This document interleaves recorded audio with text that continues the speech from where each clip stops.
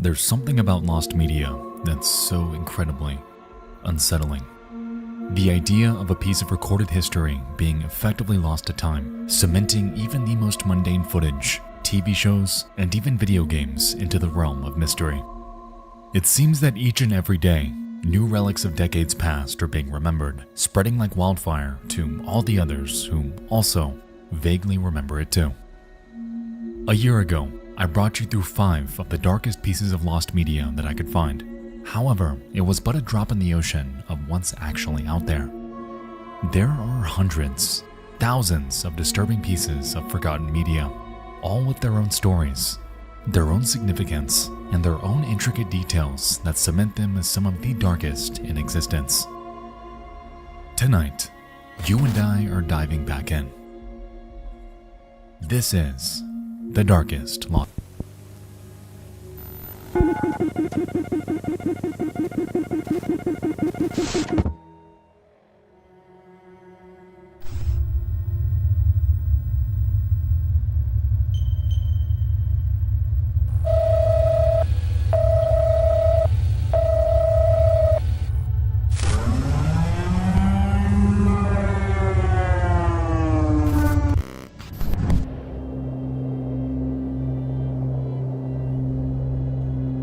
It's the 31st of May 2013, and the town of El Reno, Oklahoma is silent. It's a Friday like any other, except for a small problem.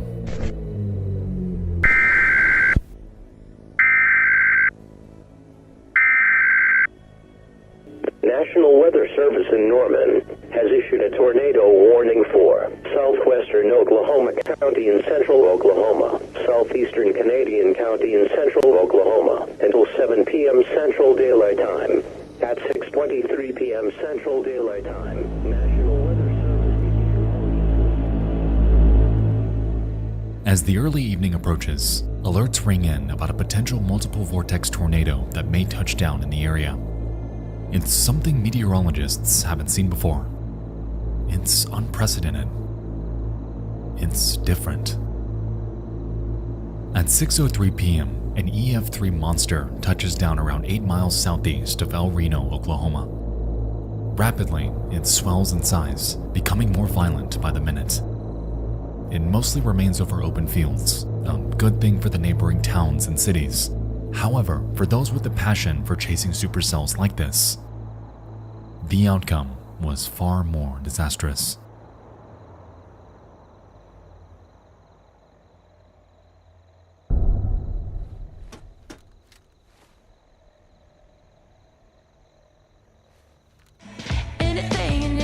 All your favorite brands are now at Petco. You know you got it. And at great low prices. Petco, the health and wellness company. Today, we're gonna see who can edit faster. Josh is a professional editor while Nick has 0 editing experience, but there's a catch. Nick's using the Streamlabs podcast editor while Josh is using a popular editing software. The Streamlabs editor has already cut up and subtitled Nick's clips while Josh is still struggling to import it manually. Now that the software's done everything for Nick, he can now sit back and enjoy his chili Fritos.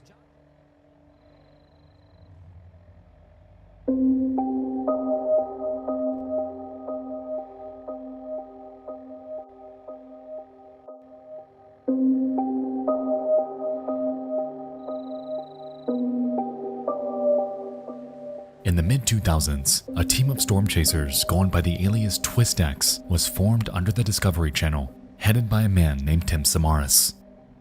It involved a group of 10 scientists with the goal of chasing and documenting the dynamics of various superstorms, utilizing numerous vehicles outfitted with weather probes. If you're a fan of the show Storm Chasers, then you've likely seen them in action, as they were heavily involved in seasons 3 through 5 around the turn of the decade.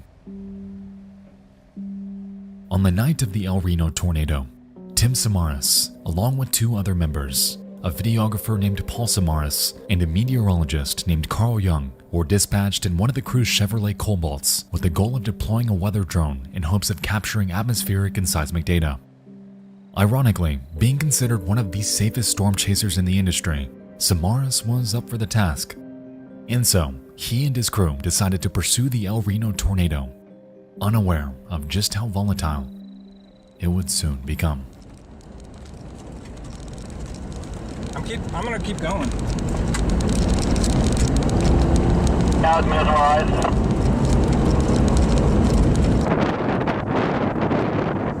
Multiple vortex.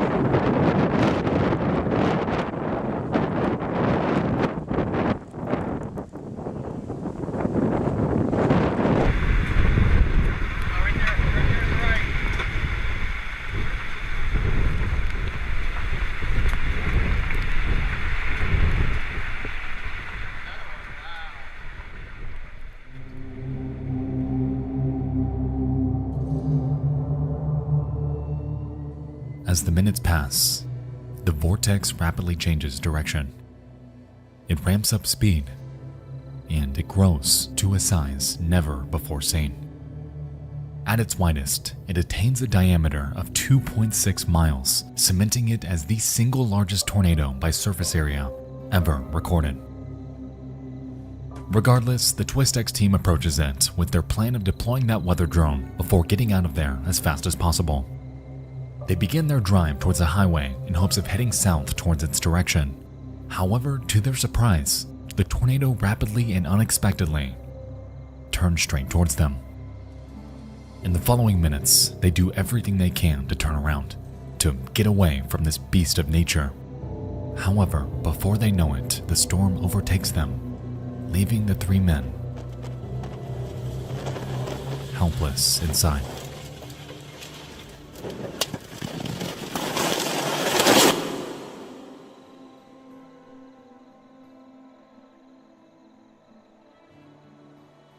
As the car is picked up, Carl and Paul are ejected from the vehicle, while Tim remains trapped inside.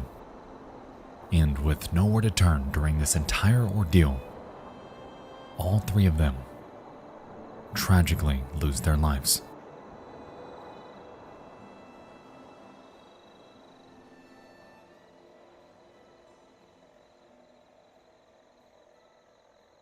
RFD has wrapped 360 degrees around it. While others ran away, Amazing sight. Tim Samaras ran towards. It's just totally unbelievable what's happened because it should never have happened to Tim. Longtime friend. 2 days later, and half a mile away, the bodies of Paul and Carl are found, and not far from them,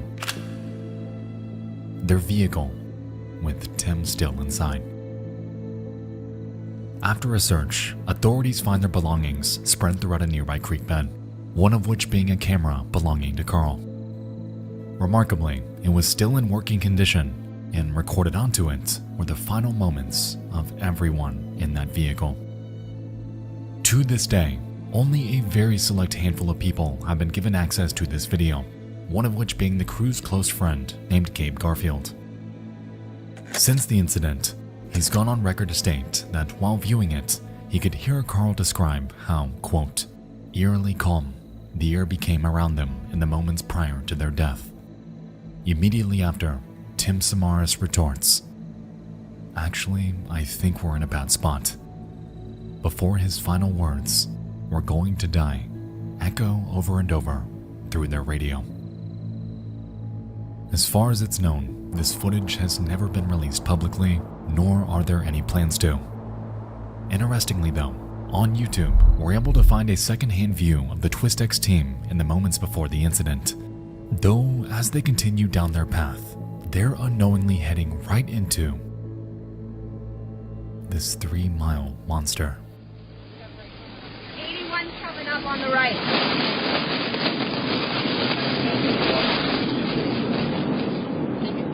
Take a right. Yeah. Right on 81.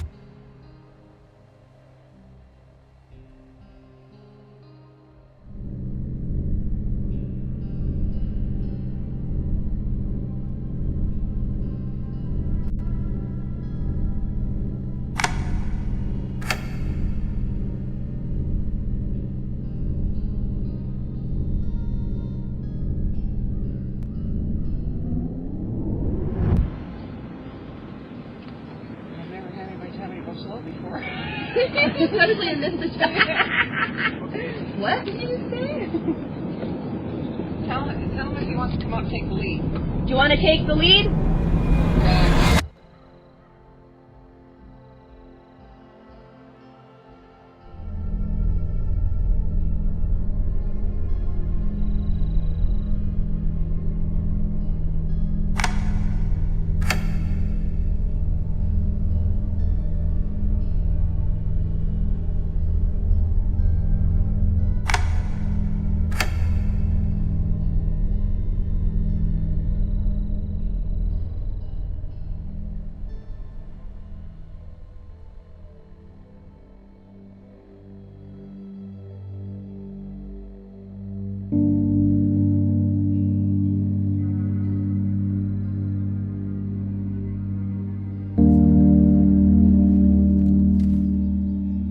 To this day, this snippet is some of the last remaining public footage of their team, and carries a haunting legacy of just how dangerous the profession of storm chasing can really be.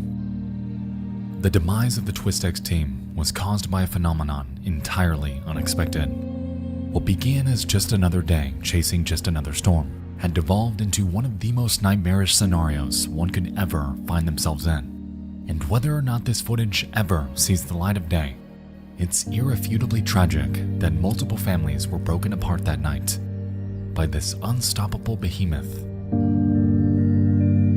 of nature.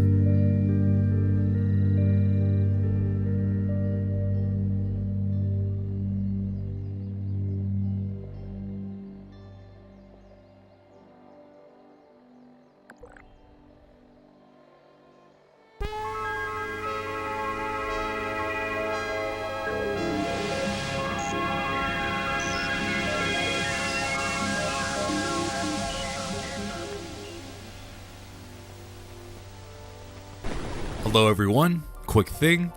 Today's video is actually sponsored by the lovely people over at Incogni.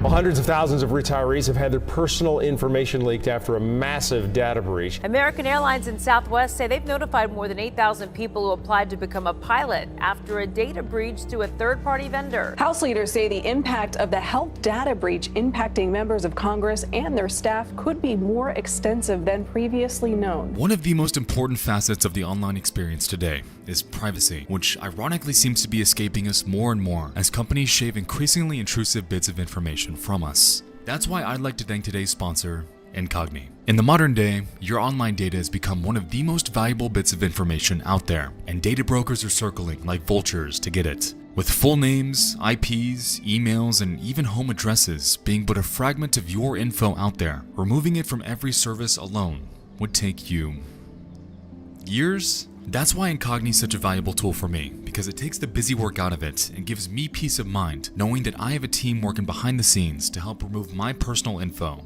off the internet. One of my favorite aspects about Incogni is its ease of use. In less than 5 minutes, I'm up and running as it begins to hunt for and request takedowns of my information while I go about my daily life making videos for you guys. It's the peace of mind it offers that makes this service worth it. And to be honest, I think everyone should have Incogni in their corner, fighting for their privacy. Go to incogni.com/Nexpo and use code NEXPO for an exclusive offer of 60% off. That's incogni.com/Nexpo and use code NEXPO, or click the link below to take your personal data off the market. Thank you again to Incogni. Now, back to the show.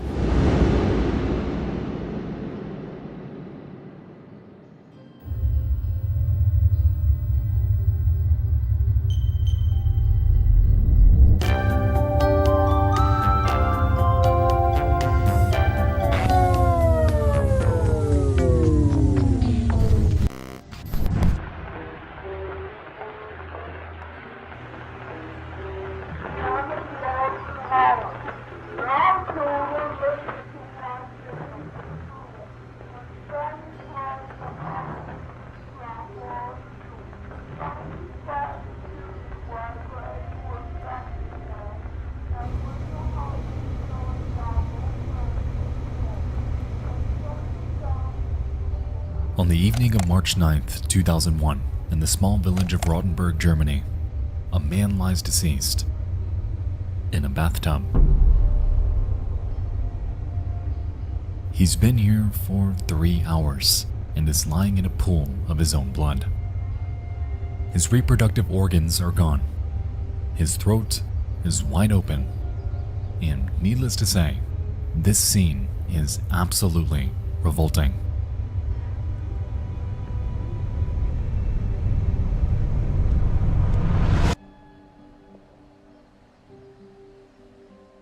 No one ever says how much they love Tuesdays. Well, at Outback, we do. Introducing Tuesday Tails at Outback. Every Tuesday, enjoy a mouth-watering steamed lobster tail with a juicy sirloin starting at $24.99. Meet your new favourite day, mate. Tuesday Tails, only at Outback Steakhouse.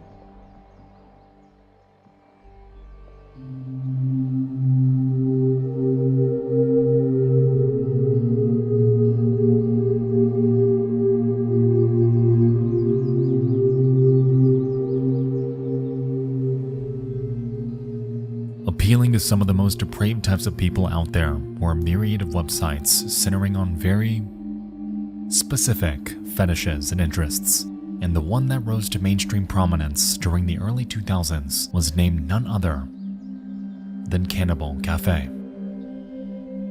It appealed to, well, cannibals, those who legitimately desired to consume other human beings. And what festered here was a cesspool of pedophilia and vorophilia that went unchecked for years. Of course, the website staunchly claims that everything posted here is all fantasy. But is it really? In early 2001, a man going by nothing more than Frankie makes numerous posts to the Cannibal Cafe. He's searching for what he calls a young slaughter boy, and has a peculiar request. I'm searching for a young boy between 18 and 25 years old. If you have a normal body, I'll butcher you and eat your flesh. It was a disturbingly simple, to-the-point inquiry, and this post sat here, floating in the vast ocean that is the internet, for days.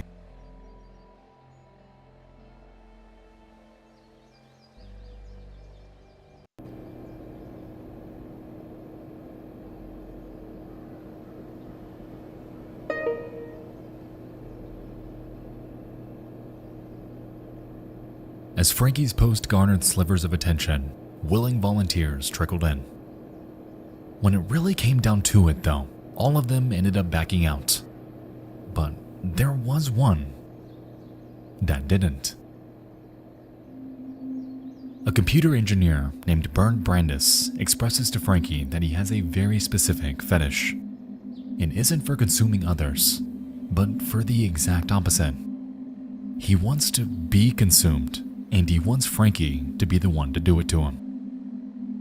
Over the next few days, the two exchange contact information by email, and it's here where Brandis learns that the name Frankie is nothing but an alias.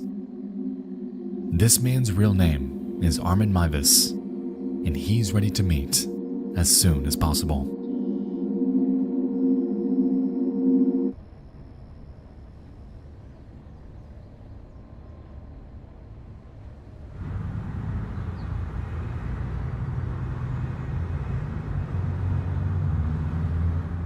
It's the night of March 9th, and Brandis is on his way to Armin's home. It's unclear what exactly is on his mind, and if he even knows what's coming. However, after arriving at his residence, Brandis opens with an interesting request.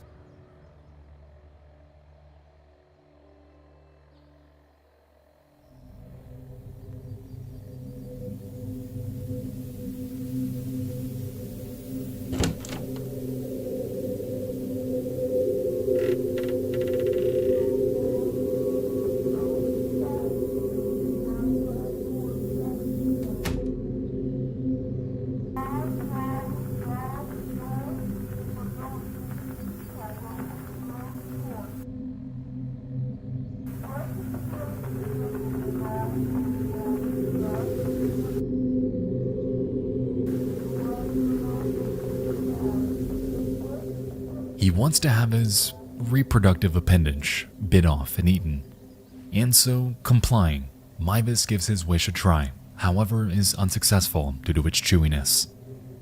Resultingly, he cuts it off and throws it in a frying pan with various marinades and seasonings. However, after all of his effort, ends up burning it to the point where it's entirely inedible.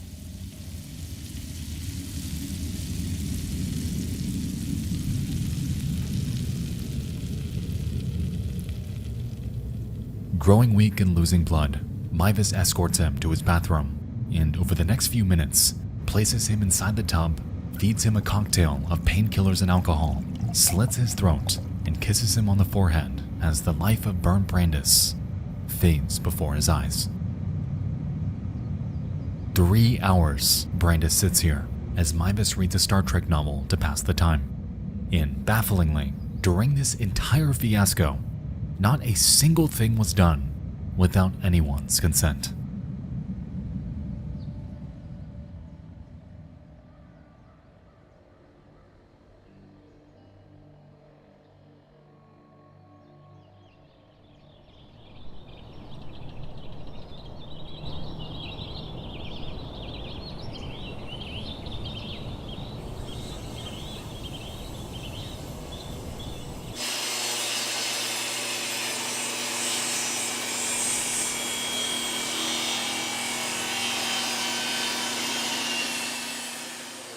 Over the next few days, Armin Meiwes dismembers Bernd Brandes, storing his remains in his deep freezer with nothing more than some frozen pizzas and a dead rat.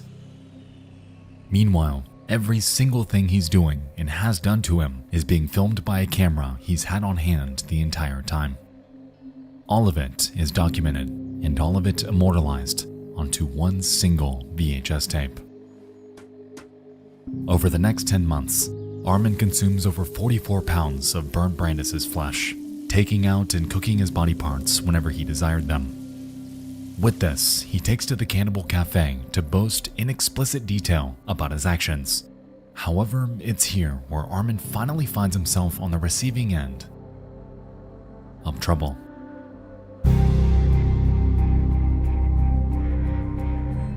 By December of 2002, another member of the Cannibal Cafe reports numerous, explicitly detailed posts by Frankie to authorities, prompting a raid of his home. There, police discover numerous body parts in a single 4-hour videotape depicting the murder and dismemberment of Bernd Brandes. Because of their discovery, Armin Meiwes was immediately apprehended. However, his charges were some that authorities had no specific laws on prosecuting. Bernd Brandes, throughout this entire ordeal, was willing, which only brought considerable confusion and media attention to this case. Nevertheless, Armin Meiwes ended up with a conviction of murder and claimed that he'd done it out of sexual gratification.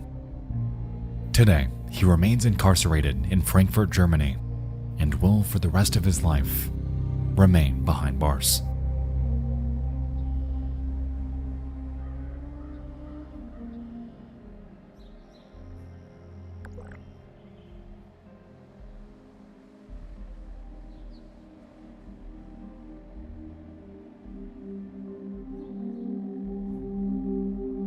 The tape that Armin filmed during his night with Bernd Brandes has never seen the light of day outside the courtroom during his trial. Considered to be too gruesome to show to the general public, the world is left to speculate on its contents, filling in the blanks from the official story given during his testimony. To be honest, I don't quite know how to feel about this entire dilemma, as Bernd Brandes wanted all of this. He wasn't murdered against his will, but he was still murdered. Nevertheless, Armin Meiwes is a depraved man, a man who created a situation that never should have happened, and because of his actions on that fateful night, one of the darkest lost media cases out there, needlessly, was born.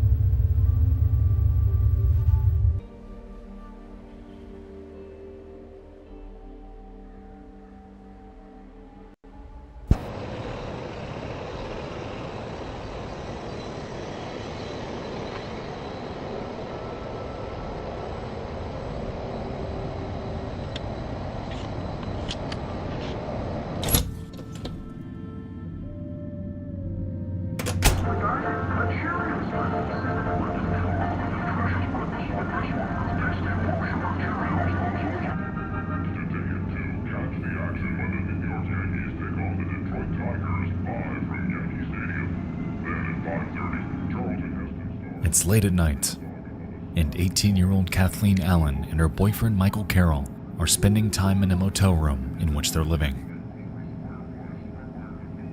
On this day, nothing is awry, and to some could even be considered painstakingly ordinary.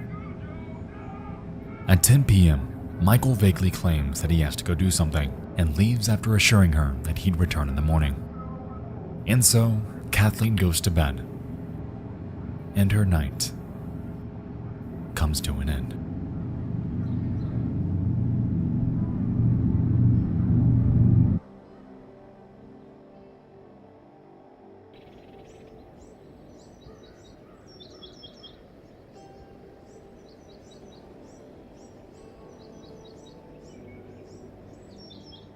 It's morning, and Michael Carroll is nowhere to be found. Regardless, Kathleen doesn't think too much of it and goes about her life and work as usual. 3 days later, while at work, however, she receives a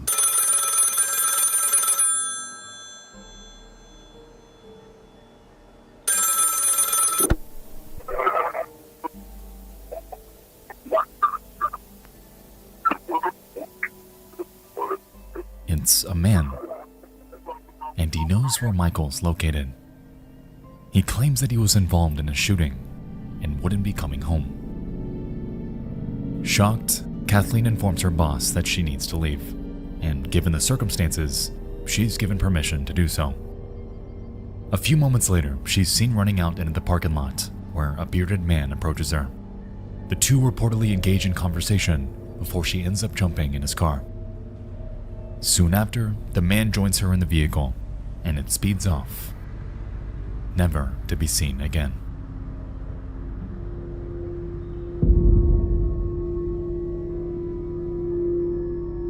This is the last time that Kathleen Allen was ever seen in public alive.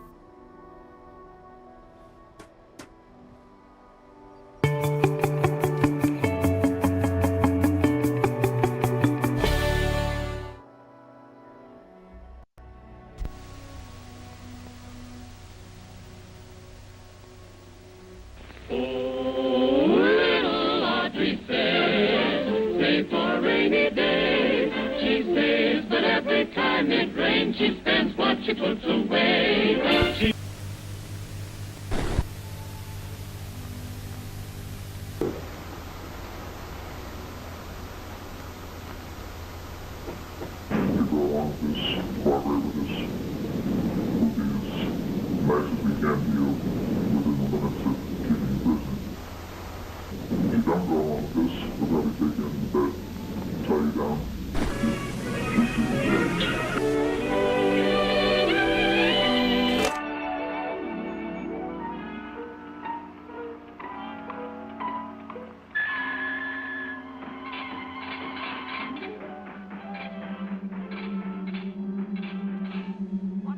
On October 29, 1945, a man named Leonard Lake was born in San Francisco, California.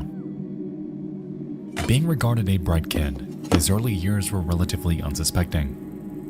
When he turned 6 years old, however, his parents had separated, to which Lake and his siblings would move in with their grandmother. Bizarrely, Lake began to exhibit disturbing habits. On numerous occasions, he was caught photographing his sisters nude. He'd collect mice and dissolve them in chemicals, and he'd extort his siblings into performing sexual acts, all of which was condoned by his grandmother with not a single shred of effort to put a stop to it. Needless to say, Lake hailed from a broken home, something that only catalyzed his morbid fascinations. However, because they were left unchecked, and often encouraged, Leonard Lake's life would only spiral further and further as time began to overtake him.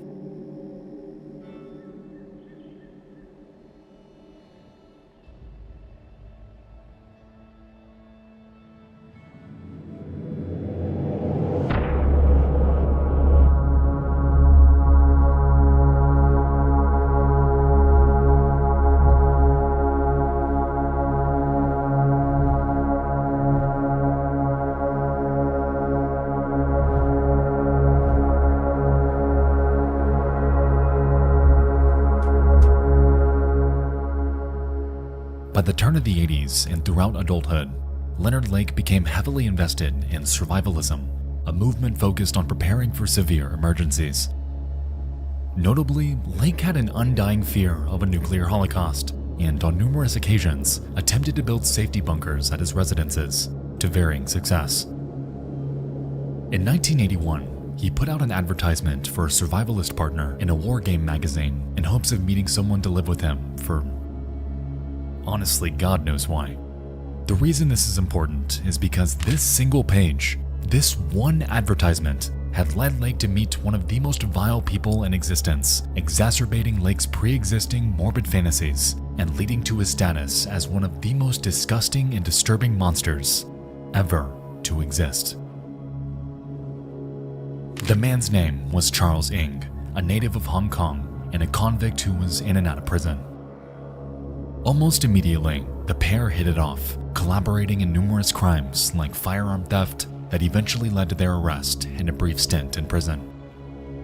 After their release, the two settled down in a wooded town named Wilseyville, and it was here where Lake enlisted the help of various residents to build yet another bunker right next to his cabin. Inside, he'd begin stockpiling illegal weapons.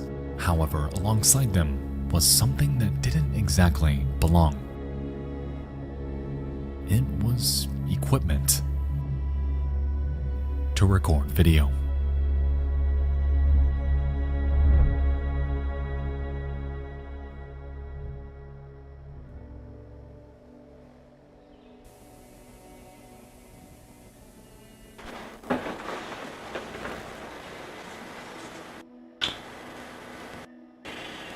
Good evening. It's a Sunday in October, 22nd, 23rd, something like that. Very close to my 38th birthday. And I'm starting this tape without script or without any real organization of what I want to say. This tape, what you're hearing now, is going to be the lead-in of the various phases of construction of a building, which hopefully will be the first of a series of underground buildings. The main emphasis of the building, the whole justification for its expense and its effort, will be a hidden portion of it, a secret room, if we can call it that, that will house a cell, a jail cell, if you will.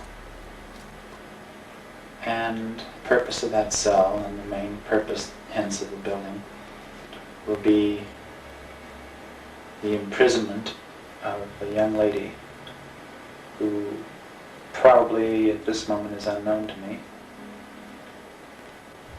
What I want is an off-the-shelf sex partner. I want to be able to use a woman whenever and however I want. And when I'm tired or satiated or bored or not interested, I simply want to put her away, lock her up in a little room, get her out of my sight, out of my life. The advantages of such a situation are, of course, obvious and even beyond sexual. Such a woman, totally enslaved, would be useful for the mundane chores that I have to do, but I'm not particularly interested in doing. Clean house, washing dishes, etc. Slave, there's no way around it. Primarily a sexual slave, but nonetheless a physical slave as well. It's hard copy for Monday, February 15th. Hi, I'm Kyle Kraska. It's being called the creepiest crime scene in America, a remote cabin where cops say some of the most gruesome serial killings in California history took place. Well, now Ed Miller's giving you an exclusive and very disturbing look inside this house of horrors. First, they were kidnapped, then robbed, raped, and killed. 12 innocent victims, 3 women, 7 men, 2 babies. The real reason for his bunker wasn't solely for survivalism. That was merely a piece of it. You see, Lake and Ing had this morbid obsession with capturing. Lake claimed that he needed them to serve him after the impending nuclear holocaust, and frequently went on record to demean the existence of women entirely. And so, for years, Lake and Ing would capture, torture, inside this bunker, all the while documenting it on his myriad of VHS cameras installed inside each room. The woman we saw at the beginning of this segment wasn't just someone random, because it was Kathleen Allen, the woman who left her job because of the news of her boyfriend's death, the woman who entered the car of a stranger and was never seen again, the woman who fell right into the grasp of Leonard Lake. While the pair's main target were women, they wouldn't hold back on abducting their relatives. Often, the pair would coerce men into coming out to their bunker in hopes of work, before they'd rob them, strangle them, and steal their identities. Thereafter, they'd manipulate their families into coming to their property, much like they did with Kathleen, to which they'd lock them up in Lake's dungeon and leave them with an ultimatum. They can either serve Lake and Ing unapologetically, obeying their every command without hesitance, or they could be killed. No matter which option they chose, though, the outcome was all the same. Their lives would be brutally torn from them, with not a single soul around to help.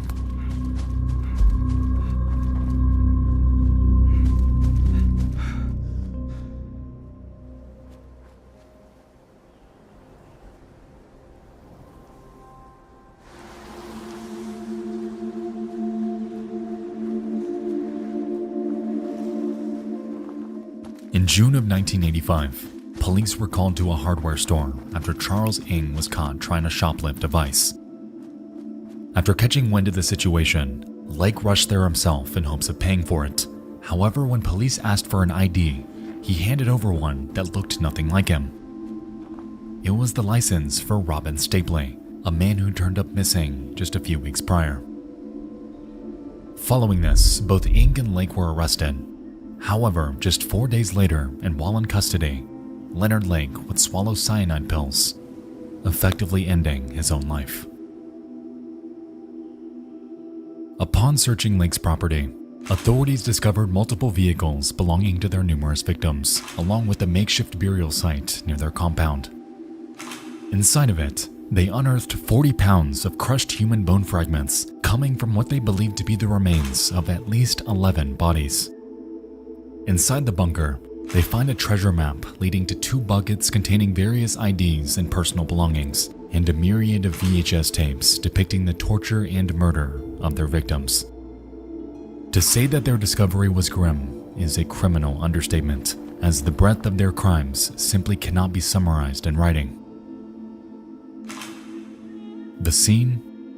Surreal, and the content on those VHS tapes indescribably worse. Today, Charles Ing is still alive, serving his life sentence in the San Quentin State Prison. Given his court verdict, being 12 counts of first-degree murder, it's undeniable that this man will never again see the light of day. The crimes that he and Leonard Lake committed are some of the worst in history, and the fact that they videotaped it adds that extra layer of repulsion. To this day, the tapes filmed by Charles Ing and Leonard Lake are sealed away, with no plans to ever be released. However, considering the content presumed to be on them, it's safe to say that some things are better off lost. And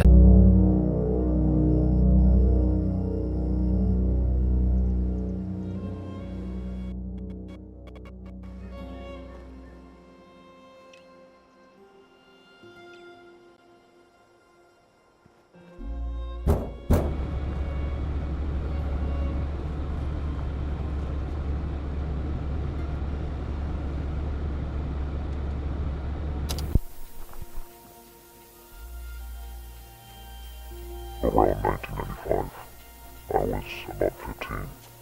I used to stay up late in my room listening to the radio on a boombox with an integrated tape recorder. One night I came across this. I don't think this was the beginning of the podcast, but I caught a lot of it. Right at the end, an announcer says that the station I was tuned to was WKCR 89.9 New York. There were a bunch of names and dates in there, but I've never run into anything else like this.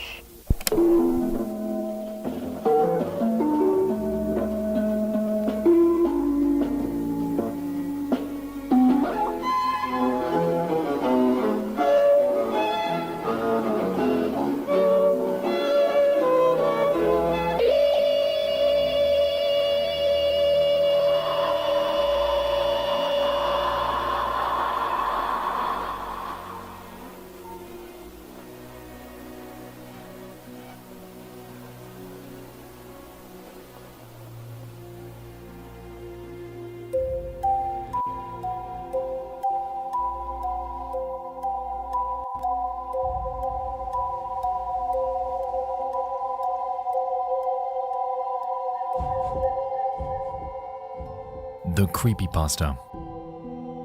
A relic of a bygone era in internet history. The induction for many of us to online horror. Suicide Mouse, Ben Drowned, Slenderman, and Sad Satan are among some of the most notorious online horror stories in existence. However, to this day, one refuses to die.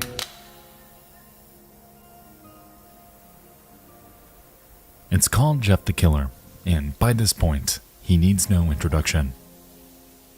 The story today hasn't exactly aged very well, and to be honest, it kinda sounds like a Joker fanfiction, and it isn't very scary. But that's okay, because it wasn't exactly written for our time.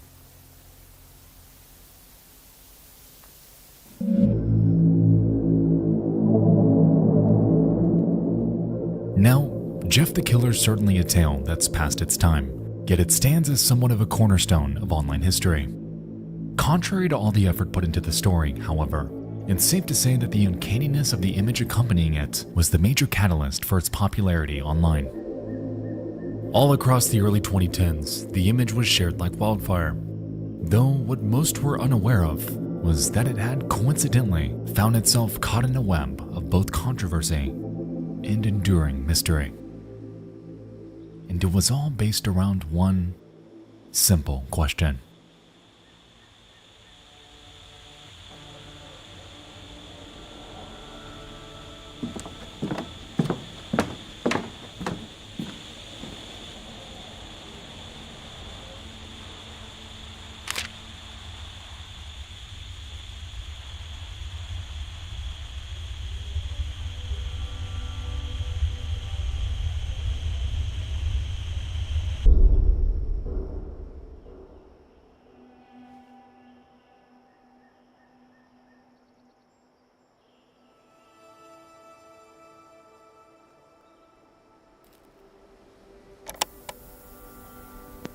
Oh, okay. Well, thank you for letting me know that I'm muted, Rosie. Jesus Christ.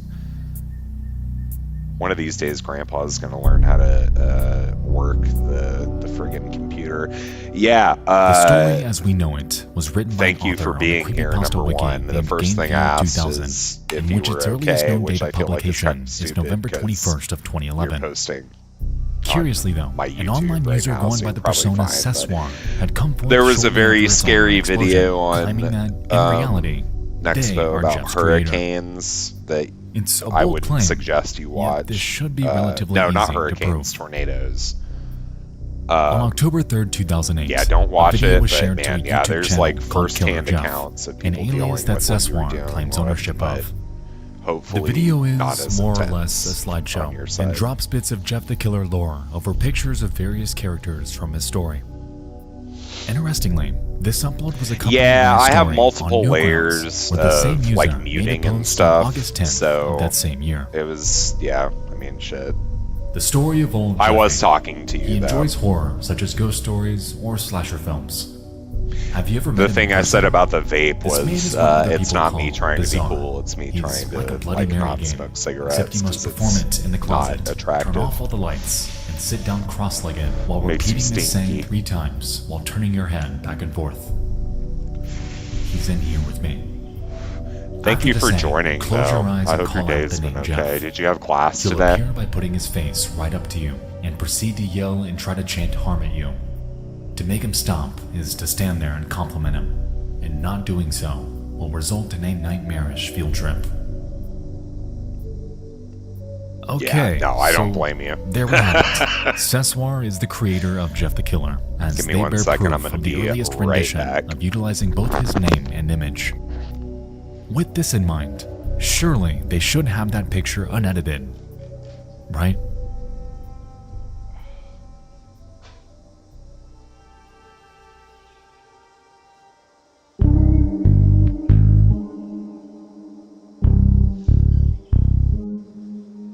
In December of 2015, fellow creator Scare Theater got in contact with Seswar. He asked them a plethora of questions, like, what inspired you? Why do you call him Jeff? And did you ever expect him to become so well known? All granting thought-provoking insight into the creator of this online behemoth. Interestingly though, in one of them, Scare Theater presses Seswar about the origins of the Jeff image, to which they respond, stating, "The picture was made using a white latex mask and some big plastic eyes, with red rubber substance that simulated blinking. There was also a black ring around the eyes that were on, covering the exposed red eyelid. After it was made, 2 or 3 photos were taken and posted, and the rest is history." Well, just like that, mystery solved. Seswar crafted something that scared millions online, and did it with none other than a latex mask and some fake eyes. So good on them.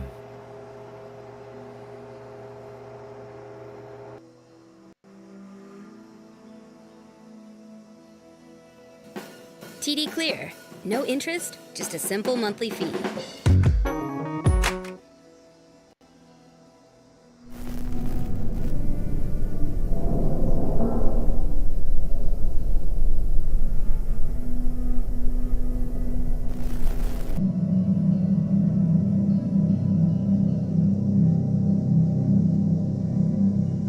Shortly after Seswar's interview, a video was found on a YouTube channel called Dark Knight.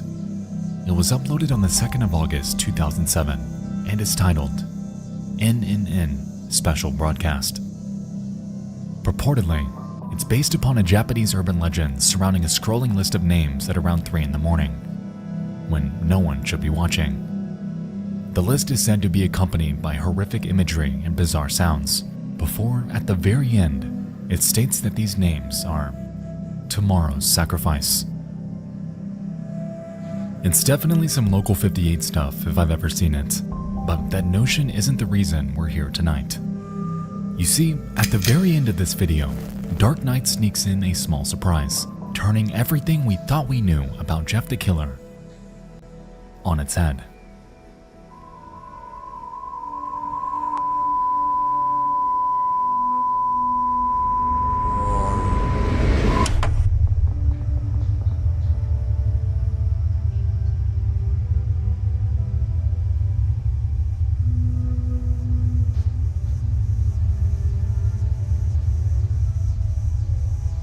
It was here when it was realized that Seswar was a fraud. He lied when everyone was taking his word at face value. Not only that, Jeff the Killer's image likely didn't even originate from our side of the world, as evidence from an unsuspecting website began to surface in the coming months.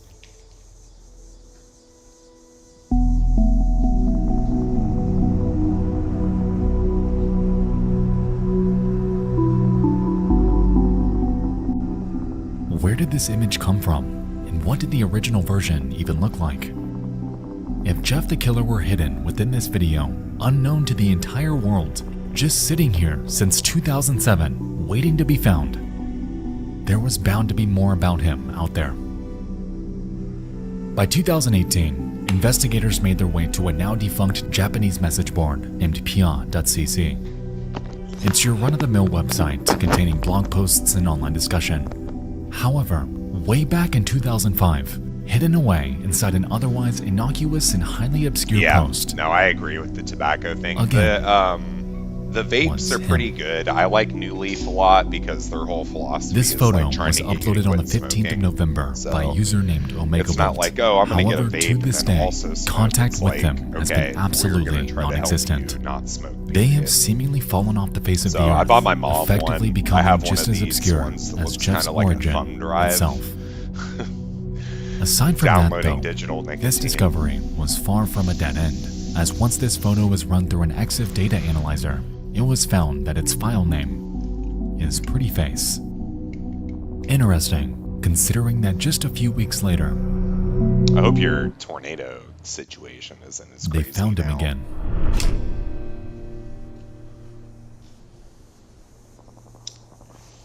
For the very first time, an alternate, less modified version of Jeff the Killer was uncovered, named White Powder 2. It was uploaded by a user named Mr. Mulholland, and in their version, were able to make out minute details that were otherwise What is shrouded it? by Photoshop. The mouth is no longer distorted. The facial accents, gone, and the previously foreboding eyes are replaced by an alternative. There's a Contrary there's to a Omega thing Bolt, though, that, Mr. Mulholland was actually tracked I can't down remember the and name contacted of it, but via Twitter. It's basically like air There flavoring. they claimed I was that they thinking saw about the getting image before one it of was those edited too. and believed that it, to their memory, came from an online video of an Asian woman inside her home. Purportedly, her face was extremely pale, and lightly edited screen caps of her were passed around Japanese message boards as surprise images in the mid-2000s. They further state that they don't have the original image, believes that it no longer exists on the internet, and speculates that it may come from a TV show named Honto Oh, Niaka okay, we got some Noroi action no now. Video. Hold on. Since this revelation, every episode made from 1999 to 2005 have been thoroughly searched, yet a lag is match very real. has never been found.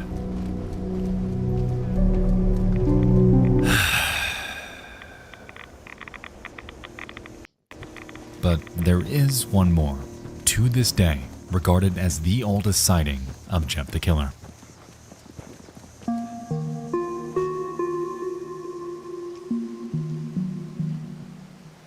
On the homepage of a website named fileman.n1e.jp, Oh, that sounds resting good, dude. If innocuously you had among any of images those, I of might puppies take and one from waifus, was version 1, captured on July 24th of 2005. The only clues that accompany this are the caption, "Fear of a Summer Night," and once clicked, a descriptor claims this photo is, quote, What are you getting up to tonight? a celebrity before plastic surgery. Aside from this, no further context is given. To be honest, we could do this all day, because since the hunt began, there have been hundreds of Honestly, sightings I'm of glad Jeff the you're Killer here online, early. I think this all might be predating kind of a Sessoir's fun original story. Little video game. Over run. the years, I there can have been quite get a handful of Guilty original Gear image to run, contenders that have right? gained considerable traction, some kind of most weird, notably with the widespread hoax involving a woman who update doesn't that even exist. wouldn't come through. So It's I safe to get- say that I this surge did has not had get its the fair chance share to of talk on controversy, people, yet that hasn't slowed the decade-long resilience of those trying to investigate this.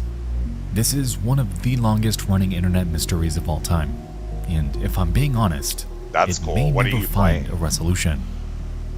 Other versions of Jeff are discovered, yet they bear more edits I saw than you version post 1. something about Stardew Rumors Valley, circulate man. about it being a photo in Step Rockton's 3, girlfriend Amanda. yet no proof I mean, has you know ever her. surfaced. I don't know. I'm trying to say you And don't. almost daily, She, those with too much is free playing time it with are mods creating their and own is version of the marrying original and then image divorcing and are every touting single it as person the in real game. thing. So, I guess that's a run. That's a run Sometimes of the video existence game of an that you can enduring do. mystery brings life enduring fascination.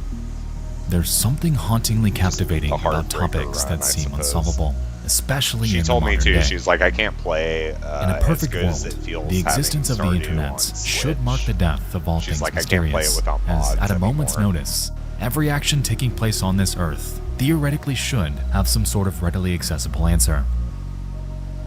I'm Do you glad like that's not the Slavic case though, Boogie? as Jeff By the the Killer way, has given the this modern is as internet close as I just could get a to small my real hint of face. mystifying intrigue.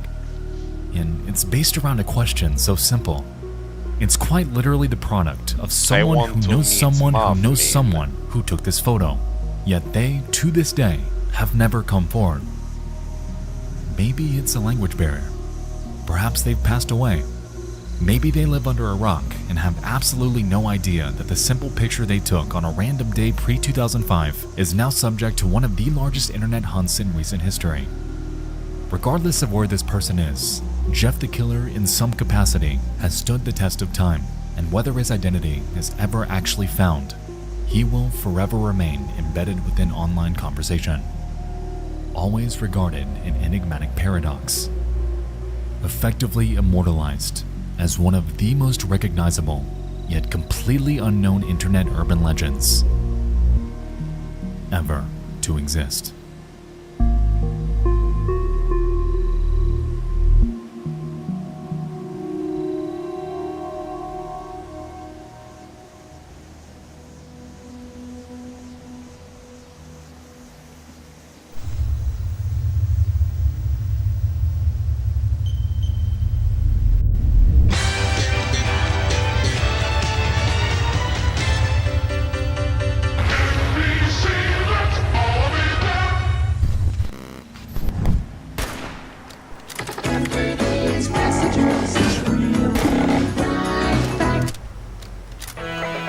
Microsoft, why not use your connections?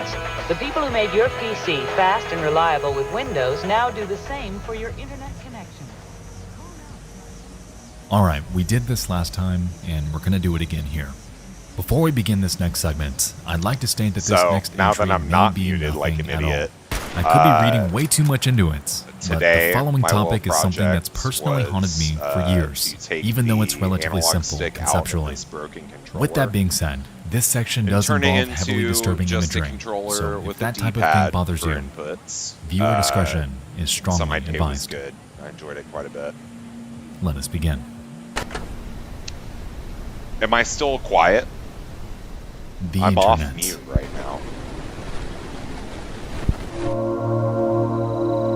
Thank you for stepping in and being my editor, by the way, Rosie. I appreciate that. My producer.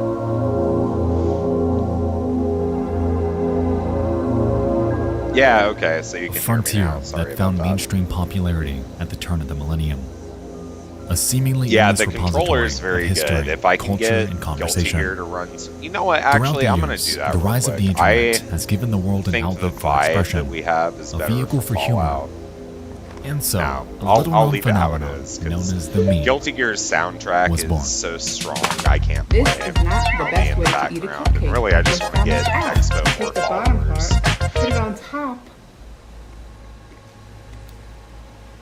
You own You don't get messy. 51% of It's so what much company? better.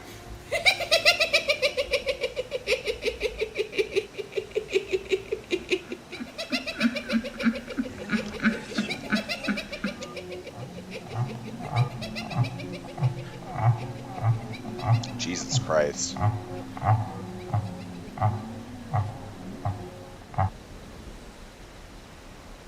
You know, I was thinking about Griffin when I did it. I'm not on Griffin's level, but I'm pretty sure you're all I aware know of what enough they about are. motherboards The reason and I bring them circuit up tonight, boards however, to be able is to like because mess there's with one out there that kind of that has thing. stood out So, to me ever yeah, since I it's first cool, heard man. about I it love on this. Reddit I bought this 2.5 years controller ago. for $25 Now, at a before we Target. continue, I want you to know that I've gone back and I forth on covering played this topic for Tears years of the now. Kingdom with it. I've scripted this for out, about 300 then scrapped hours, it, so I kind of then wrecked threw it the in an Analog iceberg I 6, wrote, but I can then still trashed it. use the I D-pad don't quite know where for or how this fighting fits games on my channel, and it's kind of long. if you catch my drift. Oh no, you're probably. I don't think you're into fighters, from what I know. But it is creepy. It's pretty much like 100% perfect input at this point. So it's fun. I took a one of my October sculpting 26th tools of and 2020. heated it up and applied it to I all of believe the this popular edges meme of is an the image from a snuff film. adhesive, so it's like Hopefully you hard guys glued can in prove me there wrong. now. I have to watch Hello White there. Blood Cells, Please though. let I me don't know know if this anything isn't the about right that place to post anime, this. so I've if seen I'm gonna this meme rock being posted around for quite a fighting long time, controller usually that with is so drinking-related boldly titles, as if the person lying on the DIY'd, I grass should is probably just watch the blackout show. drunk. Now, I'll never forget a video I saw on the deep web about 8 years ago that showed two Russian guys You wanna make messing me around with the body louder? of a woman, Yeah, I can do that. inserting a kitchen knife on her face, and other terribly atrocious things, all while talking and laughing. Whenever I see this meme, Is this better or worse? I kind of wanted to give my homie Nexpo like I believe it can actually be a full, frame from it. you know, The video takes place in a very similar setting. full audience, but surrounding it. if it doesn't sound as good, yeah. Audio, you know, it's funny. Taylor told me one time, he was like, because he streams, or he streamed before, and he was really good at setting it up. He was like, you know, I can watch a person with bad video, but I can't watch a person with bad audio. So, yeah, if there's anything that seems like I can level out, please let me know. Again. I hope some of you guys can help with this. I bet, yeah. Thank you. No, OBS rules, it's very malleable. You kind of have to learn through, Reddit, and, like, Steam threads and stuff, how to use it, but when you play by the rules, it seems to work pretty good.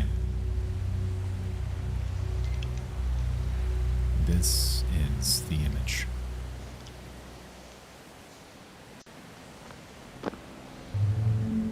Yeah, I think I said this earlier and I might have been muted, but for a long time, I would watch on YouTube like ARGs and stuff that is very clearly unfiction. It's not a real thing. And I started listening to Nexpo, and Nexpo's like dragging real life shit into my world, where it's like horrible 911 calls and stuff, and I'm like, oh god.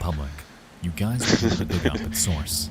YouTube's leaking. I've decided to quit sitting on this one because this one photo has legitimately bothered me from the first moment I saw it.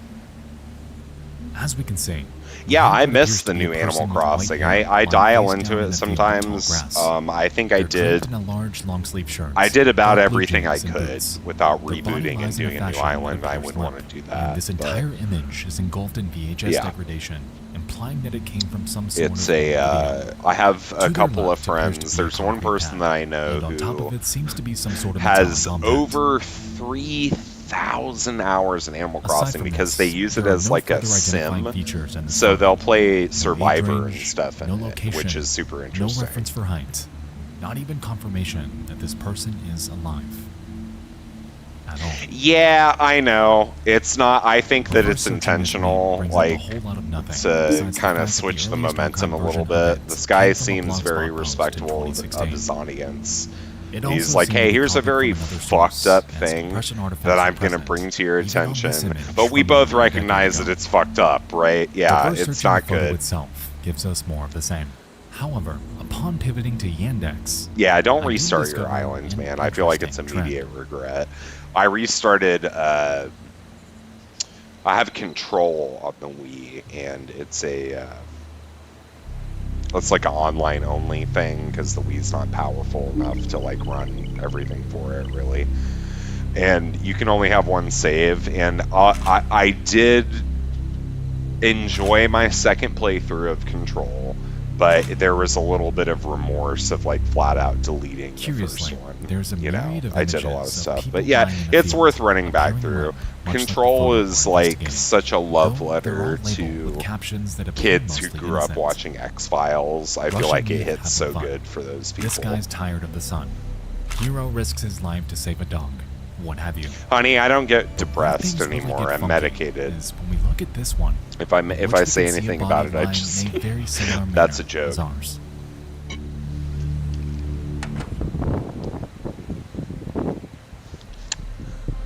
I don't get depressed anymore. I get angry instead. It's much more useful, in my opinion.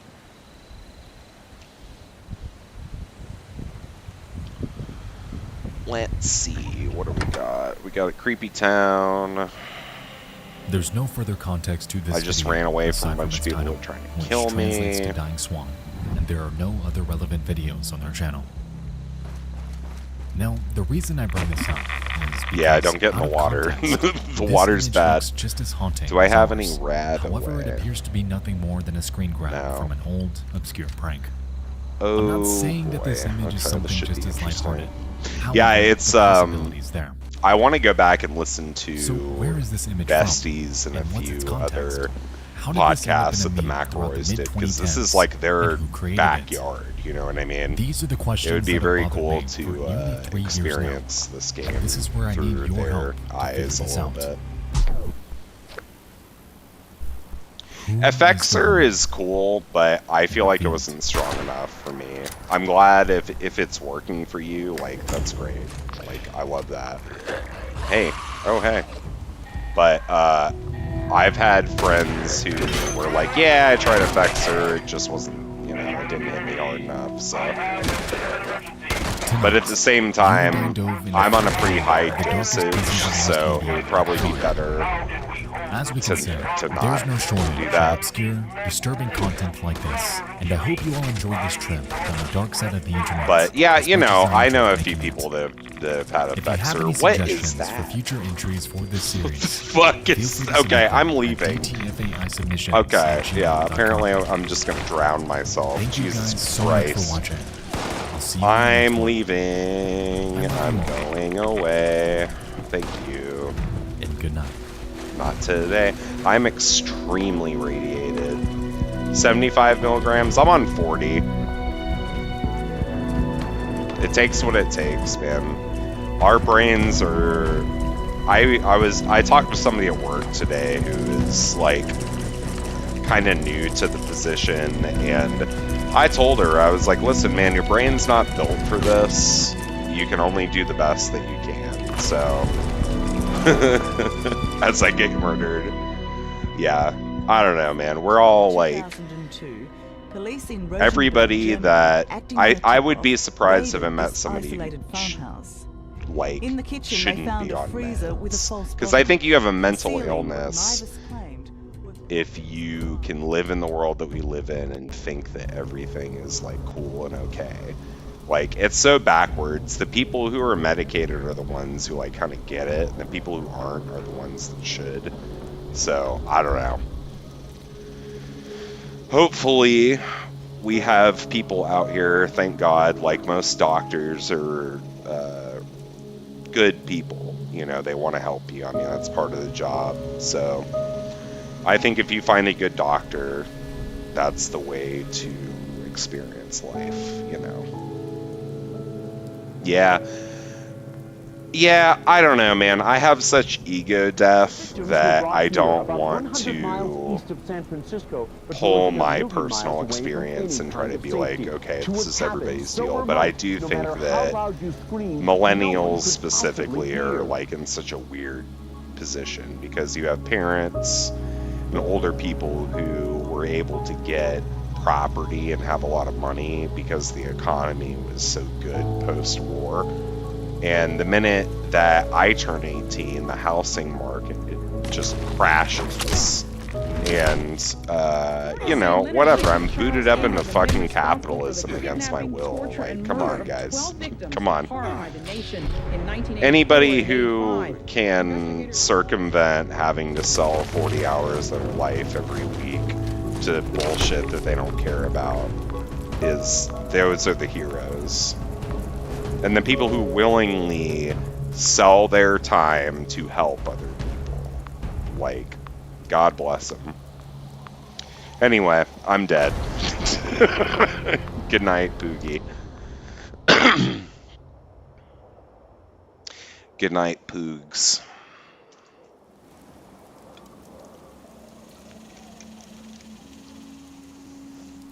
Alright, well, maybe this time things will go better. Let's see. The only way to fight stigma and shame is to shine light. No, this doesn't bode Ask well. your healthcare provider if Big Tarby is right for you.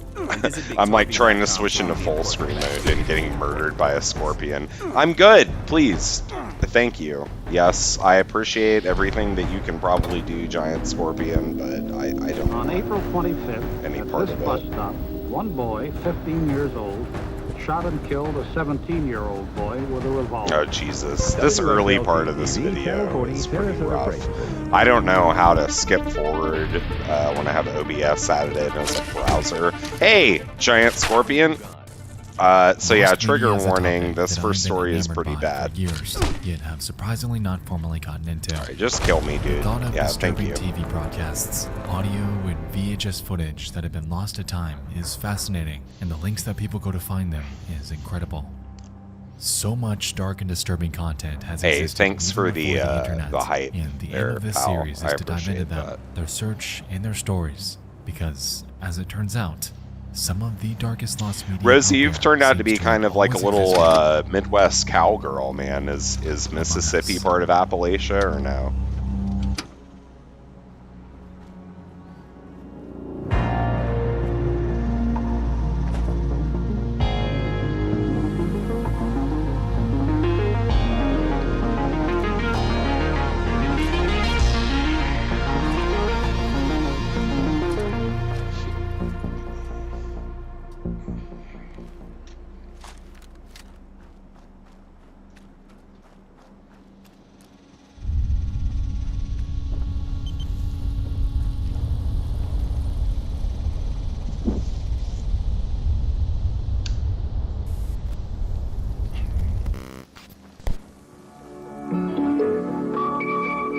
The following is a presentation of the Christian Television Network.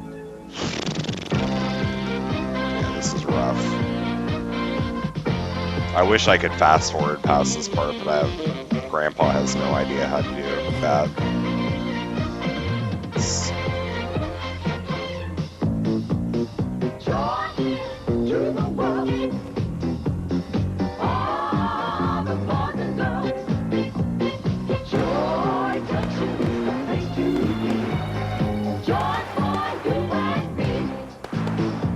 Come and join us for a half hour of fun and games at Joy Junction. Now here's Sheriff Don. Hi, good to see you. 1980. The show is broadcasting on the Christian television network named Joy Junction. It's textbook public access TV, set at the eponymous village and hosted by the town sheriff. Throughout the show's lifespan, the town residents would join in for educational bits about the Bible, and kids were encouraged to take part in various games. It seemed to have been pretty successful during its time, as it was on the air for a few years. Bizarrely, nearly every record and archive of this show ever existing have been wiped though, merely leaving us with a handful of surviving re-uploads Such a on YouTube. weird This has, situation, admittedly, man. This made it whole, difficult like, to find the any fact that further the show information is about not Joy on Junction, aside from what we can distill from the accessible existing anymore footage. makes sense considering But the that's okay, situation, 'cause but that's it's not pretty the main reason wild. we're here anyway. Hi, everybody. What's happening? See ya. I've been waiting. I don't know what you're waiting, trying to spend waiting money you. on, but I I'm got you. Sorry, I got tied up, Marty, but traffic was heavy and the stores were busy. You know how it is. One of the show's cast members was a ventriloquist. Hope you by the ain't name of spending Ron, money on and me, he was dog. present in nearly every episode, joined by his doll Marty.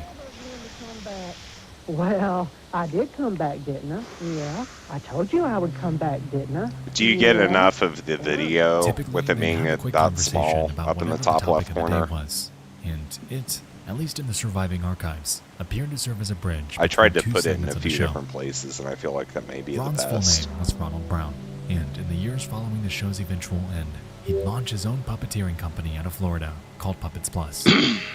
On his website at puppetsplus.com, we can observe a myriad of their clients, along with the age groups that he was primarily hired Yeah, for. if it's annoying Ages typing 2 to stuff too, 5, by the way, I can just like add and you in 6 to through 11. Discord if you want to do voice chat. It's up to Now, you. at first glance, Oh, know this what you seems have par for going the on? course in his profession. Children's entertainment was his forte. However, it's when we back up and take a look at Ronald as a person when things begin to sour. You see, throughout the years, Ronald had We a strange I want to dynamic play that with children. Thaumaturge game For when I'm at your instance, in place, by the way, 1998, because he I was don't. pulled over for Is a traffic Slavic the right violation term? and was Because found you're in possession of Romanian. his I don't. underwear. I think His Slavic may be excuse was too that he used wide them of for his a puppets, and he was eventually let go. brush stroke. You know what I Other mean? complaints came throughout the 2000s about him giving rides to kids in his church van. Unfortunately, police could never do much because there wasn't any explicit crime being committed. It was incredibly strange, but unfortunately not enough to warrant any sort of arrest. Where things really get nutty, though, is when we jump to the early I hate this 2010s, fucking guy which so Brown would much. find It himself makes me caught in the mad web of controversy. that I can't, like, I'd have to go in and do a timestamp and reset my whole, like, OBS for the browser, but this guy sucks so bad. I want to chuck him into a dumpster. Okay, I thought Slavic was kind of like Hispanic, where it was like, I don't know, kind of disrespectful, but that's cool. Yeah, if there's any, like, so the Thaumaturge game takes place in a alternate version of 1905 where, you know, like the fantasy stuff in the game exists. Rasputin, like the Rasputin, is your, like, BFF. He's like the guy who hypes you up during combat and gives you buffs and stuff. So I've seen the Abu Ghabat in Ubar so far, but I very much want to see other, like, Slavic cryptids. It's so cool. As it turned out, Arnett would produce these images and distribute them to various others online. Yeah, the only reason I brought up Discord is I thought it would be less annoying than you having to type a bunch of stuff, but if you're okay with it the way it is, that's fine. You'll notice that talking is just easier than typing, but if you're doing stuff, you know, they expressed interest in no cannibalism, worries. torture, sexual Yeah, dude, assault, Rasputin rules in that game. He's like, you first encounter him in a village where one of the wasn't just a random person. Salutors are, and the idea of the game is that a Thaumaturge is like an empathy mage. They can tell when you have stains on your soul, like things that would attract horrible monsters to you. So the first lady that you meet, who has a Salutor tied to her, was abused as a kid, and she ended up killing her father by burning his house down with him in it. And it's like you have this character who you get to make narrative choices for, who had justified cause for what she did, but at the same time she attracted this, like, demon to a village and ended up inadvertently making them all kind of go crazy a little bit. So very interesting. It's one of those games that's kind of like Baldur's Gate, where every time you play it you can pick different pretty, like, heavily story defining choices. So yeah, we'll have to check it out, considering it's a part of your personal history. You know, I think it would be kind of tight to look at. His bio read, I love them young and dead. I enjoy them fresh, but like to see them displayed in their casket too. No. And I don't want to hear this, Nexpo. I like the blonde boy. Would love to snuff him. Very hot pics. That boy looks dead. I like that one. I'd love to kill them. It's safe to say that at this point, there was more than enough to warrant an arrest. And on July 19th of 2012, that notion would finally become a reality. Marshals arrested a Largo man for possessing and conspiring. Yo, homies, is it gay to get eaten by your, who performed for children in the Bay Area? News Channel 8's Yolanda Fernandez sexual has been following partner? this story for. She is joining us live tonight from Pinellas County. Well, Keith, 57-year-old Ron Brown is here in the Pinellas County Jail tonight. Federal investigators say it was his gruesome and very graphic online... Yeah. Gruesome and graphic is definitely the words I would use for this situation. Jesus fucking Christ. Brown's house was raided, and scattered across his home were images of pictures of kids being tied up, and even some that appeared to be dead. I hope this guy gets impaled from ass to mouth. Sex doll dressed in boys' clothes, a journal he kept about his fantasies. This man deserves to be thrown on a pike. And even books about serial killers and cannibalism. He was eventually found guilty of possession of and was sentenced to 20 years in federal prison with a lifetime of supervision thereafter. Had he lived out his full sentence, he would be out sometime in 2033. However, if he gets out in 2023, it's reported that he is now deceased. Yeah, good. If he gets out in 2023, me and the homies are gonna pick him up Goes out and to the children take who care had to of suffer business. for the pleasure of this Jesus monster Christ. and all of those who associated with him. For his entire life, he was calculated and knew what he was doing. His career, his church fan favors, his company parties, all a front for some of the darkest desires imaginable. In hindsight, I understand why Joy Junction's records were wiped. Yeah. It was a show with a good premise and good intentions. I won't deny that. So interesting, because I bet so many parts of Joy Junction were probably cool to watch. It sounds like a Sesame Street, but then you have this horrible monster inside to it, and it's like no part of it should be remembered.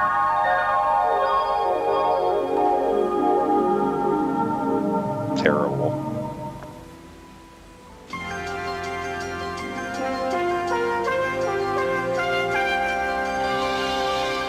Before we continue, just a couple quick announcements. First off, I'd like to formally announce my second channel, called Nexpo After Hours. Yeah, this guy rules. I love Nexpo. I'm thinking about getting a Patreon so I can start paying the people like Drawfee, Nightmind, and Nexpo specifically deserve to get money out of my bank and I'll be account every dropping the month. next one in about 5 minutes from now. So if you're into that sort of thing, I welcome you with open arms. It's a big creative outlet for me, and we're gonna have some fun. If you're not, however, no sweat. We still got the big projects on main. Nexpo did such a good video about crowdmade.com/collection. no, Nightmane did Midwest We've got some super Angelica. cool new designs if you're interested. I gotta make a Link in the damn description. YouTube video. There's too many people out Lastly, here that if you're interested don't in gaining know early that access to this kind of videos, spooky shit script files, exists. and work-in-progress cuts of upcoming projects, your support would mean the world to me over at patreon.com/nexpo. My Of server's course, broken. it's never expected, but always appreciated as I try to keep these videos sponsor-free.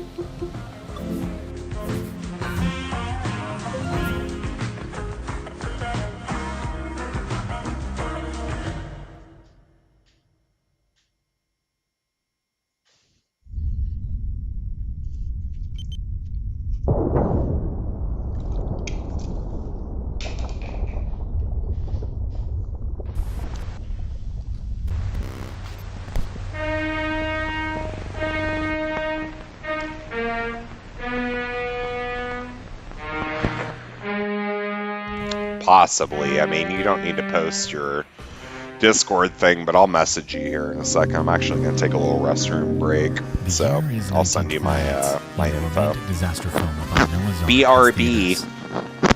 Directed by a man named Michael Curtis, it premieres during a transitional period between silent movies and talkies, or films with actual spoken dialogue. Because of this, it's mostly regarded as a hybrid film with long scenes being played over music, and with it comes a healthy dose of extensive criticism. Most of the backlash is due to its runtime, clocking in at a whopping 2 hours and 15 minutes long, with considerable portions containing awkward dialogue and drawn-out scenes. Sitting through this movie is, to put it lightly, a considerable undertaking. Because of this, the film is pulled for revision, and the cut content is never shown again.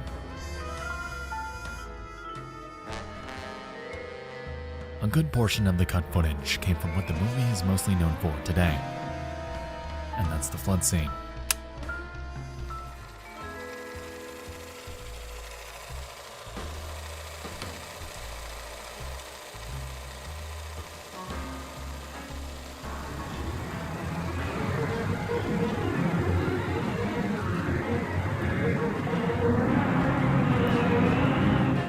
In it, we can observe a slew of actors fighting their way out of a crumbling temple and towards the Ark to stay alive. It's a grandiose set with a lot going on, and keeping in mind the time period, all of this was pulled off with practical effects. These people were, legitimately, submerged.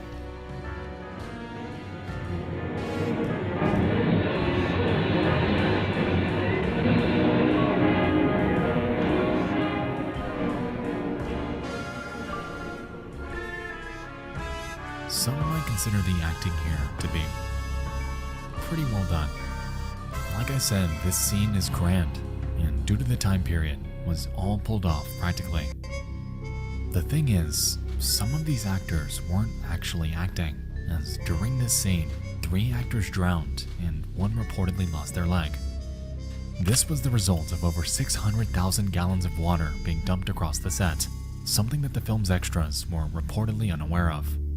It's been reported that, before filming commenced, Michael Curtiz was warned against putting so many people in danger. However, he shrugged it off, claiming that the extras were expected to be prepared for anything, and that, quote, they're just gonna have to take their chances. In the original cut of the movie, it's rumored that you could see these deaths happen on screen with a much more fleshed out blood scene. However, since the revisions, that original version is forever considered lost. It's rumored that Curtiz was in pursuit of relentless perfection. He wanted this movie to be grand and authentic. However, in this chase came a loss of life that did not need to happen, leaving Noah's Ark forever stained with an enduring legacy of tragedy.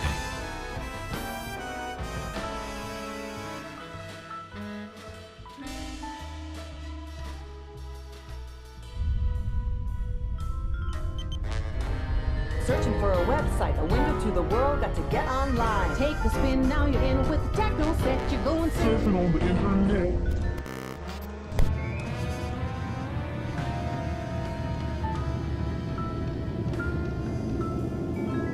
On the 2nd of July 2014, an ad was made on Craigslist. It came from an 18-year-old girl named Brooke Slocum and was but a simple request for cash. I need $50 by 3:30 p.m. today. I can pay you back later tonight, but I need gas and some mess quick. Everyone has bronchitis at my house and I do not want to get sick. I'm 8 months pregnant and my lungs are all squished as is. If you could help, me and my daughter will greatly appreciate it. This post remained untouched for 10 days.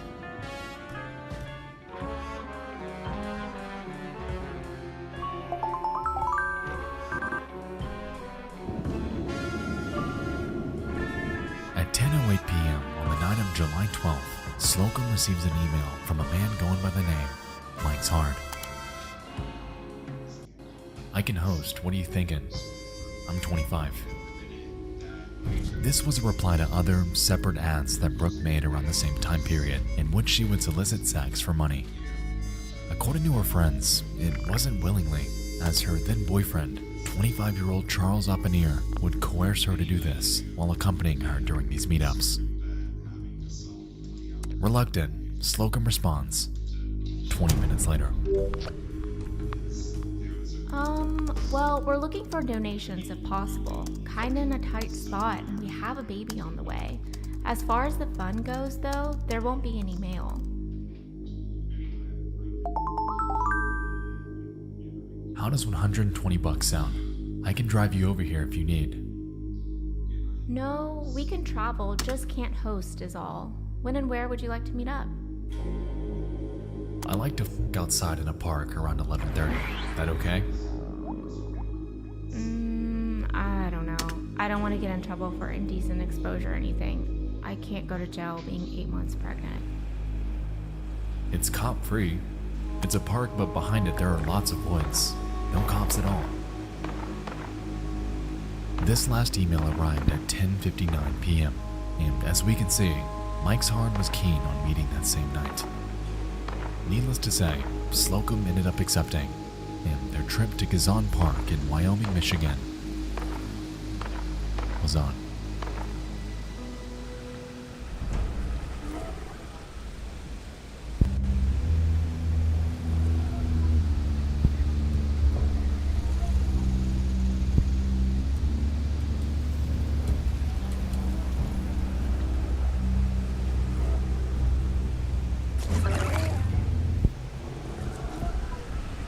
It's midnight. The couple arrives, with Mike pulling up shortly after. Initially believing this to be another sex meetup, the two approach Mike without much concern. Sometime during the next few minutes, Brooke is grabbed, bound, and shoved into the trunk of Mike's car. In haste, Charles tries to help, however is unsuccessful, resulting in a violent altercation between the two. It's unclear how long this fight lasted. However, what is certain is that during this, Charles was violently killed. Mike drags his body near the woods, saws his head off, and covers the remains with sticks. And without so much of a single witness, he jumps in his car and, alongside Charles' head and Brooke Slocum stowed behind him, drives off into the night.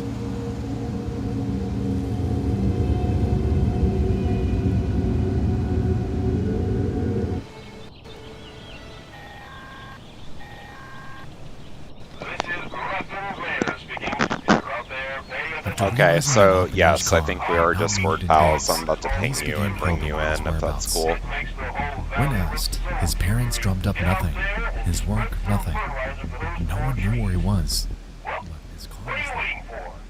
And so they begin searching the park on July 17th, 5 days after the incident with Mike's heart. Upon scouring the wooded area that lined its back end, they then discover a headless body under some brush. And it was later identified. My hair is such a flop right now. As Charles Oppenheimer. Beep, beep, beep, beep. We get to talk to Rosie tonight. What a gift. Realized that Oppenheimer wasn't single, and his girlfriend, too, was missing. I get to invite my spooky cowgirl friend to spooky Appalachia. On it, there were a myriad of conversations. However, one thread from Mike's heart stood out among the rest. You seem like you've been able to resist absorbing the accent. I'm curious to see how long that's going to last. And they found that this address was tied to another email, which was tied to a Facebook for a man not named Mike, but Brady. Brady Ostrike.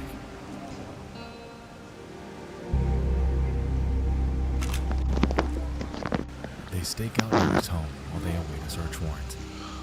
There wasn't enough evidence for an arrest warrant by this point, so that was a frustrating roadblock. The hours tick by without much happening. However, around 9 p.m. on the night of July 17th, Brady would be spotted jumping into his car and leaving his home. A few moments later, he's stopped by a nearby officer. Before they could get to him, though, he takes off, leading to a grueling pursuit.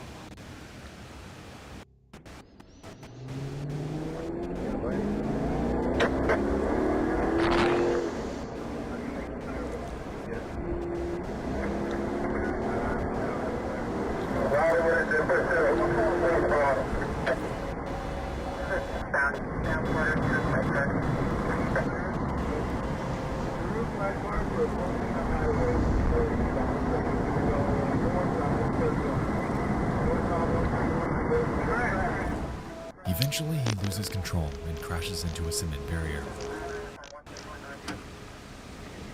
As the officers pull up for apprehension, however, he in the head. What's up, girlie? And falls forth to his death. Can you hear me? I can. Yeah. Hey, how are you? A few seconds I'm gonna have to approach and search his vehicle. I'm gonna add you in here in a second, but I can hear you, but the stream probably can't hear you. So, both of whom were deceased. Upon searching Ostrike's home shortly after, they discovered a you know, I'm not gonna be mad about it. Knives, swords, cages, straps, and bizarre writings.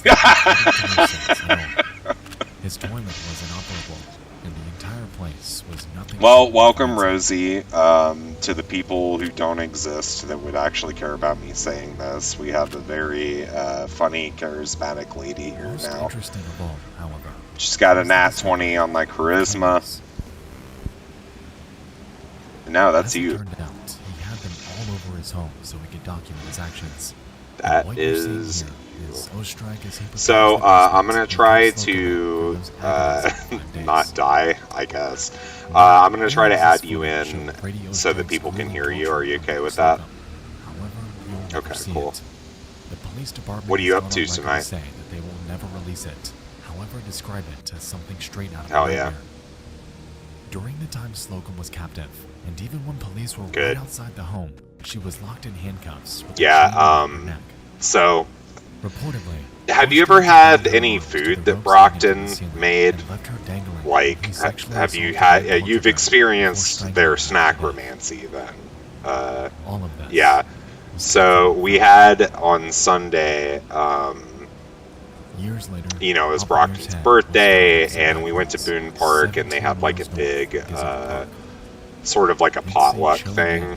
Yeah, it was so good, man. Brock made these little, we had a giant tray of mini sandwiches that Brock made these insane, like, greens to go over the meat and the cheese. It was so good.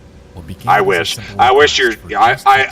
your tummy was there, because it would have enjoyed it. Yeah. The torture footage is, as of 2022, considered indefinite lost media that may never see the light of day. However, considering what exactly it entails, Hell yeah, brother. That rules. Yeah, are you doing any specific kind of run for Stardew?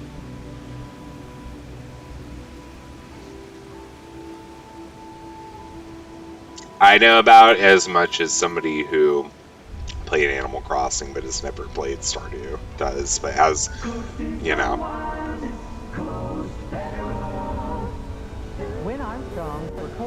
Yeah, like Toby Fox kind of deal. WXLT TV, Channel 40, Sarasota, Bradenton.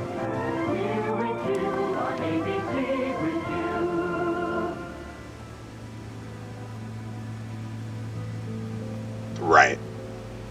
The year is 1972, and a reporter named Christine Chabuk eagerly lands a job at WXLT Channel 40 in Sarasota, Florida.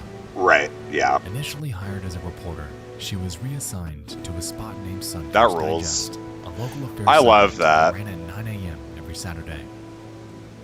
During her time there, she'd become attracted to a fellow reporter named George Ryan, and would seek his attention by baking him cakes and expressing a desire to hang out.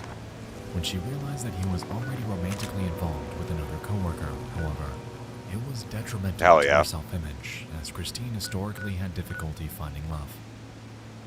According to her family, she'd go on dates with various men throughout the years, however had trouble connecting socially with them. Yeah, that's the thing about Stardew that's really wild to me, is that I've seen other people play it, but I don't know how the combat works. I know that there's like fighting and stuff, so it's kind of similar to Cult of the Lamb with combat, or no? Yeah.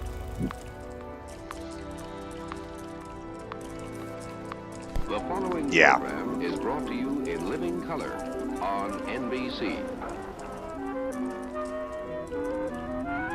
Sure. Super spy Fred Flintstone is off on the trail of the mysterious Green Goose, a master of deception. Tonight we begin with the death of a man armed with scissors. He was shot by police 24 times.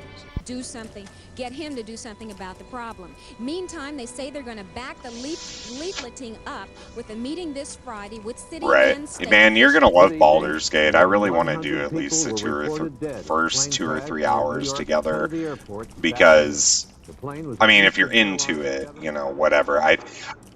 Yeah, because it's just a love letter to people that like video games. I've never played something that was so seamless. So, yeah, I think that would be fun. Do you think if you made a D&D person, are you like a magic or a punchy? We're leaning more towards stories that were Okay, juicier, cool. per se, utilizing fear and sensationalism to drive viewership, in turn generate revenue. The news she was tasked with reporting began to shift further and further. I have not played it, but what does Witch Doctor, is that like summons, or like what does that do? Resultingly, she became stuck in a mindset, in a world that she was growing to hate. Her professional life. You'd probably like Ranger, and then I'm playing a Ranger for my evil run, because my first run of Baldur's Gate, I saved the world and self-sacrificed my sweet tiefling daughter to make it happen. And there's very bad things that happen to her from that choice.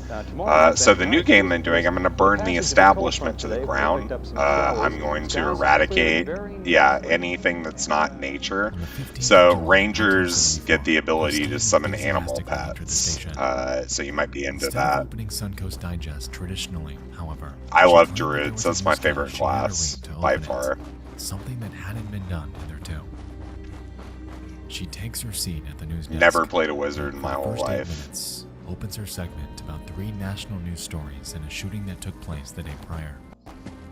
Following this, a film reel of the shooting was supposed to play, but had jammed, leaving a few moments of dead air. In response, Christine apologized for the error before taking out a script she had handwritten and reading to the viewers. That rules. The following. Yeah. That rules. Yeah, I like, so with D&D, and you're going to adapt to it very well, Barbarian is like, you have a rage that does special stuff, so you're kind of centered around that, versus where I like playing blasters too, like distance blasters, where you're just like, okay, I'm going to be a sorcerer or wizard, and I'm going to run away constantly, but I'm doing like horrible giant spells to people as I'm like running from them. It's fun. I like both. A man by the name of David Wynn in the parking lot of Fairley Tavern on 27th Street. Wynn had an apparent stab wound in the chest, which, according to witnesses, was inflicted by James Whitworth during a fight. Police charged Whitworth with aggravated assault. Wynn is in satisfactory condition at Sarasota Memorial Hospital. Yeah. 100%. I like AoE control, I think, the most. Like, a good spike growth or something that messes up, like, a whole area. But, yeah, there is something satisfying about just coming in and doing, like, an insane amount of damage. Early Sunday morning, the Beef and Ball restaurant north of Sarasota Bradenton Airport on US 41 was the site of an attempted armed robbery and shooting. TV40 newsman Bob Peterson was on the scene shortly after it began. I like a good support class. When I first started playing 5th edition, I always felt like Bard was the class that was like the person who has played a lot of D&D, plays this class, and yeah, you have to be a hype man. This is a robot. Yeah, I love being a hype man.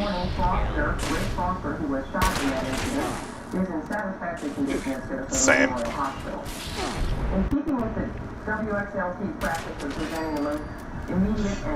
I like healing. My favorite class of all is the Star Circle Druid, and I don't wild shape with that class because you get the ability to manifest constellations on your body. So yeah, so you can say, okay, I'm in a wild shape, but instead of that, I get these options to either make my concentration never less than 10, be able to cast as a bonus action, like just range spell attacks, or I get to go into Chalice mode, which was my favorite, where every time you heal a person, it copies it to another person. So you can dual cast Healing Word with that particular. It's so good. I love it. You can dual cast any kind of like support spell. Yeah, it's amazing. So, however, the second was a follow-up intended to be read by a third party.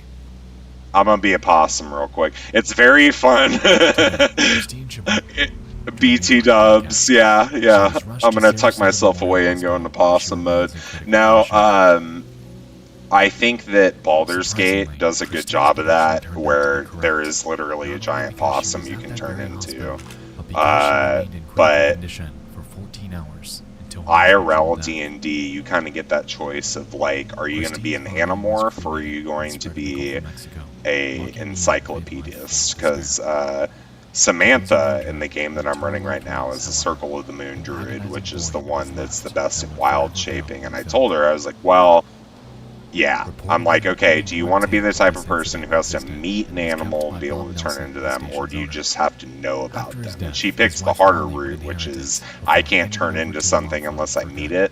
Yeah, which is very cool. It's 100% Animorphs. Like, you have to spend time with the thing to be able to turn into it. Because I told her, I was like, listen, one of the most optimal wild shapes you can do at the level that you're at is a Deinonychus, but the question is, have you ever seen a dinosaur before? And she was like, no. So, yeah, it's cool. I love druids. They're the best. Doing that version where it's like, if you're a DM and the person is like, I can't turn into stuff unless I've seen it, you get to give them content through weird monsters that they run into. We will return after these messages. Good morning. To preface this last entry, I'd like to state from the onset that the following could be absolutely nothing. The answer could be completely mundane. However, the 100%. Yep. No, you don't need to end up in any more of a psychosexual nightmare than you're already in due to it being introduced to dog fashion disco.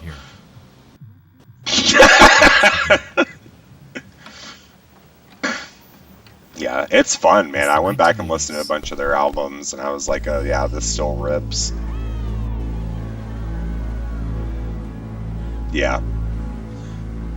Or even being a band that, like, you're like, I'm gonna box this off into the, like, shameful part of my teenage years, and you're like, actually, Deftones kind of kills it, so, you know. Corey Feldman is world premiering his latest track, Something in Your Eyes. Yep. Who comes to mind when you're thinking of that? I'm going to start the show off tonight a bit differently than usual. Oh, okay. Yeah, that makes sense. Brockton really likes them. I never got into them. That seems like a band that you could get into, cringe, and then get back into. I'm going to do it right now.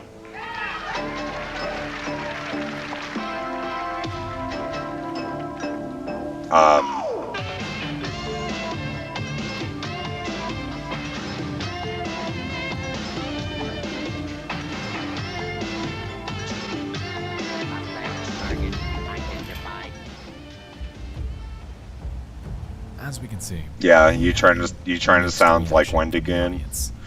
Clearly lip syncing and taking inspiration from Michael Jackson, he employs dance moves in a musical style that attempts to emulate them. Upon looking through comments about him on YouTube, yeah, you already sound a lot different. Like your whole vocal cadence is quite a bit different.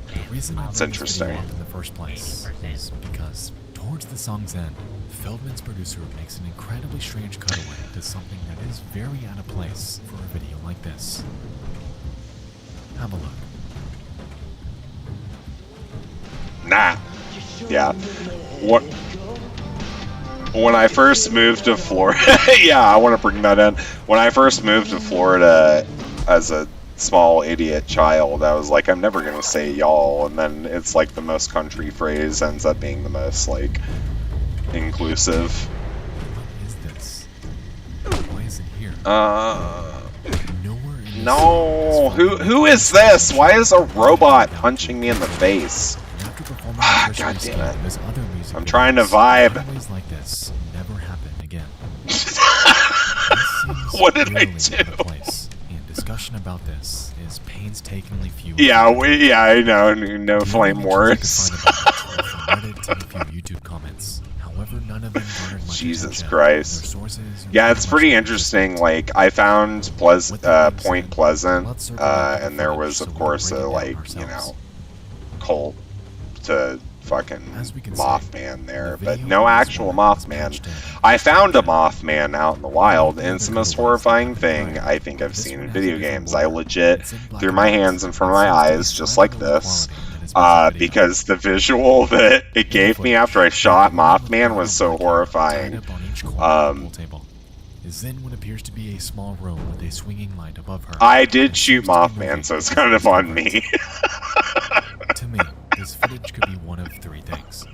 Either it's a scene from an obscure movie. It was horrible, man. They're like insect creatures. When you shoot a Mothman, it instantly teleports in front of your eyes, and the visual, Rosie, is the fucking worst. You have these twitching insect legs directly in front of your eyes, and your character can't move if they're on a cord. It goes into third-person vision, and they start flailing their arms and screaming and running away. You mentally cannot handle it. I found a Jersey Devil, and it was the same thing. You can't, like, you just fucking, it roars and you run away to save your mental health. This is where I'm calling for your help. Yeah. Frequently. My face when I find a Mothman.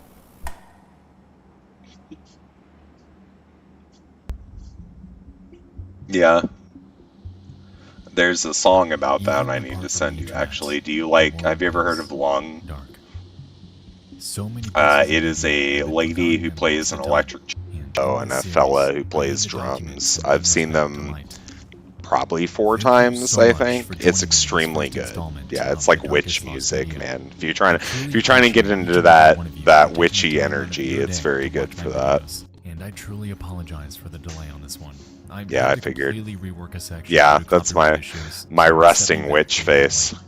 Nonetheless, I really hope you guys like this. I made this series with the goal of it standing toe-to-toe with disturbing things in terms of quality, and I'm thrilled to keep this going if you would have any. That said, if you have any creepy suggestions for future installments of this series, understandable. Have a nice day. Around the internets, feel free to shoot me an email at dtfaisubmissions. Alright, let me see. I think I've pretty much been talking to myself the whole time, which, I mean, that's what streaming is, but, I love you all. I might try to get it to where you can actually be in here. I love that. And at the end of every Nexpo video, he just goes, I love you all. You need it, yeah.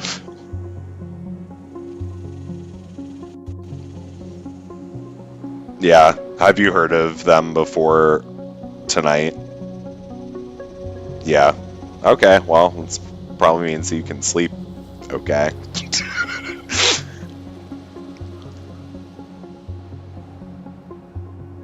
Oh, what was that about?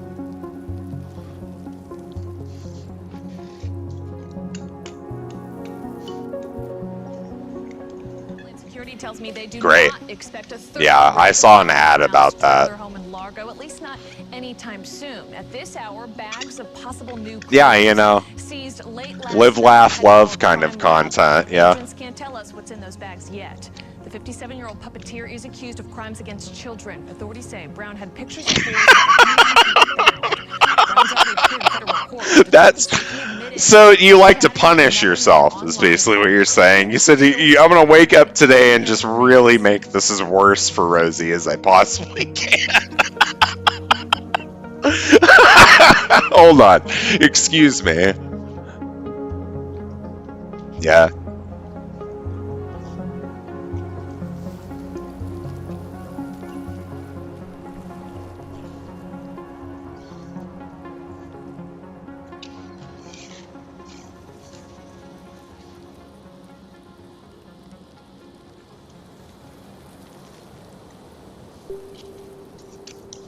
Right. Yeah, as you do, right? Yeah.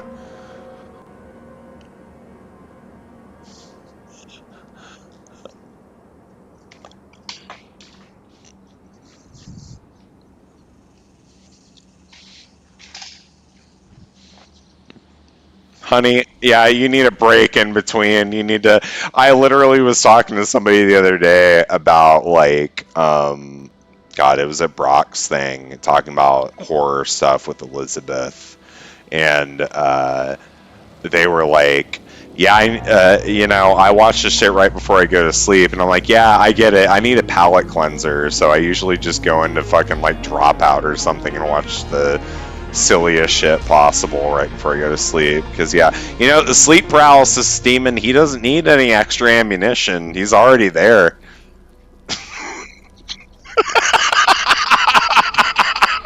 Have you ever had that happen? I've had sleep paralysis one time in my life, and it was horrifying. It was like exactly what people describe. It's crazy. Yeah, dude, I woke up-ish and it was in the trailer that I lived in when I was like 18 to 20 or whatever. That one that was on the end of Chandler. And I couldn't move, and there was like a weird meat man at the end of my bed just staring at me. And it's very fucked up that like a lot of people have that same experience. It's very bizarre. I don't know if it's like it's something in your brain that doesn't work right, or if it's like a real thing, but I don't know, man. I'm hitting the point. I didn't have a lot of belief in the paranormal until recently, where I started seeing like the lines blur a little bit, thanks Nexpo, and now I'm like, ah, fuck. I kind of want to get killed by finding out. Yeah, you know. We feel like we've been there.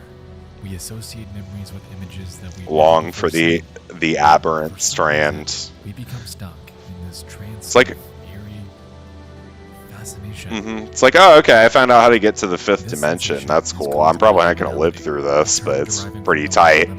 Meaning something that's occupying a position at or on something that is within transition.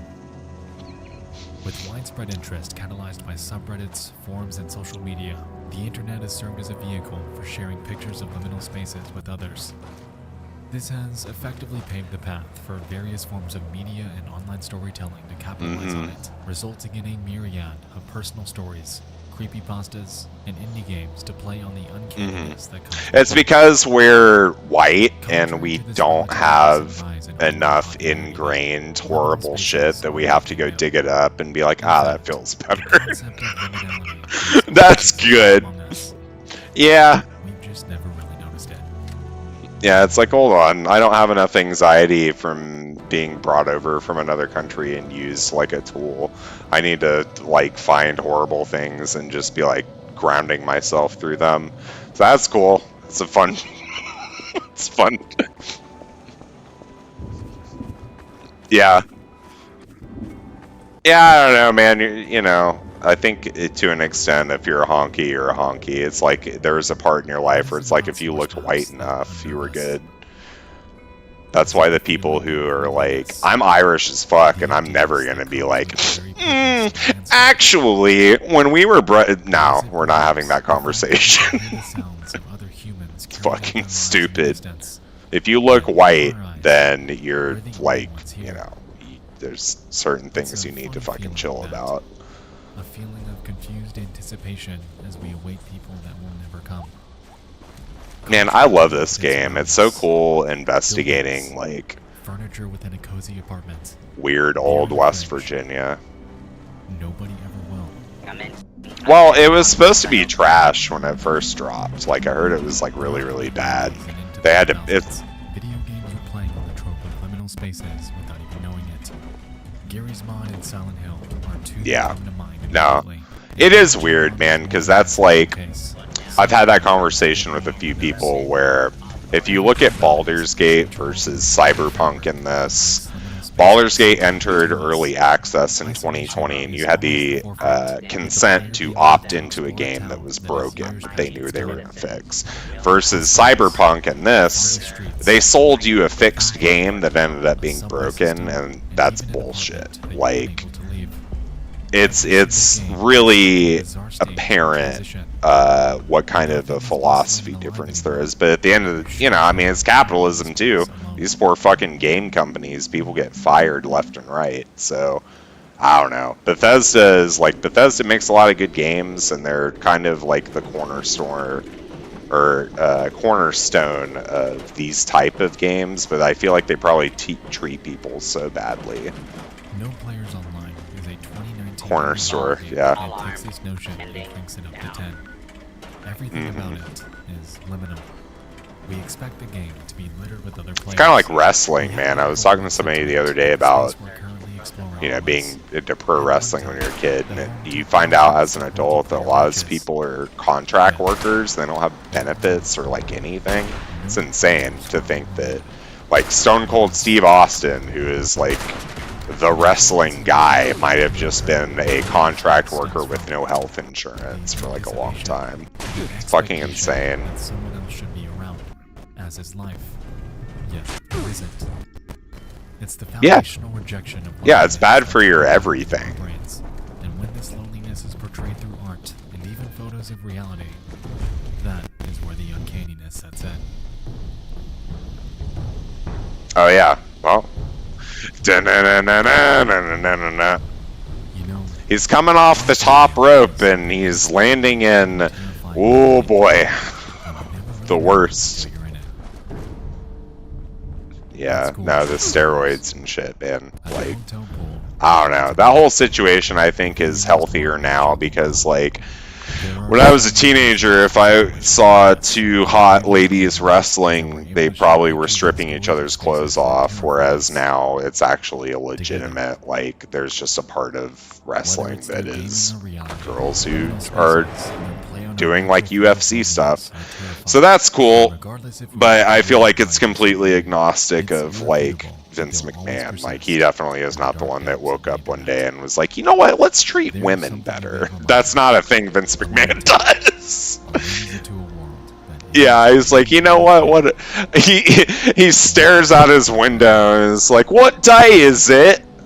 It's Christmas. Yeah, that's not gonna happen with Vince McMahon.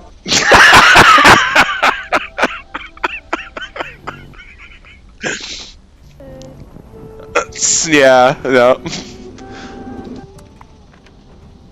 It's Christmas Day, isn't it? It's late at night. Cozied up in your room watching creepy YouTube videos. Fucking stupid, Jesus. Endless, but there is one channel that I'd like to highlight tonight. I'm a piece of shit, ain't I, Gov? And at first glance of their channel, you can see what their thumb is. I'm sorry, I'm gonna need you to repeat that one into the mic with a little bit more, yeah, a little bit more feeling, yeah. It's real fucked up, isn't it, Gov? How's that one? Oh my god. Where did But that doesn't explain how strange it is. You're gonna fucking murder me. God damn it. You might be wondering, why are we talking about this tonight? Mr. Beansy McOntoast is my favorite member of Auntie Donna, actually. I'm gonna...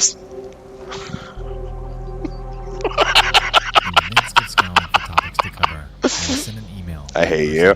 Give me a second, I need to step away and collect myself. Hold on, I'll be right back. After Spanish cartoons broadcasted in Mexico, there used to be a PSA showing missing people with their pictures and info on their last known whereabouts. One girl that showed up consistently was named Celine Delgado, and her only picture was of very poor quality, eerie, and her features were very vague. The actual video is in Spanish, but from what I understand, they suggest that she doesn't actually exist and was artificially made specifically to appear unsettling so people would better remember the broadcast. Interesting. The video in question was uploaded on September 2nd of this year and is titled Cinetica del Patron, Celine Delgado. Let's have a look.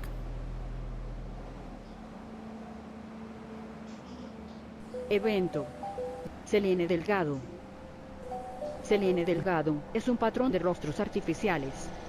Los rostros son construidos artificialmente y simulan ser caras humanas, para generar emociones deseando generar estímulos supernormales.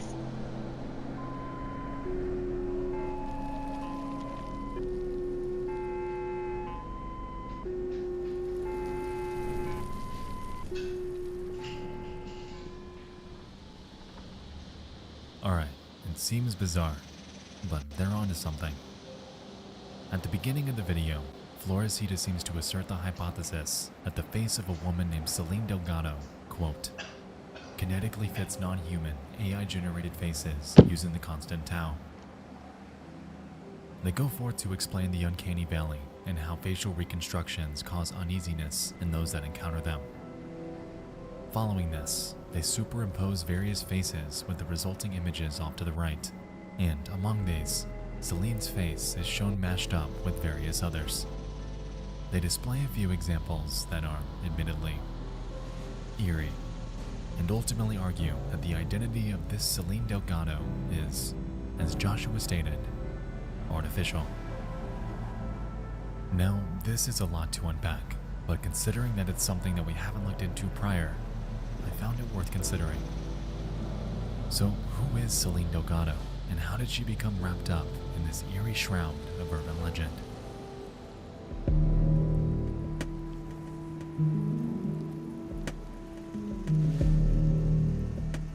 Throughout the 1990s, there was a TV segment run on Channel 5 in Mexico named Servicio de la Comunidad, or Channel 5 Community Service. As Joshua stated, it was a TV spot that ran between children's cartoons in hopes of spreading the word about various missing persons. The segments, contrary to what we're going to discuss later tonight, actually contain voiceovers giving various details and last locations of missing persons, and at first glance, these are mostly tame. When you really look into it though, the eerie nature of these TV spots stems from when you consider how Channel 5 handled the case of just one person, Celine Delgado. Over the years, her face would reportedly pop up in nearly every Servicio de la Comunidad segment, utilizing this exact same low-quality photo. There were times where they give a bit of background info about her, like the fact that she went missing on April 22nd and was just 18 years old. Selene Delgado López, de 18 años, se extravió el 22 de abril en la delegación Álvaro Obregón. But what cemented her case into the minds of thousands of people came nearly 30 years later.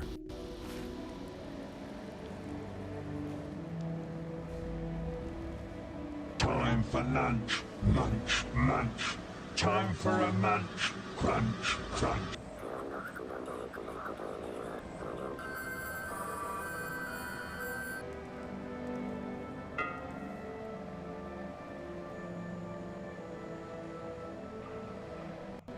It goes without saying that the videos you're currently viewing are very obviously works of fiction. They were part of a stunt pulled by Channel 5 on their official Twitter page throughout 2019 and 2020. During this time, they were known to upload obscure, eerie videos to their account, only to delete them just hours later. It was an antic that ultimately catalyzed their rise to the Twitter trending page on numerous occasions, and also drives home the point that this real-world TV channel is not above messing with you. In the midst of these posts, though, came one that involved a familiar name. This one. Posted after midnight on the 20th of February 2020, we can clearly make out the name Celine. Given that she was what many presumed to be an actual missing person that was constantly broadcasted on a kids channel over the span of years, it gave birth to a new sort of urban legend that the Floresita Dreams channel was entertaining. Beansy McDonald's is going to slowly kill me like a disease. Many have stated online that it appears common. Basic. I guess, man. I had some homies that I was playing D&D with who lived in the UK, and we talked about food a lot, and I was like, I feel like British food is just southern food without hot sauce or barbecue sauce in it, right?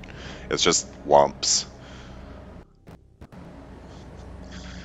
I love a lump. I love a slop. Slop is my favorite type of food, where it's just like a pile of things. You have soup, slop, you have stew. Now, when I stumbled upon this video in my research, among many I swear to God, Rosie, assumed that this footage was real. No stone is left unturned with your goober ass. Combined with the unconventional nature of these broadcasts being played on the kids channel, I appreciate it and keeping me on my toes, you know. Stick with you. Yeah. Ultimately, though, someone has to. I appreciate it. Works of media online. This too was a hoax. But that doesn't discount the weirdness of this story. The way that Channel 5 has and is handling her name makes it seem like she's nothing but a tall tale. We are but a mosaic of our horrible experiences, right? So, you know, this notion. Getting... Regarding the real case, unfortunately nothing has ever come of it. She has, as far as anyone knows, never been found. Absolutely not. Sat that way for decades. Yeah, I would never dare. Personally, I think Celine Delgado, contrary to the rumors online, is indeed a real person. The argument presented about her having a fake face just doesn't seem plausible. Yeah. Her image is low quality because it was the 90s. Her record likely did exist, but was never digitized. The uncanniness of this image would be exponentially higher if this actually were fake, and it just doesn't make sense for a Did you watch this thing that Nexpo is talking about? It's one of the most, like, insane shits I've ever heard. To me, Celine Delgado was There's like this crazy Spanish... Yeah, it's nuts. Like, why the fuck did they post weird David Lynch rabbit videos? in the realm of urban legend. Yeah. I'm fine with it. If you haven't seen Inland Empire Rabbits, you know, definitely do it.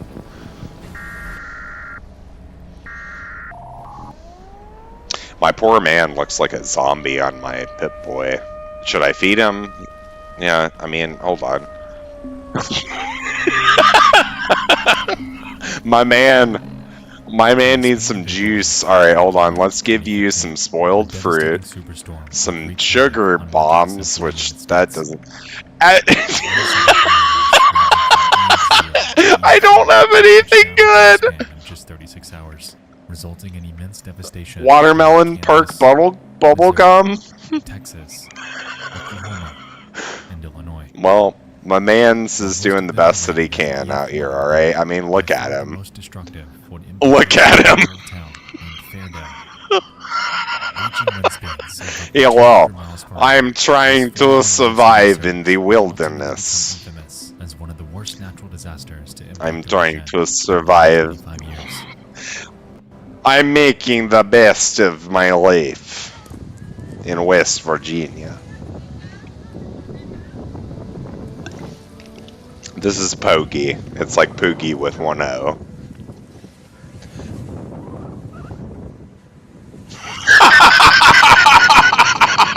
He doesn't get to have a mohawk. That's the only thing. There wasn't a mohawk build that I could give him, so this is just what he looks like. Yeah. I know, dude. Do you like it to the right or to the left? Like, give me some feedback here. All I have is a flop. You like flop right or flop left? I need you to give me stage left or right, by the way. An 85-year-old man named Clarence Schultz. Left flop, right flop. With his wife Geraldine. He was in the other room getting cleaned up when she suddenly called him back into the kitchen. What's the better flop? Look out the window. She stage left. And when he does, Clarence would come face to face. Stage right. Okay, so immediately we want. To grab supplies while she stays behind. No, we want this one. He pulls out his cell phone. Yeah, no, it's on purpose, I think. Okay, so we're going stage left. I'm gonna move it to no, stage right, right? Straight towards them. Stage right. Okay, hold on. I'm trying to make it. Thank you for this. Okay, so we're doing stage right. Is that one good? Hell yeah. Yeah, honey, if you're trying to make me feel bad, we wouldn't be talking. Okay, so is that right? Is that good? We want...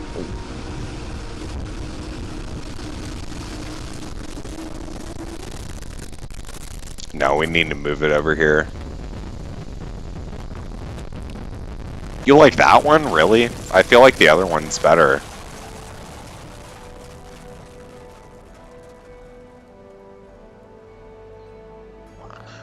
I just... Listen, you're the person who's looking at me, you know what I mean? Like, your opinion's more valid, but if you like, I think that the flop in the other direction... Clarence Schultz didn't make it back to his wife. Okay, alright. Okay. Chuck me in the dumpster then. However, wasn't quite so lucky. So this is the one that you want? In the moments following the video, the storm destroyed. This is the better one? And Clarence resultingly found himself... I guess it's okay. Yeah, it's alright. It kind of got quiet. He he recalls. I asked myself, I'm going stage right on the other stuff. You can't hurt when you're dead. And I hurt. Geraldine Schultz was one of 2 deaths and 11 injuries that were caused by the events from April 9th. The other, their neighbor and longtime friend named Jacqueline Cloza. Cloza reportedly had a massive fear of spiders, which her daughter claims is why she didn't seek refuge in her own basement. Yeah, I think you got some video coming your way you might like. Reported, and the aftermath footage embodies the devastation. I'm trying to be cute. Thankfully, a storm of this magnitude is it better? Area since then, and after a grueling, years-long recovery effort, life in Fairdale is mostly back to well, normal you know, today. homie, you get options then. The scars from that night will remain everlasting.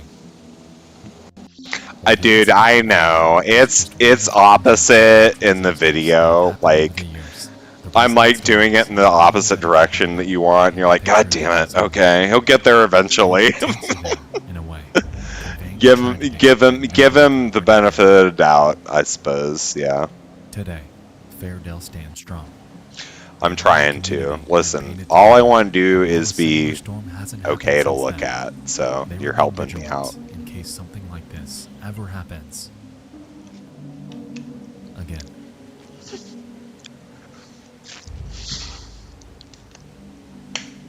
Yeah, I mean, you know, that's the most. I don't know, man. I ain't got no ego. If you're cool, if you think I'm hot or whatever, that's cool. But I don't expect it. Yeah, my house is getting robbed right now.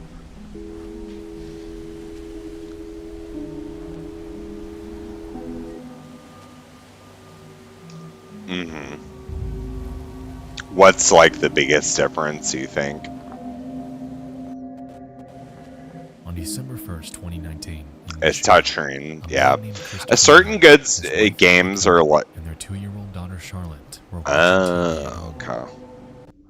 The family had just I think I like Magic the Gathering Arena more on touchpad because playing card games feels really good on it versus a controller or mouse and keyboard. Do you like you probably like Slay the Spire, right? You seem like somebody who'd be into that. And so Chris heads to investigate while Haley stays behind to call 911. It was at this point when Chris would encounter an unknown man. Yeah, it rules. It's a very good game. Do you like Into the Breach? The following yeah, it's kaijus versus mechs, and you're trying to defend cities. It's like an isometric RPG. It's so good. Yeah, if you have Netflix, you can get it for free. Netflix has its own gaming app, so if you have Netflix on if you have a Netflix account, you log into it through your phone. There's Hades is one that you can just play for free. Yeah, Hades rules. It's such a good game. I'm so excited about Hades 2. You get to be like a cool lady. We love a cool lady. We love a cool lady. Yeah, we like a cool lady and a hot lady. You know, it seems like yeah, we love a lady. We love women. All right. Listen, I know it's controversial, alright, but I'm going to go ahead and lay this down now. Women are cool, alright? Yeah, I know, it's crazy, right? Joe Rogan's gonna fucking email me and be like, hey, man.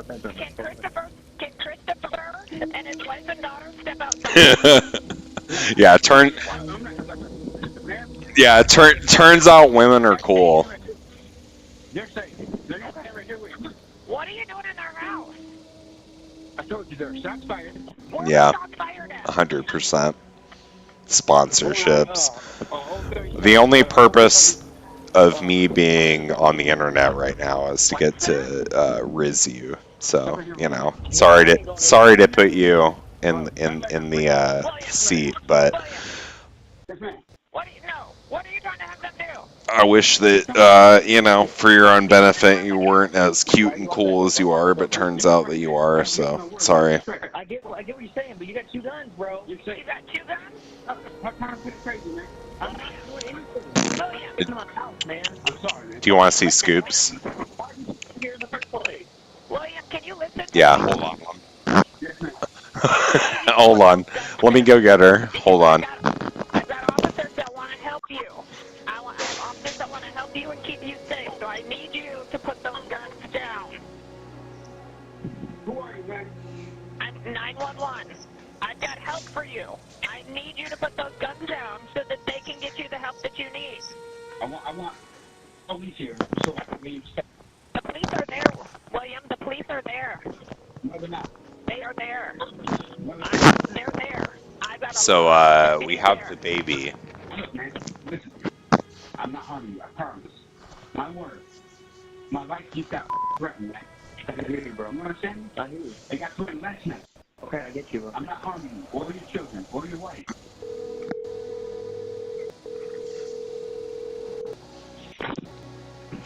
Queen baby. Yes. Hey, this is Joe from the Sheriff's Department. How are you, man? Like your bad from you leave the door. Don't come through that door. Honey, I know she's losing weight. She's on a full. I know she's on a full protein situation. You know, once you have it, it's hard to lose it. So you have to make sure you take care of the baby. What's got you all worked up today, man?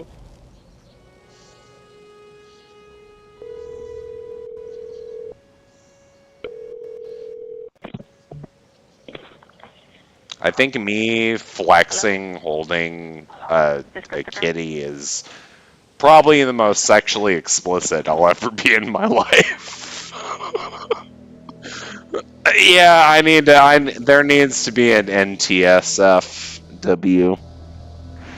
Baby. Contrary to the man's claim, Little baby. Chris wasn't dead the moment he said it. Minutes later, though, I love you, sweetie. You don't need to meow for anybody. police forced their way into the home. No! Rosie, please. I can't bring her into the world that we have to live in. She gets to be a cat.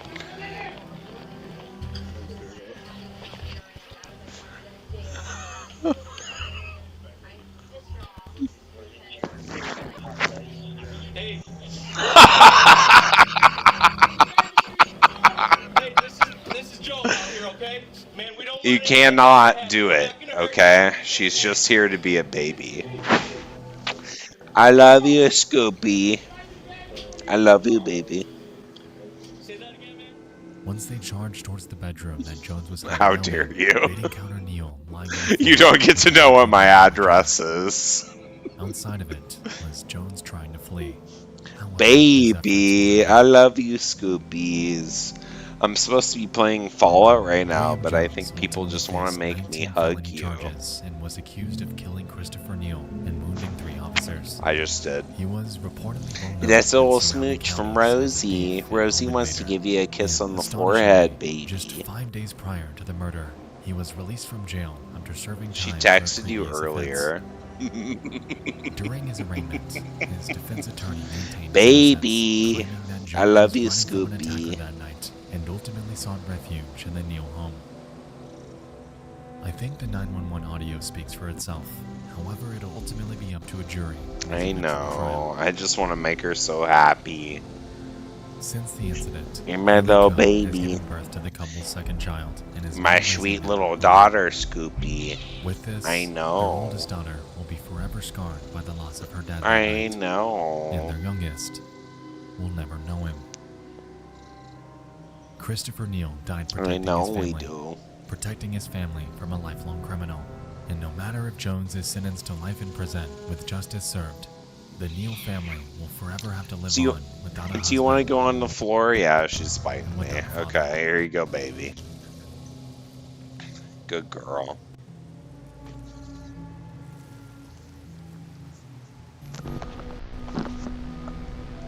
There's no Chomp video. I need to let her live her life.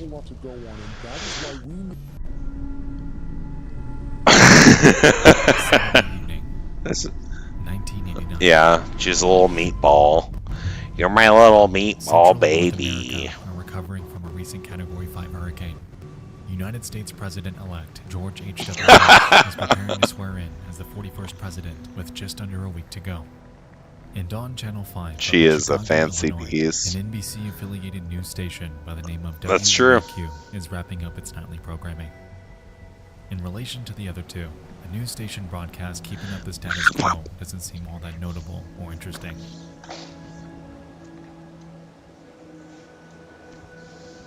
Well, you know what that means. To be honest with you, it isn't.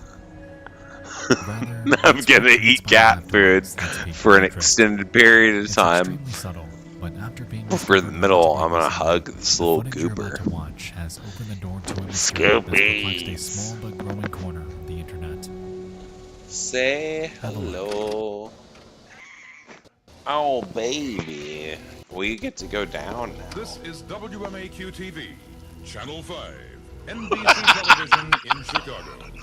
We now leave the air and wish you a pleasant good morning. Yeah, she's the boss. Boo boo.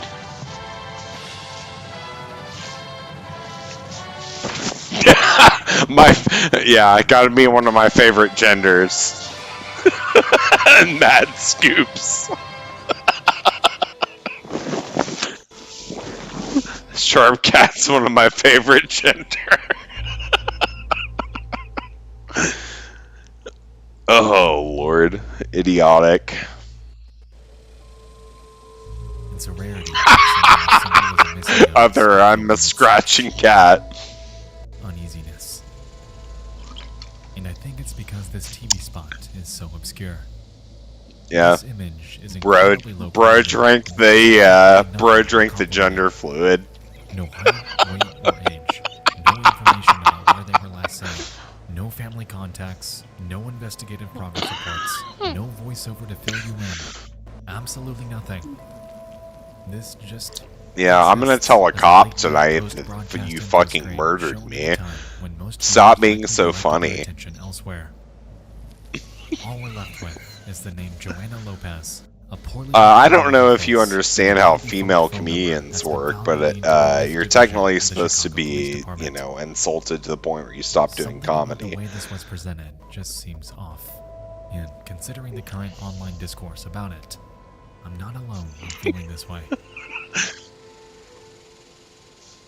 Can you imagine a guy who doesn't like a funny lady? Like, there's so many of them. Yeah, it's very ridiculous. I don't understand why you have to make those comments.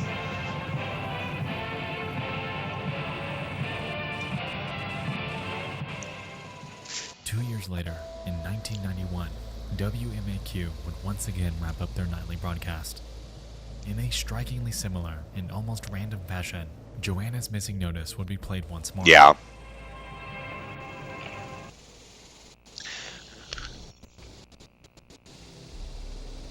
It's stupid, is what it is. It's ridiculous and terrible for you guys because, like, okay, so let's talk about Bumble. Bumble is an atmosphere where if you maybe want to talk to guys, you're the person.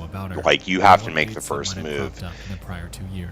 And it's super shitty. Like, yeah, you have control over the people who send dick pics to you to an extent, but it also puts you in that position where, like, if you find a person you're interested in, then you have to do it. And it's, I don't know, man. I think for some women it's good because it lets you, like, weed out some of the bullshit, but on the other end of it, it puts you in a position where it's not fair to you to, like, talk to who you're, like, matched up. I don't know, man.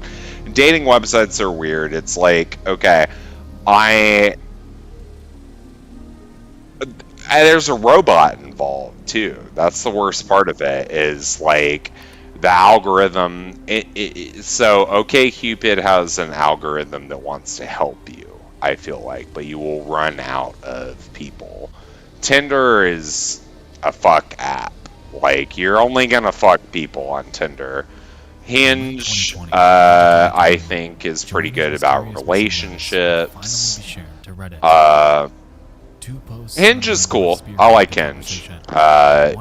It's like, I think the best version of a dating app is like Instagram, you know, like you posting videos of stuff that you like or that you make, and people can interact with it.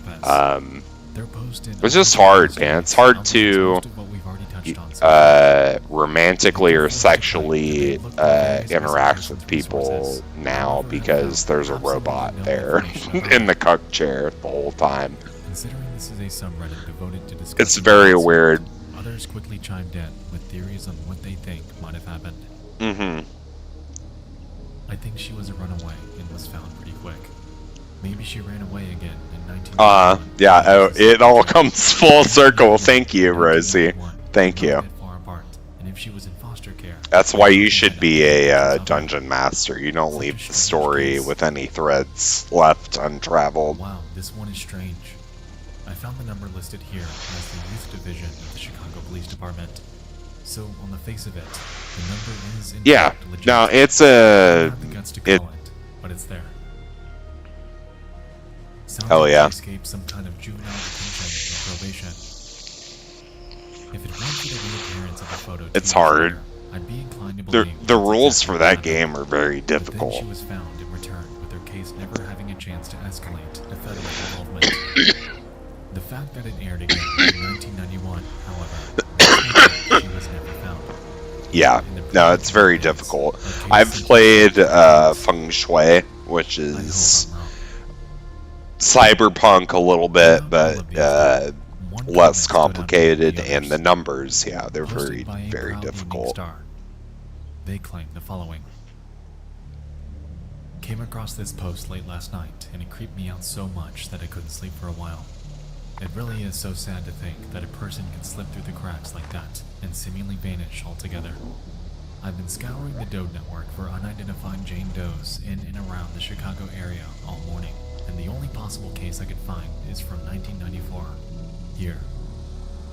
I really hope we can find closure on this. My heart breaks for her. Interesting. Heading to that link presents us with a Jane Doe, 276 UFIL. Yeah. She was found deceased in an alleyway, naked from the waist down. It goes without saying that our working evidence is tenuous. However, lining up this photo with that Joanna Lopez. That's how it is with 5th edition, right? Because the way that I write combat for those type of games is... I think with 5th edition, the biggest rule that you can learn as a DM is people don't like puzzles. If you have to spend 20 minutes or more doing a puzzle, people are going to be aggravated with it and not want to like interact with it. But if you drop a puzzle in combat, that is when people like it. The last big fight I had was this person that tricked the group of people into basically falling into a situation that they had designed to have the advantage over. But it was a burning building, so you have this choice of like, hey, this town has a burning building in it, it might attract attention that could help you, or you can snuff it out and it's just you versus whatever this threat is. Those are the puzzles that people like, because they're in the middle of a fight and they're like, shit, okay, I can choose to either get help many turns from now or snuff out a danger. Versus you being in a room that's like, oh, there's a big orb in the middle, figure it out. People don't like that. So, you know, yeah, I think a lot of people that I know, like you and Samantha, have really good DM instincts. I think you'd be very good at it because you want to write the story that people like, right? Like you're gonna point, you know, you're gonna put point A, B, and C, and they're gonna write the middle. I think you guys have the emotional intelligence to be really good at it. You just have to you need to have a group of people that get along ahead of time. It's like Kenny and me, I think would get along, and then we maybe need 2 other people. And then you could run a game. Yeah, I think you'd be good at it. Because like D&D is that thing in your brain that's like if you were a kid who did Kamehameha Blast in your room alone as a child, yeah, you need to play D&D for sure. Thanks so much for watching. I'll see you in the next one. Rosie, come on. And happy Halloween. I'm doing it right now. Yeah. Kamehameha. Have you ever seen the fight that Goku did during the Tournament of Power against the 2 ladies that one of them was a female version of Goku and the other one's a female version of Brawly, and they like fused together? Yeah, that's my favorite. Yeah, seeing Kefla fight Goku is it's so choice.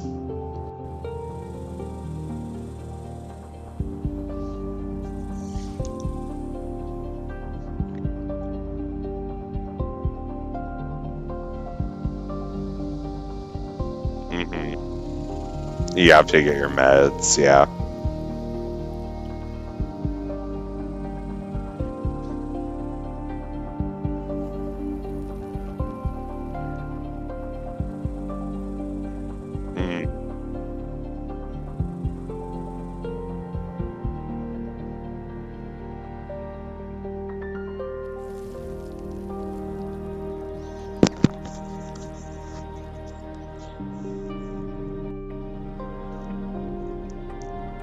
That's the beginning of a horror ARG.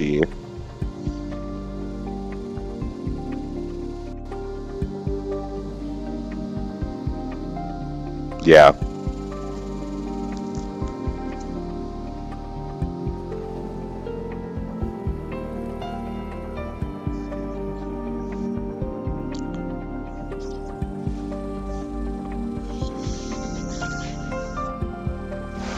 Thank God that you did it.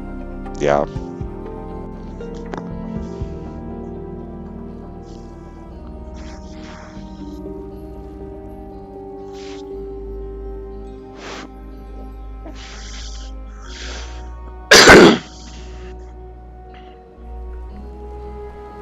That's the worst thing you can hear.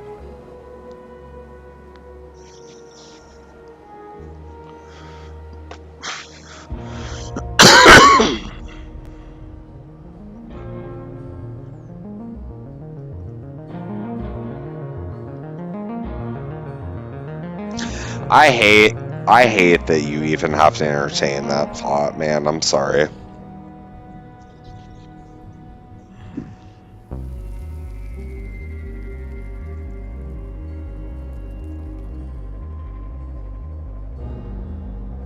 The internet can be a grim place. Surely you don't need someone like me to tell you that. Videos, live streams, works of art, posts, and pages about disturbing events that have happened in our reality are nothing but a Google search away. Underneath the no commentary long plays and the fast lane truck drag racing videos exists a vast ocean of eerie content that'll surely get you thinking. And just might. Yeah. Keep you up at night. Understandably, that's not a question somebody should be asking. Hey, you have a left hand. I feel like that answers that question, eh? This is episode 12, so if this is your first exposure to this series, be sure to head over to the playlist down below for hours of further content to envelop yourself into. Without further ado, it's time, once again. Can I please kill this man? Like, do you have the opportunity for me to like meet this gentleman and set him right? Please, please. This is terrible.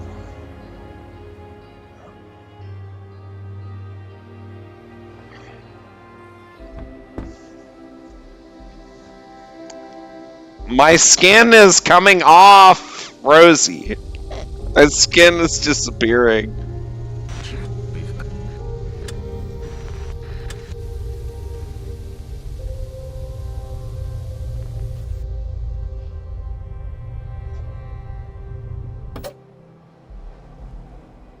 Let's set the mood. Nexpo is supposed to give me a level of separation, Rosie. These people should not be treating you like this. Jesus Christ. It was created in 2016 by a musical artist named James Leyland Kirby, also known by his stage name, The Caretaker. While I'm aware that on this show, I'm gonna cut this man into shanks. Jesus Christ. The disturbing reality of over 44 million people that are alive today.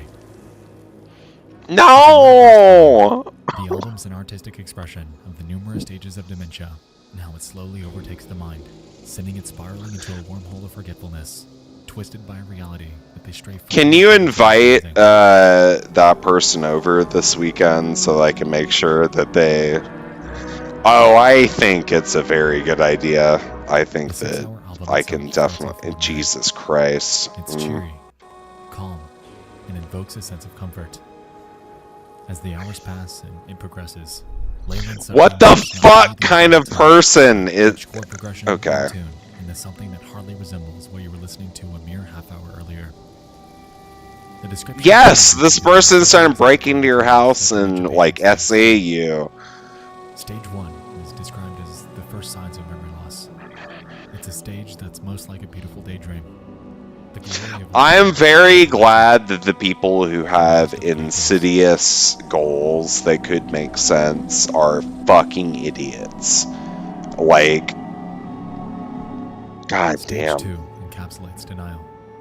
More efforts made to remember, so memories can be more long form, with a little more deterioration in quality.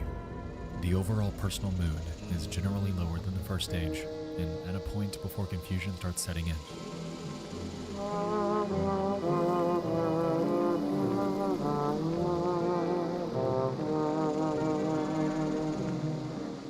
No, you don't deserve to be in that situation, man. I'm really sorry that you even had to, like, gauge, like, oh, should I say this for my safety? Because, like, as a cis dude, I don't know, man.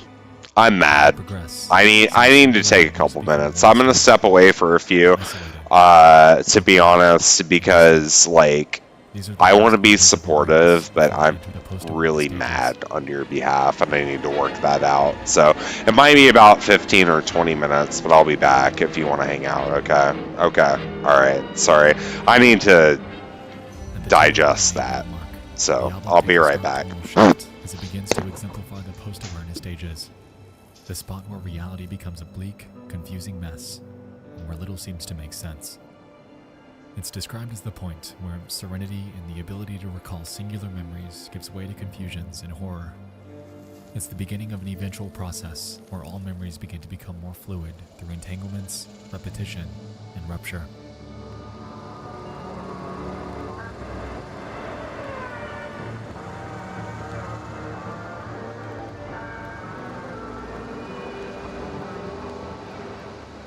Stage 5. More extreme entanglements, repetition, and rupture can give way to calmer moments. The unfamiliar may sound and feel familiar. Time is often spent only in the moment, leading to isolation.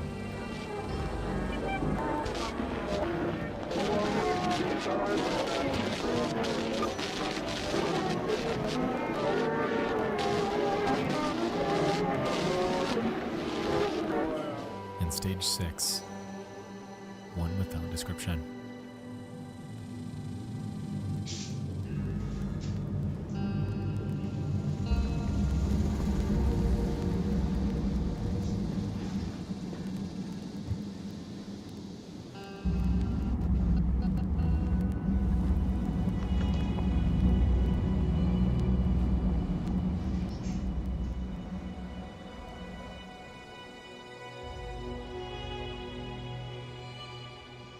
I lost my great-grandmother to dementia just a few years ago, so this album really resonated with me. As a child, I remember her being full of life, always willing to go the extra mile to evoke a sense of union and love, whether it was through her cooking, her stories, or even her presence at family gatherings. She was always someone that welcomed us with open arms when we go visit her. She lived alone. My great-grandfather had passed when I was very young, so unfortunately, memories of him are vague. But I do remember him as being hardworking and an honest man. Over the years, I didn't fully understand it, but I slowly began to notice that something was off. One year we had gone to visit her, and she didn't quite remember myself or my siblings. It's a strange feeling when a family member addresses you with a respectful but off-putting, "And you are?" line that I'm sure most relatives of dementia patients are accustomed to. And then I realized what it was. Slowly, through subsequent visits, I began to notice things, like sticky notes, explaining basic tasks like remembering to shut off light switches, to close the front door, to turn off the water, how to flush the toilet. Family photos were labeled, and her once lively personality had slowly faded away. She was trying so hard to be her, but this condition simply wouldn't let her. Bottom line, everywhere at the end of time is a disturbingly bleak looking glass into the human mind. While it isn't creepy footage or a disturbing phone call, this single piece of art is one of the most real, artistic expressions of a human condition that I've ever encountered. Life is fragile and beautiful, and few things have stuck with me more than this. If you have a story about a friend or relative that you'd like to share, feel free to leave it in a comment. While they might have forgotten due to circumstances out of their control, they surely won't be.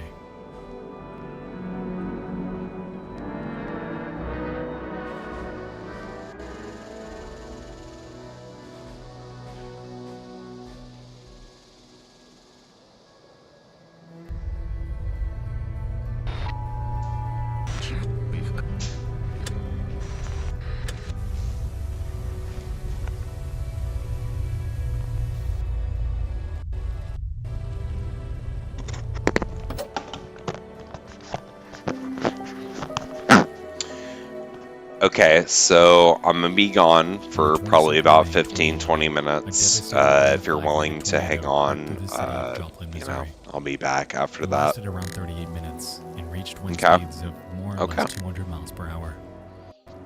The aftermath photos are grim, and so too are the videos. For the past couple of years now, I've gotten a few recommendations about covering this upload, and to be honest, I never actually sat down and watched the entire thing all the way through.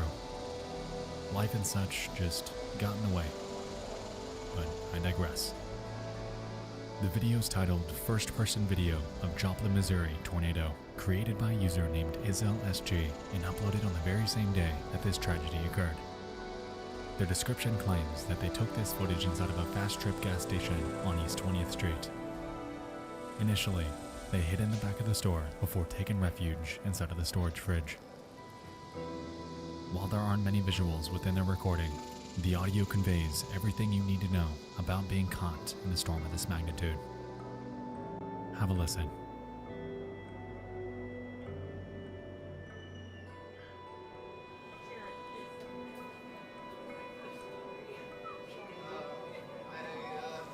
Probably 10 or 12. 5, 6, 7, 8. There's probably 18 or 19.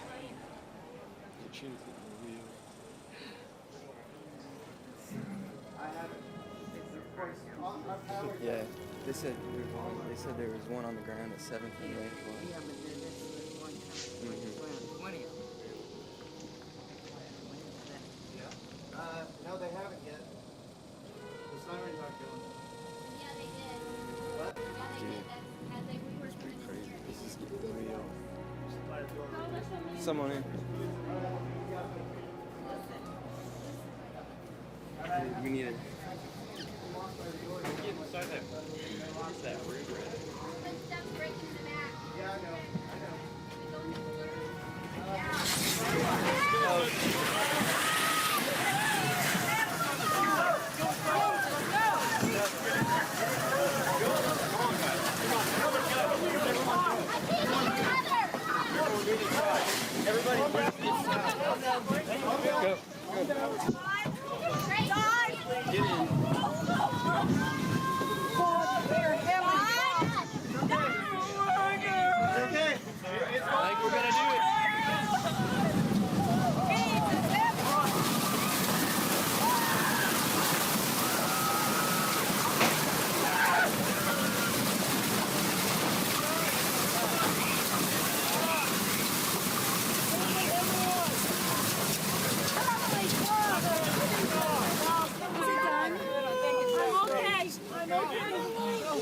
I'm trying to put less weight on him, though. Ma'am, are you okay? I'm okay. Who's right here? Is that you right below me?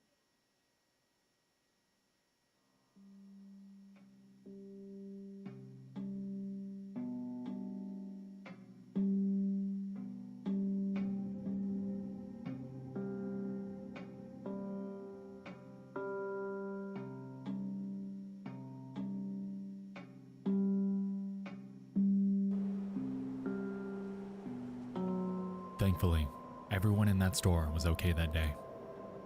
The same, unfortunately, couldn't be said about the others that came face to face with it.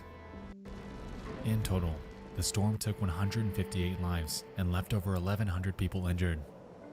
Considering the fact that the tornado sirens fired off just 20 minutes before this happened, it's safe to assume that time to escape was minuscule.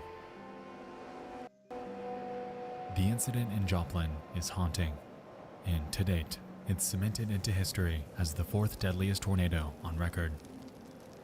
Hopefully, 10 years later, they've recovered successfully and never, ever have to endure something close to this magnitude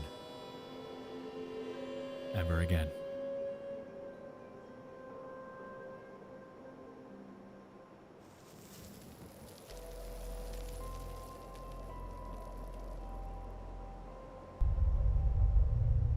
There's one coffee made.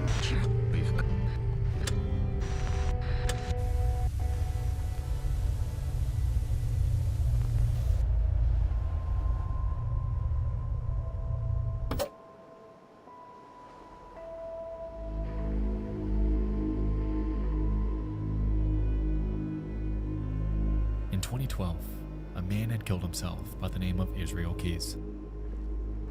He was a serial killer, an arsonist, a bank robber, one of the worst types of people that exist.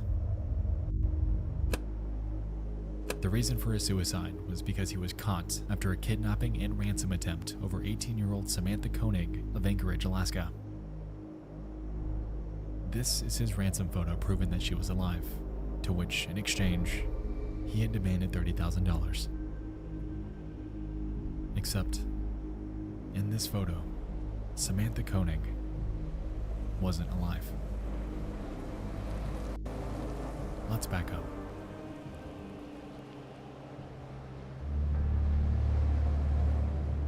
On the 1st of February 2012, Koenig was working at a local coffee booth. She can be seen on this CCTV footage where everything seems fine.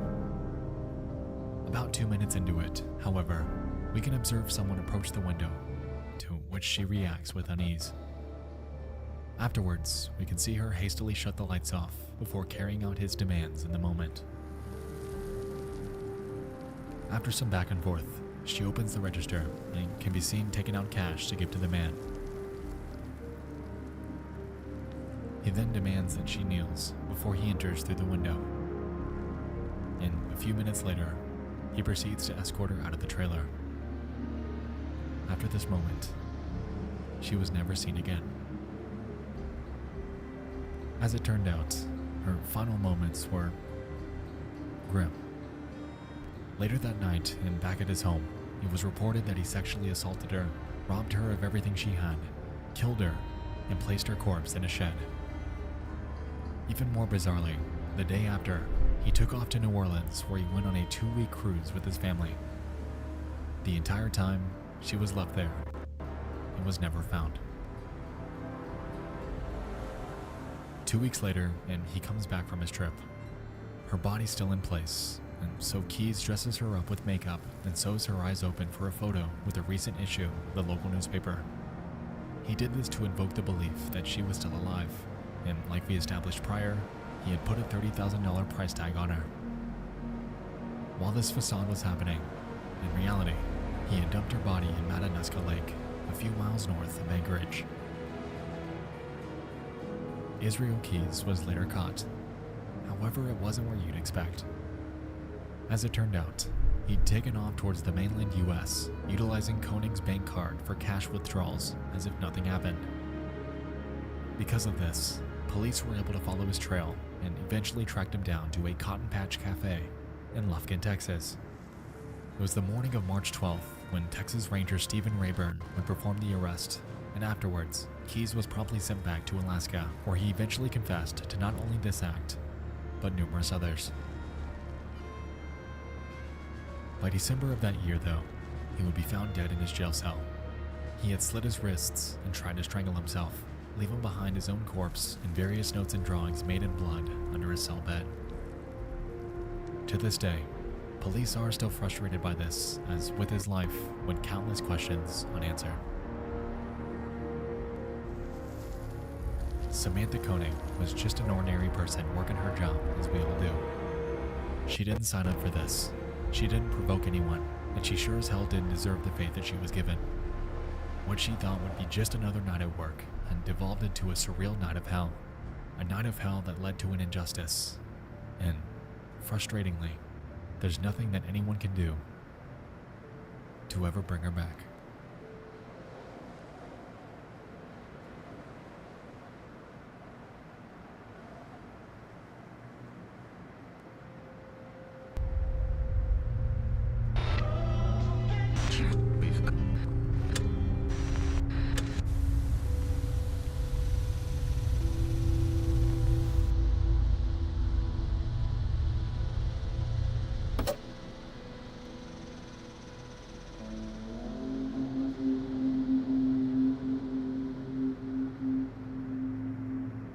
On August 28th of 2009, a California Highway Patrol officer named Mark Saylor was on a drive in a Lexus sedan with his wife Cleofe, brother-in-law Chris, and daughter Mahala. They were heading northbound on California State Route 125 towards Mission Gorge Road in Santee. While the circumstances outlined appeared to be ordinary, little did they know that their vehicle would lead to this venture being their last. At around 7 p.m., a phone call was made to 911. It was from Chris, and he could be heard pleading for help since his car had malfunctioned. Have a listen.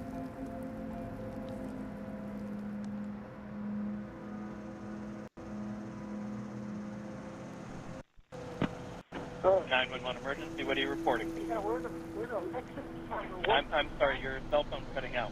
We're going north 125, Mm-hmm. and our accelerator stuck. I'm sorry? Our accelerator stuck. We're on 125 and we're late. Okay, northbound 125, where are you passing? We are passing, where are we passing? We're going to 120 Mission Gorge. We're in trouble. There's no brakes. Okay. In freeway half mile. Okay, and you don't have the ability to, like, turn the vehicle off or anything? We're approaching the intersection. Okay. We're approaching the intersection. Hold on. Pray. Okay. Oh, shoot. Oh. Okay. Hello?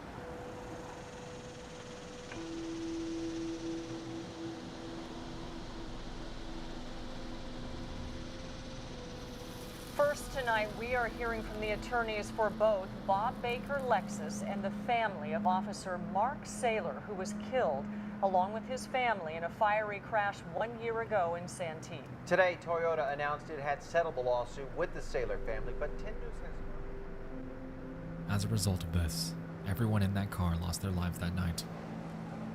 The worst part about it is that the car wasn't even theirs. It was a loaner given to them by a nearby Lexus dealership. It was reported that the vehicle had reached a top speed of 120 miles per hour before crashing into a Ford Explorer and jumping off an embankment near the Mission Gorge Road intersection at the end of Highway 125. Witnesses claimed that the vehicle was thrown nearly 100 feet into the air before crashing into the ground and bursting into flames.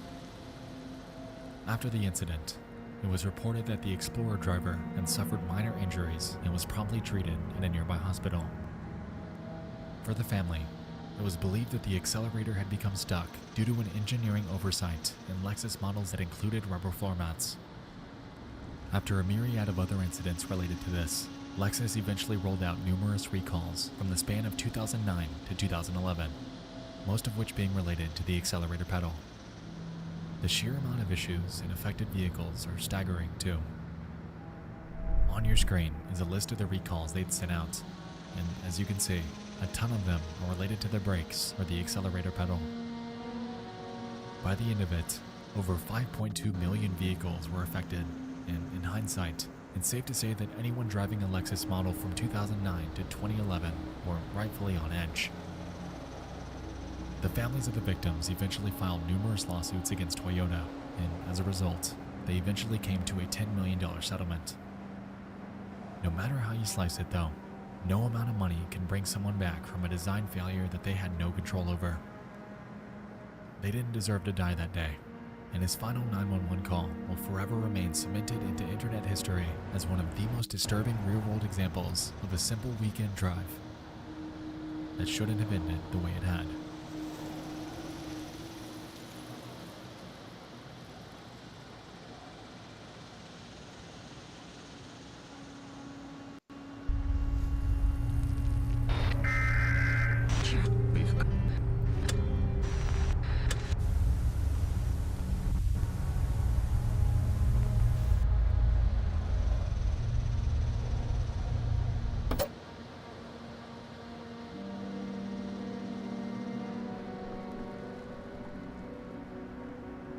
It's 7:23 a.m. on the morning of September 29th of 2016.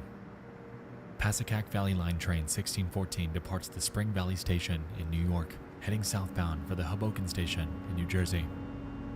One way, the trip takes about an hour by train, and on board that morning were an estimated 250 passengers.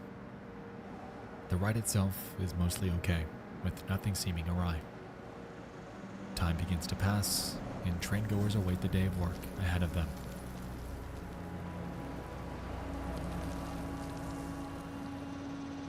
(8:45 a.m.) The train's approaching its destination. Being one of the busiest travel hubs in the region, Hoboken Station was lively as expected. The train approaches the terminal, and where it's typically required to stop, it doesn't. It maintains its full speed and crashes through the buffer stop at the end of the rail, causing passengers to be thrown throughout the cabin and forced into a manic frenzy with no clue on how to process it. We just kept going and going, no braking, no nothing, Jamie Weatherhead Saul claims. The moment feels like an eternity, at least until gravity does what it does.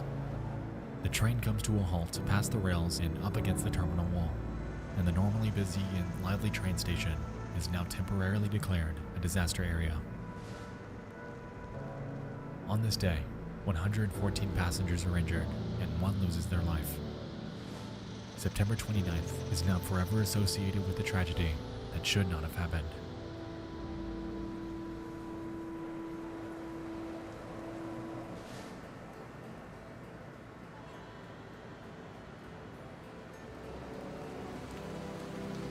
While this event is tragic in and of itself, on the internet and through word of mouth, the mystery surrounding it is merely beginning to take root.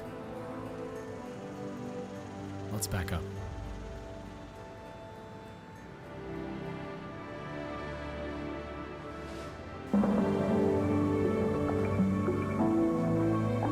Good morning from the wires of Associated Press and the WKT. It's one day prior, the 28th. A central New York TV station named WKTV was broadcast on the usual 6 p.m. lineup. During a commercial break, however, something peculiar would overtake their station. Let's have a look.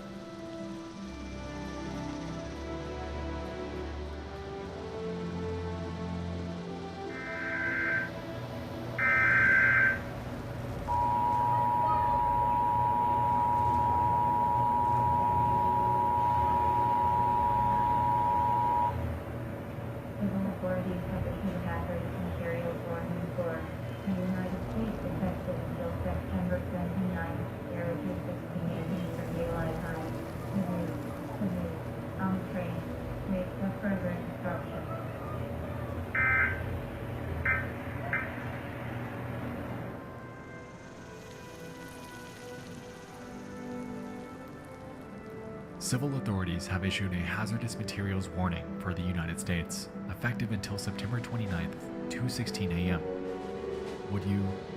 Could you, on a train? Interesting. Not only did they appear to be hacked, but of all things, it referenced a Dr. Seuss quote about a train. And the timing is striking.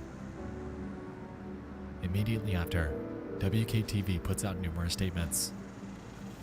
From their Twitter. If you were watching our 6 p.m. newscast, you saw a hazardous materials warning message. There is no such warning. It was a technical error. And later that night, from their website. If you were watching our newscast around 6:17 p.m. or at 10:38 p.m., you may have seen a hazardous materials warning crawl across your screen. There is no such warning. The message was an automated test which was not intended for public display. This message originated from FEMA as a test and had the national location code in it. Tests should not have that code as it's automatically retransmitted. We've contacted the New York State Broadcasters Association, who administers the emergency alert system in New York.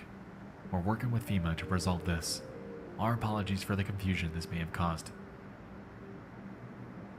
In total, there wasn't one, but 2 of these alerts. Unfortunately, I wasn't able to find footage of them separately. However, it's safe to assume that they were either the exact same or very similar. Interestingly, if we pick apart their wording, WKTV is mostly pinning the blame on FEMA, the Government Disaster Relief Program. An interesting claim, but perhaps that's all it was. One day later, and the train crash occurs. WKTV releases yet another statement containing an update. FEMA replied that they did not send this out. They'll launch a full investigation into how their codes were hacked. WKTV seems to be the only target of this hack. For now, we've disabled the codes in our decoder that trigger this alert. If there's a real national alert, we'll still receive it from the local radio stations we're assigned to monitor. WKTV will cooperate fully with FEMA, providing information about our hardware, software, and internet access, and will provide log files from our devices. This information will be helpful to FEMA to track down the source of this hack. Oddly, around the same time that this was happening, other videos began to crop up, showing strange alerts that had happened in places around the United States. While these are indeed strange, and do hint at the possibility of a system-wide hack, the incident that occurred on WKTV was the only one of its kind to include this unusual Dr. Seuss quote. Unfortunately though, to this day, the origin and motive of why this happened, or who did it, has remained unsolved. Of all the entries I've covered thus far on disturbing things, this is one of the most bewildering. Understandably, since this occurred, conspiracy theories have cropped up all over the internet, theorizing on the potential of the train operator being complicit and entertaining the idea that the crash was somehow planned by some external party. While I personally don't subscribe to these, what I do find highly unusual is the timing, and I don't think I'll ever be able to shake that.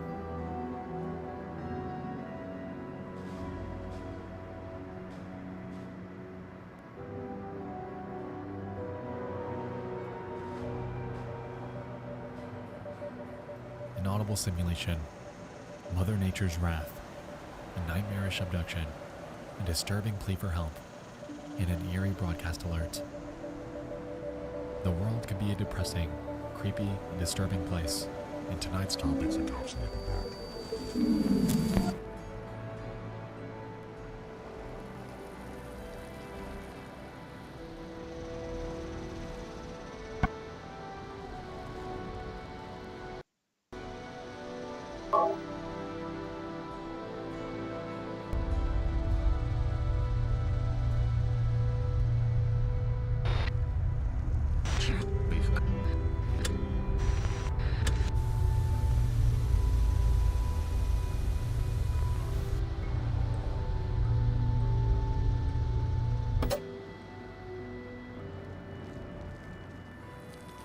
It's the 23rd of February 2017. A criminal trespassing incident occurs in Billings Heights, Montana. Case number 17.12420. The local police department takes to Facebook soon after to ask for the public's help in tracking down this mysterious individual that, considering what he'd done, is every parent's worst nightmare. The Billings Police Department is asking for the public to be aware of an incident that took place last week in the Billings Heights. On the above date and time, officers responded to a possible burglary in progress. The female resident reported to officers that she observed a male subject in her infant daughter's bedroom on the baby monitor. The victim said she immediately went to her daughter's bedroom, removed her daughter, and left the residence. When officers arrived, the residence and neighborhood were searched, but the suspect was not located. The victim said that the baby monitor is synced to her cell phone. The baby monitor is motion activated and took the attached photo of the suspect, which alerted her cell phone. And that photo is this one. To date, this mysterious intruder has never been found.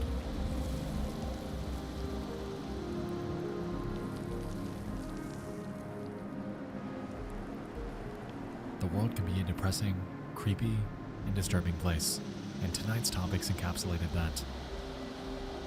You and I just dove into 6 disturbing things from around the internet. I hope you all enjoyed this, and if you have any further submissions for this series, feel free to submit them to the show's inbox at dtfaisubmissions@gmail.com. Thank you all for watching. I'll see you soon. I love you all. And good night.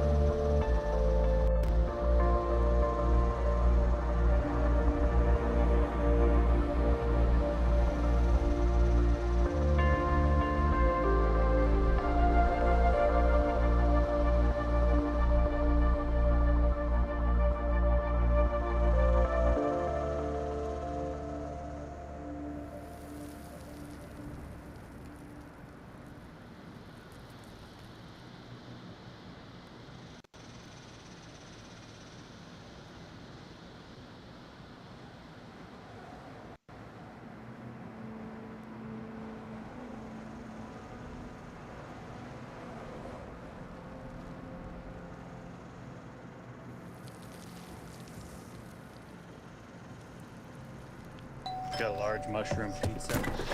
Susan Marie. Pizza again. Hey, Palmer. HelloFresh has delicious guilt-free recipes you can make in a snap. Whoa, that's right. Do you think the pizza guy's okay? He's fine. There's some kind of misunderstanding here. What? We're American, okay? Okay. What kind of American are you?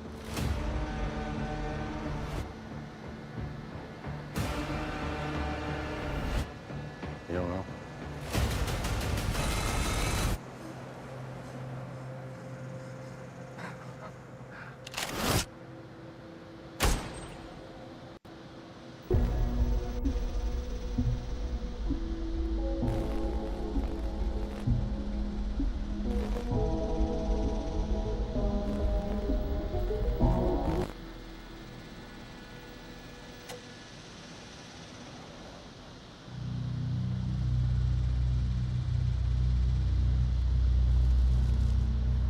Since the dawn of the internet, data sharing across various mediums has been commonplace in many households around the world. Allowing everybody to become interconnected within a vast sea of endless information was absolutely inconceivable just a few short decades ago, definitely becoming something that we take for granted today, whether we realize it or not. Within this vast sea of surface-level internet content, an underbelly exists that harbors some of the darkest videos, images, posts, stories, and real-life situations that people have documented online. These, for the most part, are largely hidden away from those that refrain from doing a little digging. But luckily for you, tonight we're going to explore 5 of them that I've recently come across. Welcome back to Disturbing Things from Around the Internet. This is a showcase series of various disturbing finds that I've stumbled upon online in the last few months. If you're new, this is part 8, so if you haven't yet, definitely go check out volumes 1 through 7 after this video. With that out of the way, get comfortable because it's time, once again, to dive into 5 more hand-picked and disturbing things from around the internet.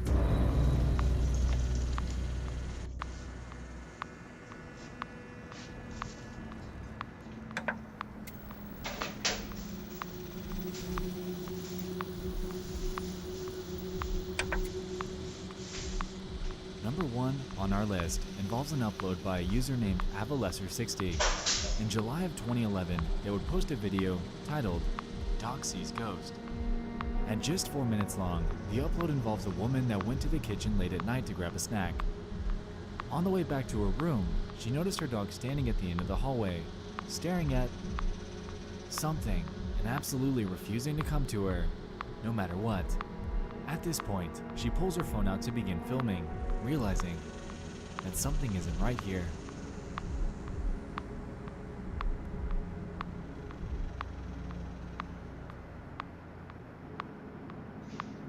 Can you come over here now? Come here, Smooch.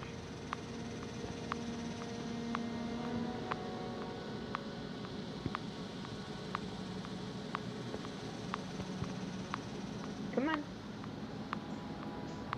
Can you come here?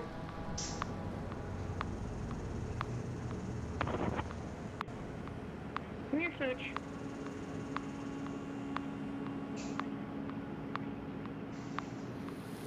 It's okay.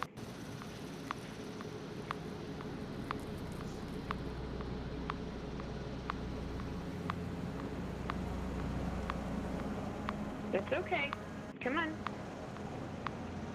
It's okay.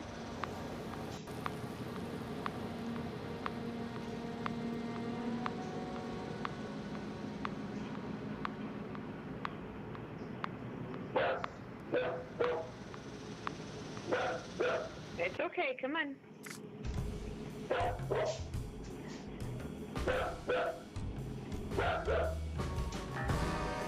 It's okay, come on. Come here, come on, Mommy. Come on.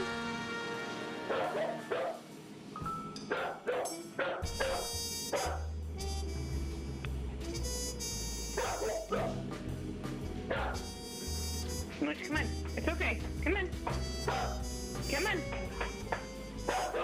Come on. Come here. Come here.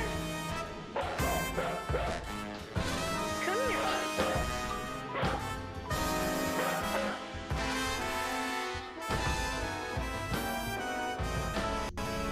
After a couple minutes of this, she eventually begins yelling out, "Leave my dog alone," convinced that she's accompanied by some sort of entity that's preying on her dog. Standing firm, she continues to convince it to come to her. Good. I opened your cabinet for you.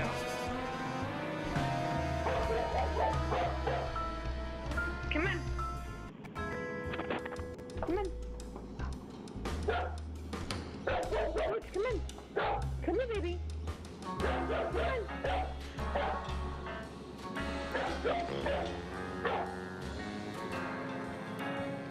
Leave my dog alone. Come on. It's okay. Come on. Come on, Smooch.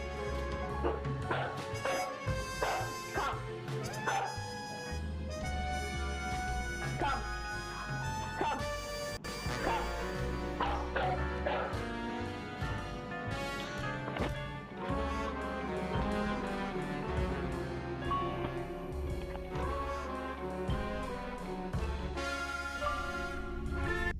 Like we just saw at the end, the dog never ends up following her command, ultimately retreating around the corner.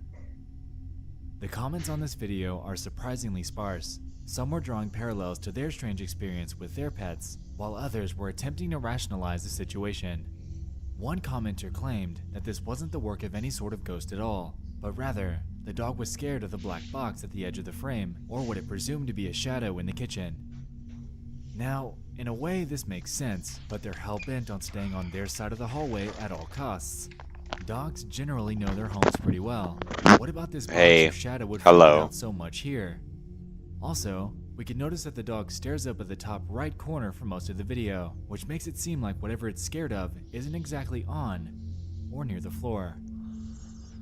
Nonetheless, the video is strange, and at just over 1.5 thousand views in nearly 8 years, it definitely deserves some more insight. This dog saw something.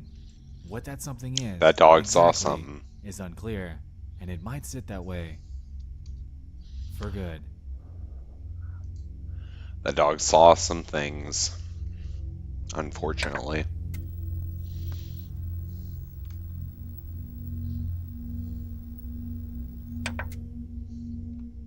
This second entry comes from a YouTube video that gained major traction a couple years ago.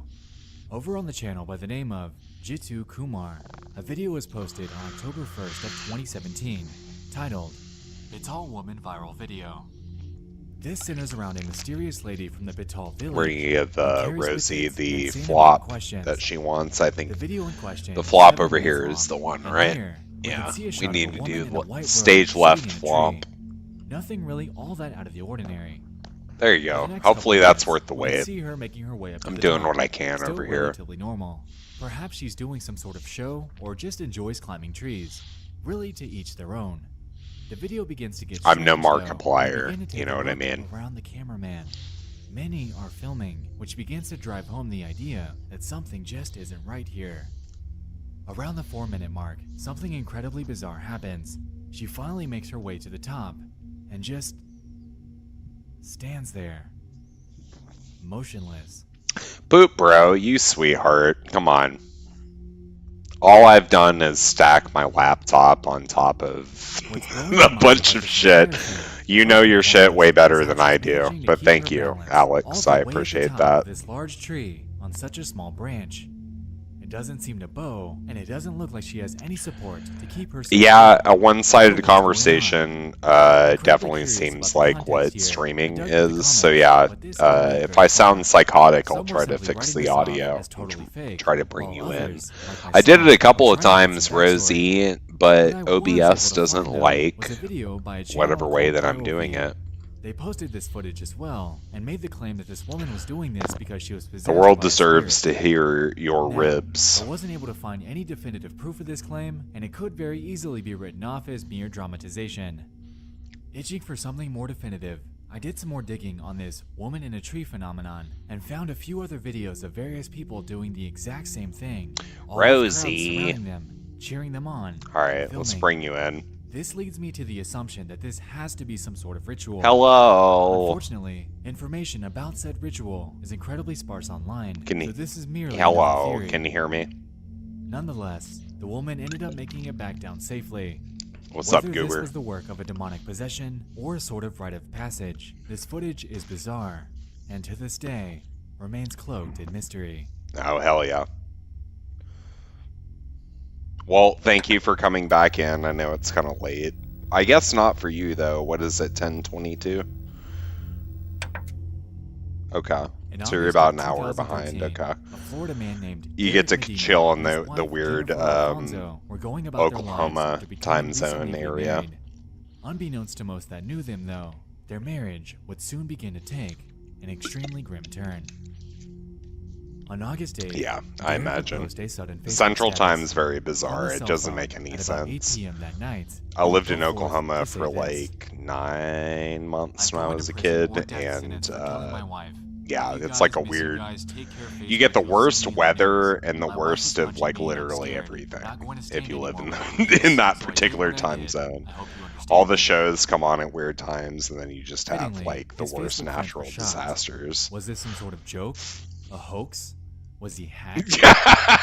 Yeah, Quite. you're doing the Soon most after with this it. post Give me went about live, 2 seconds. he'd Hold on. contact his relatives, explain to them what happened, change clothes, and head over to the police station to turn himself in. During the initial investigation, authorities caught sight of security cameras that Medina had put up in their home. After confiscating that and going over the footage, we're able to see firsthand what actually played out that night.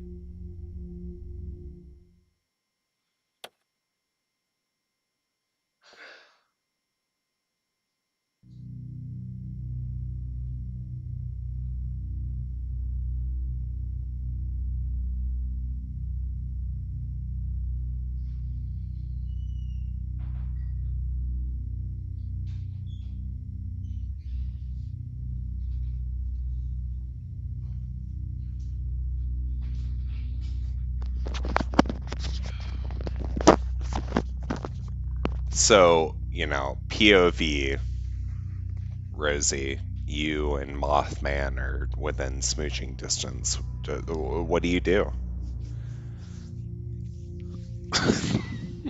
Yeah. Yeah. Uh-huh.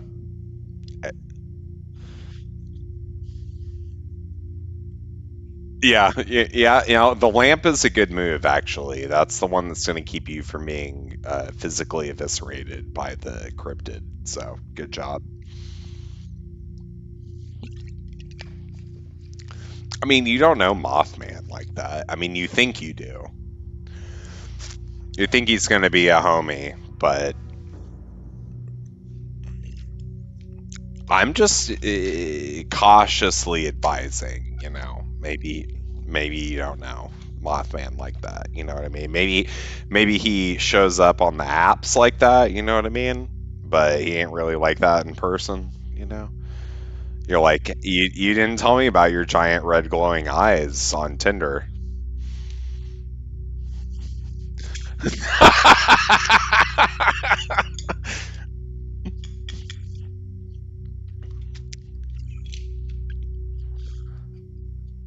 I don't know, man. Apparently,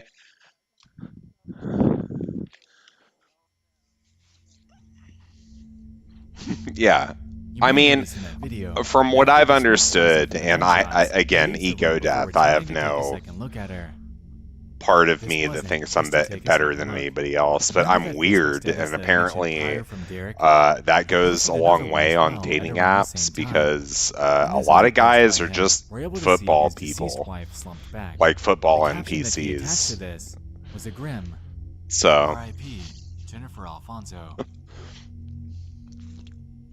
Since this happened, Derek Medina had there's just like turned a himself bunch in. of guys that show up in your dating app that are holding fishes, and then there's me and this fucking weird thing behind me. So, I don't know. Investigation, he was convicted of second-degree murder Yeah. and ultimately was sentenced to life in prison. Across the internet, you're able to find more surveillance Yeah. videos of what I actually mean, I know what happened I'm behind doing, closed doors you in their know. home. These are hard to watch, but ultimately reveal that the domestic struggles that the two faced in their relationship were probably more common than we think. I don't think there's anything you could do that make me mad at you, to be honest. You can try to come up with something. Yeah. Work on it. Yeah, work on it, and I'll February shut you down. 21st, 2018, in a northwest Dallas suburb, 2 house fires would occur in a residential neighborhood. These were later determined to be linked to a natural gas pipeline that runs straight through the Okay. community. 2 days That's later, a third pollution, incident is would what play that out just is. around the corner. On February 23rd, the Rogers family's lives would be forever changed when a natural gas explosion would occur within their home. Ominously, the moments leading up to this were actually documented by their 12-year-old daughter, Michelita. According to the Rogers family, Yeah, she was you reported shouldn't back be home excited from about the school moss. for You should fun, be horrified goofing about off the and sharing her moss excitement. She because got ready for a cheerleading event later that I day. found, so I wandered in a part of West Virginia here where it's like super heavily forested, and there are trees that have tendrils growing out of them into the ground, which is giving me big Gemini home entertainment vibes, and I'm terrified of it. Yeah, like the core of the planet has been harvested by an eldritch being, and you're like, and I still have. You have no. It's over for you. Like at this point. I already got halfway started doing the braid. After this, she proceeded Listen, to make a time lapse of the next few minutes homie as she from got ready. Tool makes The a lot of first few seconds of sense, this is seemed all I'm pretty ordinary, saying. and there was I listen to absolutely no anime and I'm indication like, that same, anything had bro. gone awry. Same. Until one frame, when the camera goes dark.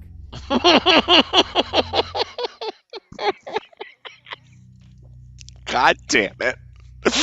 Yeah, I'm the first white guy to think that Tool has like a, you know what? Tool really knows what they're doing. God damn it. Thank you for constantly putting me in place, you little fucking gremlin. God damn it. Yeah. Yeah, no, I appreciate it, you know. I'm reaching checkpoints and there's a little Rosie there. It's like, actually don't feel too good about yourself. Stay humble. Stay humble, homie. While she was asleep. It happened, and she came to. Oh, you little goober. God damn it. To find her stuck under dresser drawers. Yeah, thank you. After It's getting her out, appreciated. They rushed her outside to firefighters who laid her on the ground, as she, at the time, was still alive. In the moments during this, her mother would whisper to her in Spanish. What would Nirvana want you to do with 30 mosses? I feel like that's probably the thing, Being right? rushed to the hospital, about a half hour later, I don't mind if I don't have a moss. Decimated their house, causing the roof to cave in and for it to sit, to this day, in ruin. Yeah. Since this haunting event, Michelita has become one of 9 people to have died by natural gas leaks in North Texas since 2006. Mm-hmm. Since this, her mother has spoken out, claiming that it hasn't gotten easier. Scoops. I don't feel the damage in my body. Queen. I feel the pain in my heart. Yeah, Queen Baby is sitting on her throne. I don't want to disturb her, but she's looking very cute. Replacing aging steel pipes during the days leading up to and on the date of her Do you passing. hold on? My Apparently, apartment's the neighborhood that they lived in was long neglected by the company. a little leading to the ugly, onslaught but of you know what? gas-related incidents in the area. We'll try to turn While the to the company has effect of denied the the claim, scoops as best we the lawsuit can. is still pending. Baby, The passing of Michelita is undoubtedly something come that here, no honey, family should baby. ever have to endure. I She love fought like a you. warrior, but seeing as she was at the Thank very you for coming epicenter of this over. blast, not shielded by All right, any here more she barriers, is. Her life had come to There an she end is. in one of the most tragic ways imaginable.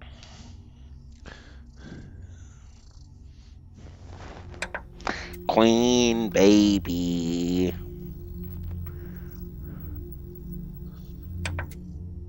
You say And her I'm pet here when chimpanzee, I want Travis, to. have lived together in Stamford, Connecticut since 1995. Having raised him with her late husband since he was just days old, Sandra often referred to Travis as more of a son Probably. than a pet. They'd often I bring him said, home to yep. work and to shopping What a trips around concept. town, I and having could been use a socialized little around scoops humans for his myself entire and life, he could. the hair was I'll maintained use a growing trust and little what they believed to be his extremely calm scoops. and well-trained demeanor. On the night of February 16th, 2009, this notion would be thrown Scoops' into a favorite tailspin song when is, friend Charlie Nash would visit them. At around the same time she arrived, Travis had gotten a hold of Sandra's car keys and left the house. Noticing Her that favorite Charlie was song holding is a Tupperware the Lomo, weird song Travis's that lives in favorite my toy, brain he brutally from when I attacked was her, 5 latching by his like hands onto her Billy face Joel. What is pulling that it song apart, about? piece by piece. Walking outside at night. At this point, Sandra would grab a butcher knife and run out to begin stabbing him in an what attempt is that to song get him to stop.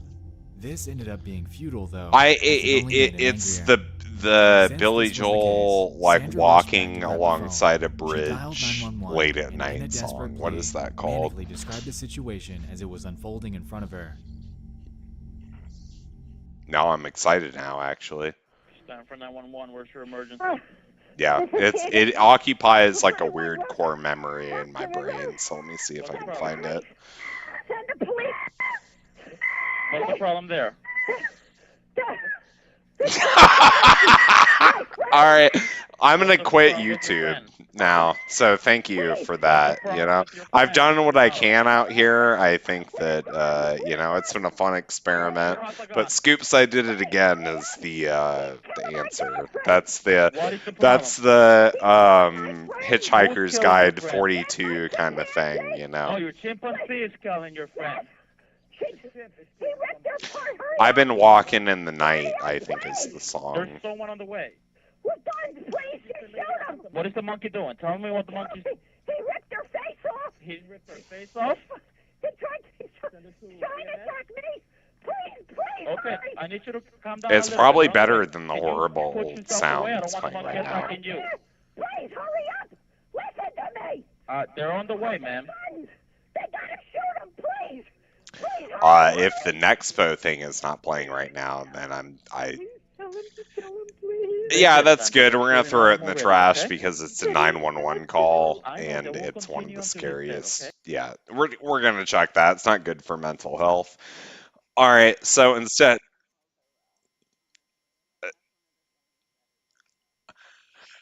yeah, you listen to a lot of stuff that's intentionally fiction, and then when you hear the stuff that is like unfiction, it's like this is terrible. This is happening to like a real person. Correct, yeah.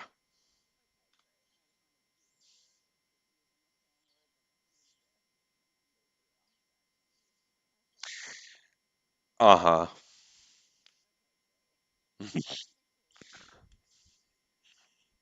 Yeah, it's the aberrant strand, you know. It's the thing that exists between us and the X-Files. And unfortunately, I think it's real. I don't want to fuck with it too much, but I think that there is a chance that weird, spooky shit's real. So, you know,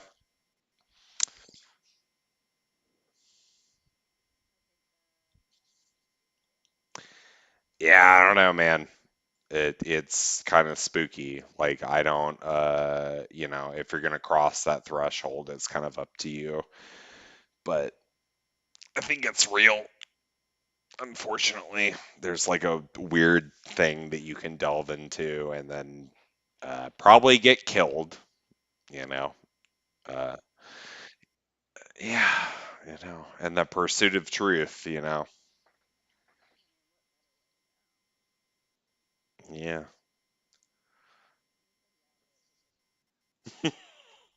it's it's an obligation, you know. I mean, you get to that point. That's what the left right game is about. That story that I probably like suggest to you is there's a person who is so obsessed with the truth that they will go to any lengths, like the most extreme lengths to find out like what is true about the world. And they find out, and it's pretty extreme. So, mhm. Yeah, it's like you make it so far down a trail and you're like, actually, I'm good. I'm okay on this. Yeah,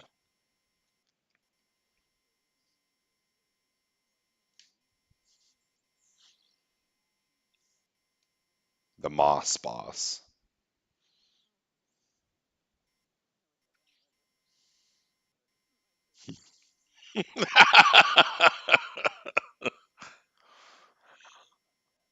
I'm really frustrated that I've spent more than 5 minutes looking for a Billy Joel video on YouTube. Like, I'm very aggravated.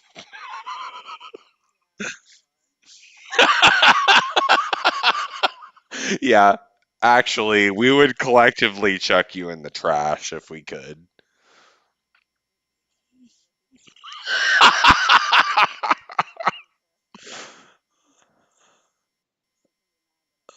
Yeah, I need you to stop. Stop being funny, please, for like 5 seconds, please. I'm gonna fucking die. Jesus. All right, I'm gonna pick the. Oh man, how is YouTube so bad at pulling up this video that my mom used to just casually play in the background of me being 8 years old? Yeah, apparently. I'm done. I'm done looking up Billy Joel videos. In the middle of the night, I go walking in my sleep. Like, you don't know that song? I've been searching for something.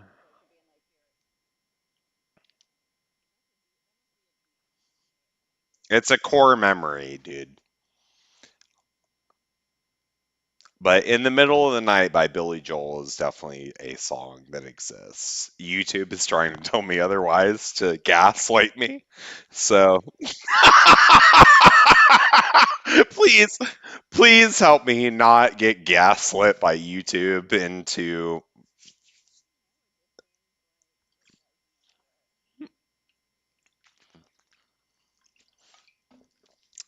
That's rude.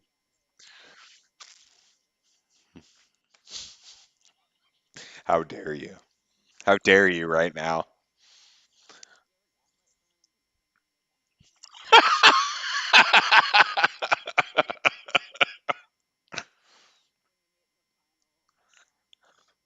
The final boss of gaslighting is your fucking parents, is what that is. They don't even mean to do it on purpose. It's like it's like your fucking mom casually like reading a book and smoking and like ruining your mental health.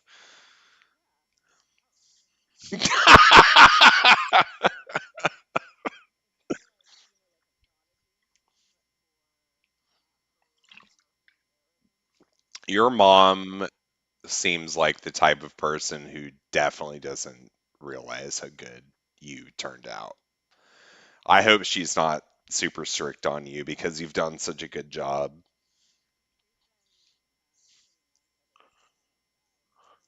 Yeah, I would think so. I don't know, man.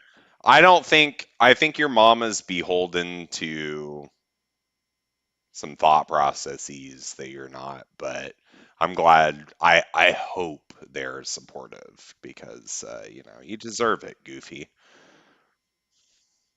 Yeah, you make good choices. Oh, my mom? My mom got COVID last year and had to have a pacemaker put in, and is constantly on the verge of maybe not being around. So, yeah, we try to make the most of it. I cook her stuff every other week, you know. She wants to cook for me, but, you know, I'd rather do it for her. But yeah, no, she's hopefully going to be around for a while because she's a sweetheart. You're never going to be in the best mental health state being directly involved with your like parent, but she's I have multiple friends who have parents who have passed away, and she's kind of stepped in and be like, "Hey, can I be your like cool friend mom?" And yeah, yeah, whatever I can do to enrich that, I think is the best. You know, we've been talking about stuff that turns into making more money despite what capitalism says. And if I can turn that into my mom getting to live on a like farm and take care of animals, you know, that's it's pretty good. Yeah. Yeah, it's a little bit you know, it's kind of dweeby to an extent. Uh, but I don't know. Being that focused on yourself to think that you can make that much of a difference for another person just like being yourself. But yeah, you know, you make money for other people and yeah, try to help them out. I don't know.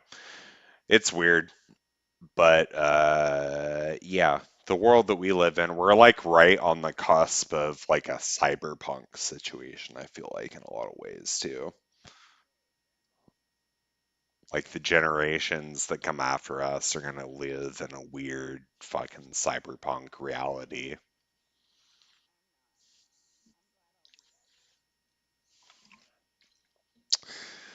Yeah,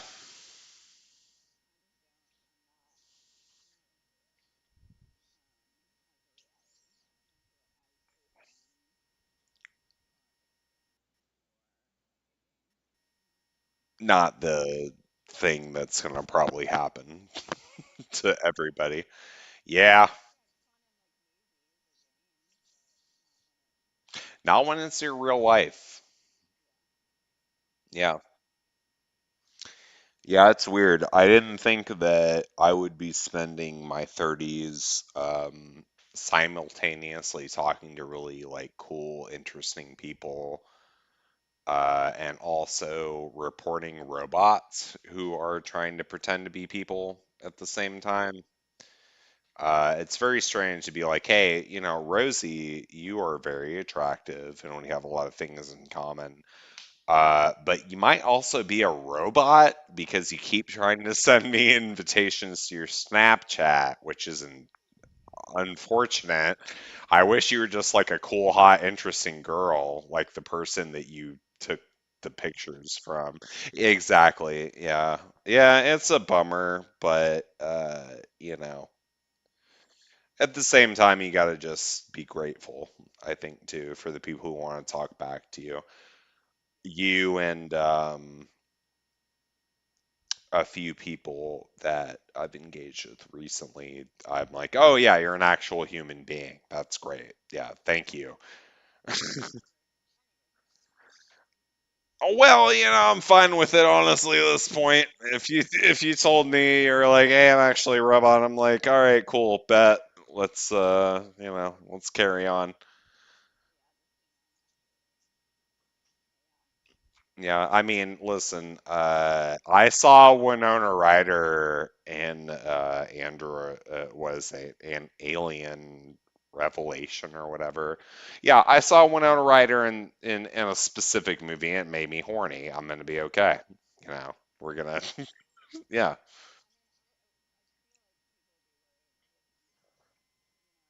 good. Yeah, I'm glad.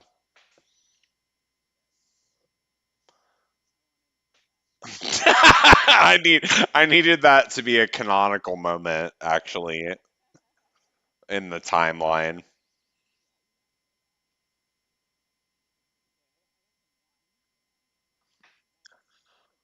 So, what do you like? Because I'm gonna bring up a couple wine bottles this weekend. Do you like red or white? Because I'm a red wine person. Yeah. Okay, cool. So I'm gonna get some. There is a sommelier who works pretty close by here, so I'm gonna try to get like a fancy person's opinion on a Cab Sav, and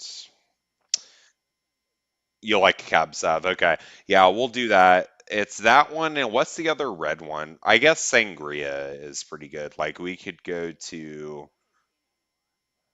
Okay. Moscato is the only good like white wine, I think, right? It's candy.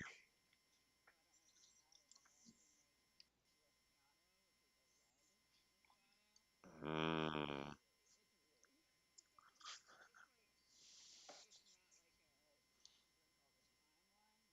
Right, it's candy, yeah. It's a special occasion, yeah.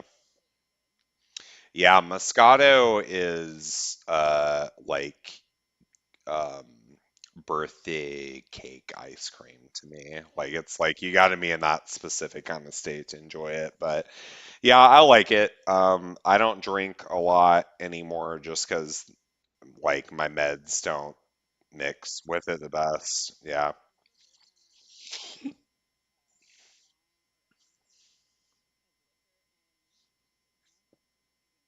cool. Well, do you feel okay?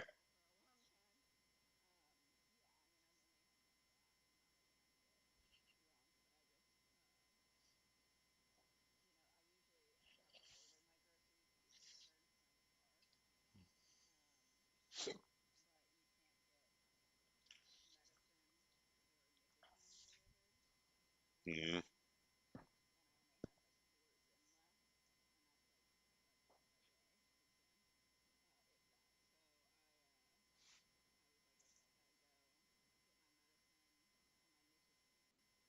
Yeah. Yeah. Let's add another buff slash debuff, please.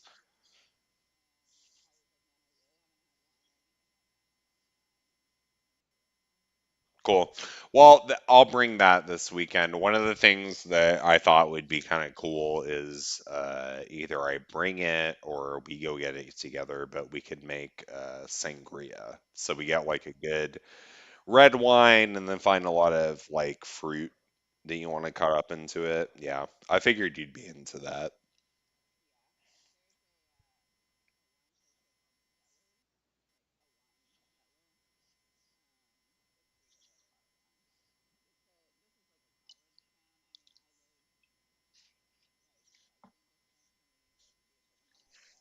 That's dope. Well, I don't 100% want to make alcohol like a big thing of us hanging out together, but I think some wine, that's good. Yeah. It, yeah, well, we'll have some stuff there. At this point, nobody is caring enough to pay attention to whatever the fuck I'm streaming. So I'm gonna tell you, I have the purplest shit I've ever seen in my life. Like you can grind it up and it's literal purple. So, uh-huh, we're gonna have some fun, honey. Okay. I don't want to get too nerdy about it, but I'm looking forward to seeing you this weekend. Thank you for, yeah. Thanks for the opportunity.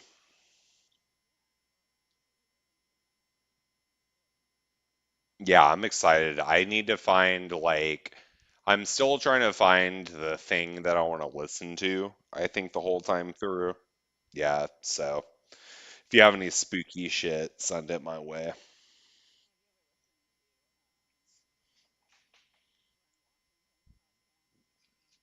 No. What actually, hold on. I hate to tell a hot lady to pause herself, but I'm gonna use the restroom and then can you yeah, no, I wouldn't dream of it. I'll be right back. And then, yeah, tell me more.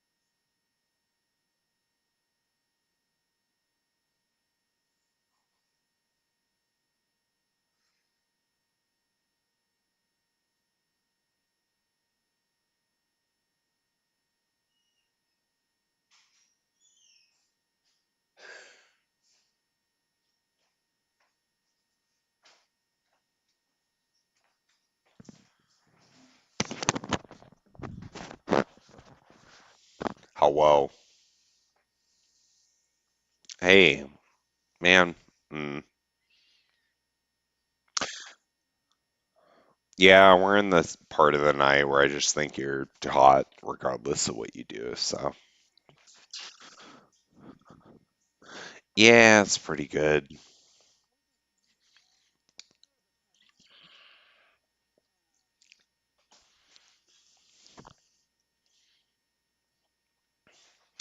I'm gonna try to do Guilty Gear, I think. Hold on.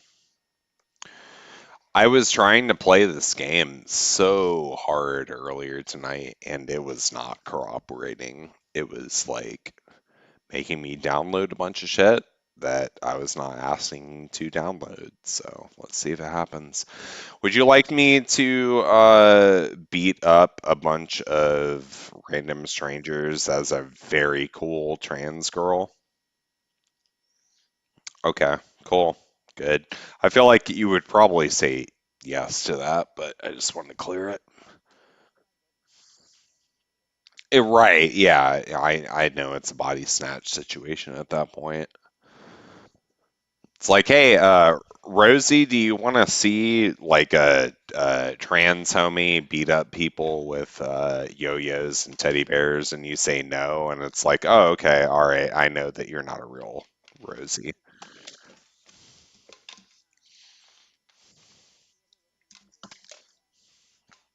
Yeah.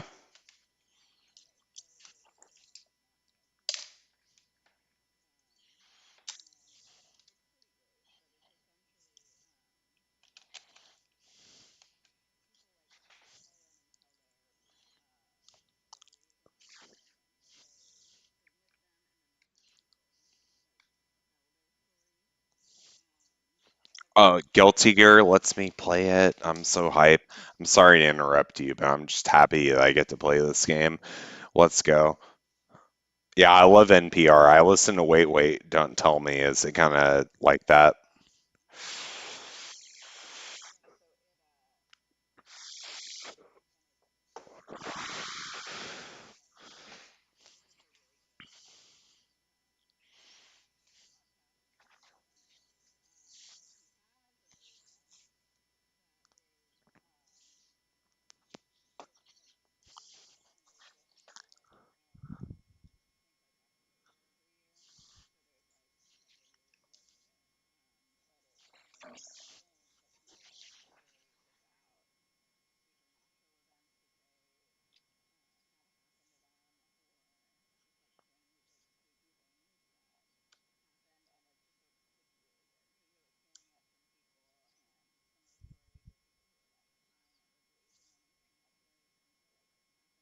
Yeah. Yeah, that sounds cool. Yeah, that it's all fun and games until you find a situation. It's like, hey, actually, you know, this is spooky with real life and fiction, coming over. It's like we can all watch American Horror Story until we're blue in the mouth, but when you find it,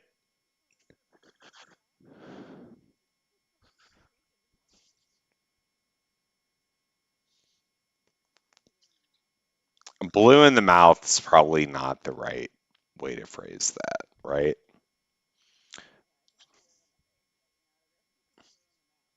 hmm It's like, oh, okay. Do you have music through this? Can you hear it?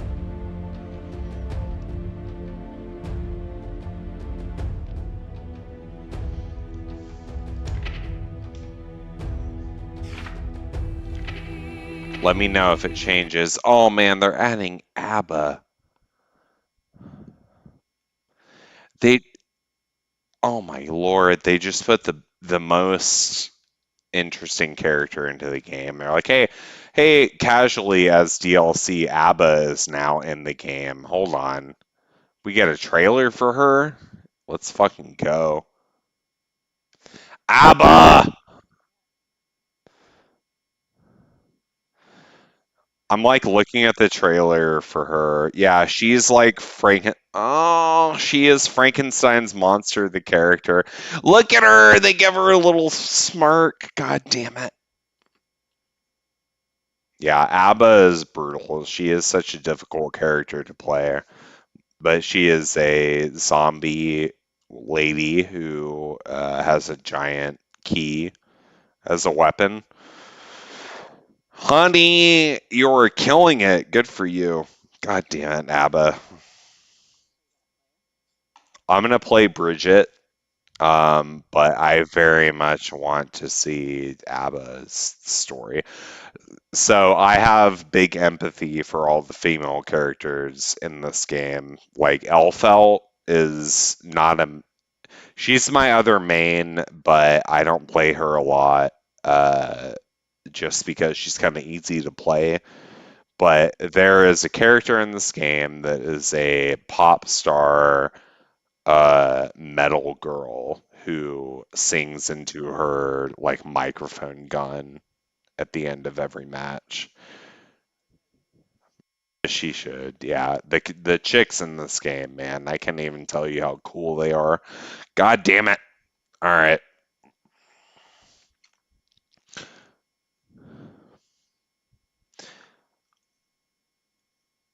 We are gonna make this happen, god damn it. I very much want you to see a win con on like literally any character I play.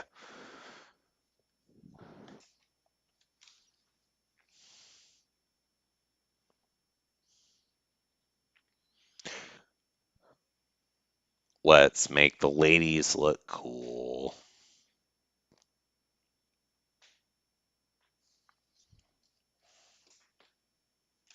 Yeah, I want to get the new Tekken game too. That's another one where like yeah, there's like another cool chick character who comes into that one. It's like one of the Kazuma family members. It's like, oop, okay, yeah, I'm here. I know Kung Fu and Lightning, so, yeah, no big deal.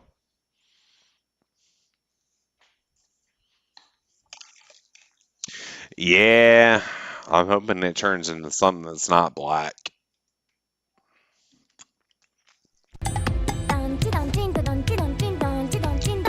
Oh Lord, what is happening? Okay, hold on.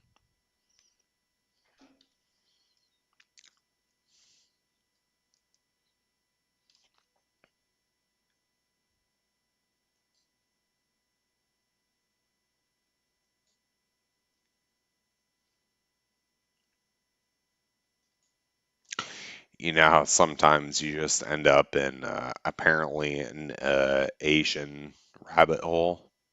Yeah. Let's not do anything. Yeah, I'm not interested. Uh-huh. Yep.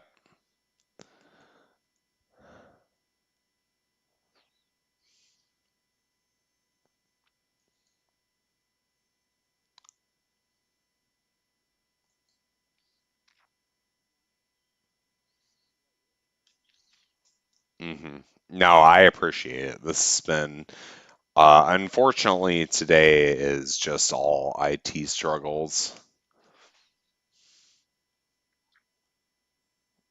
Yeah. True story. I'll blame it on the moon. It looks very cool, but it's also obstructive.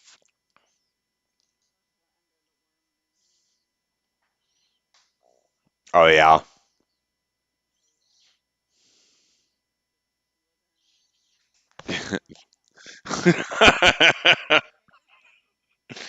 We got a worm. We got a worm in the mix. The homie's doing some slithering.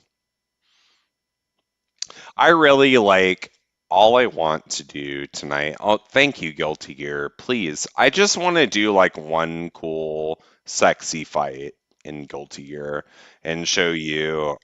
Yeah, please, because the music and the sexiness is very there.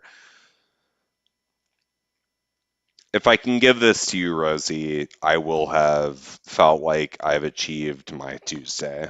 So I'm gonna try. I'm gonna try to your benefit.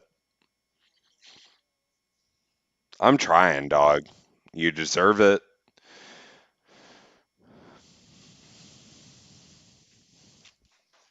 But we do not have the audio that we need. So let's see.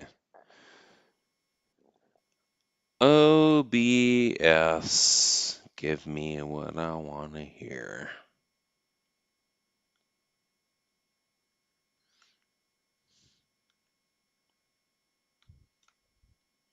I need to add my my little goofy face back in too. Hold on.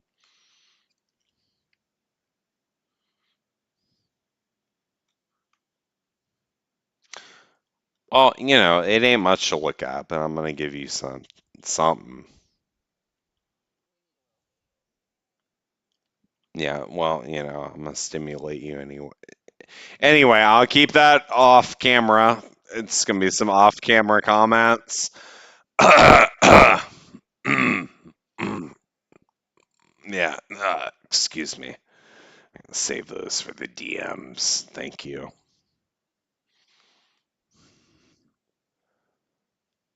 One of these fucking days you can stop being a babe and I'll have to worry about it. But until then, I gotta live with the struggle.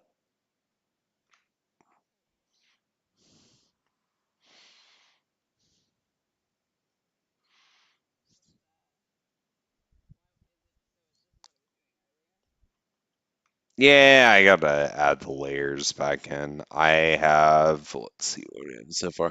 I have me as a video capture as a boy, and then I have my microphone. I have to add you in. Let's see, video capture device.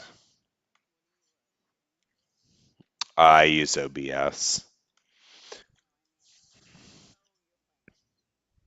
Yeah.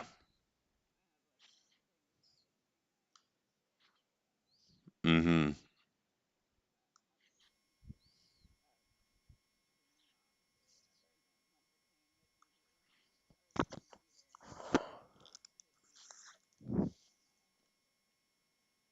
Yeah. You have like an extra middle kind of layer thing, it sounds like. It's not the worst setup. I feel like it makes sense for the brains that you and me probably have, but yeah, I can imagine it being a lot for some people to do video editing and stuff. But I feel like we probably get it. Did you do anything with what's the Premiere? Premiere's the main one. Did you do anything in Premiere at any point?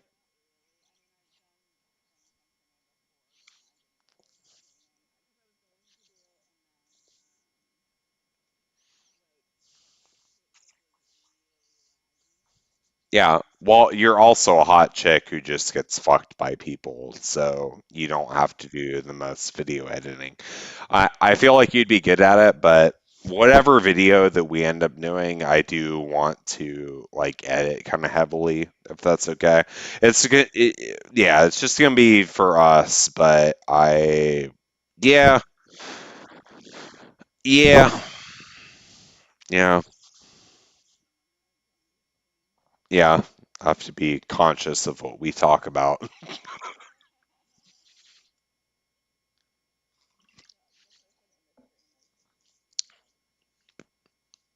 Honestly, as they should be.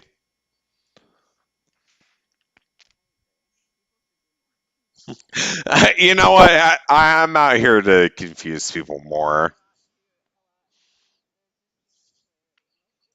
Yeah.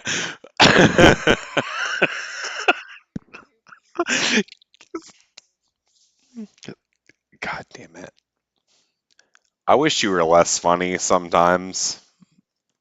It'd be to your benefit. I'd be like, okay, Rosie is just like a goober, but yeah, you're not. You're not. Shut up. Shut up.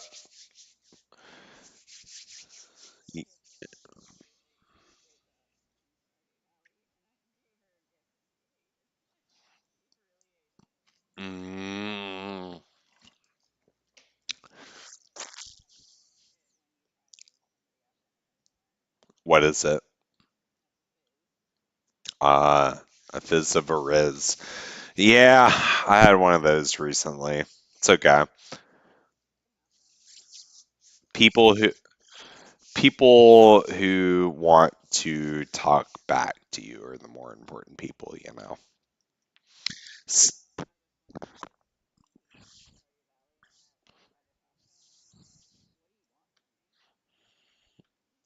I I want to know you, you know. I want to know what you're thinking.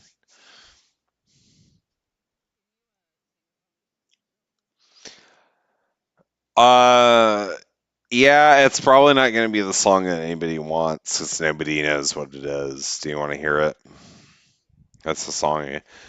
You say we've got nothing in common, no common ground to start from, and we're falling apart.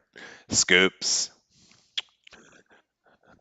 But I said, what about breakfast at Tiffany's? And she said, well, that's one thing we've got. Banana. Yeah, you know, that's what, yeah, she's here. I said that's, I mean, one thing we both, you know, we got. That's the one thing we've got. Yeah, it's written down in code.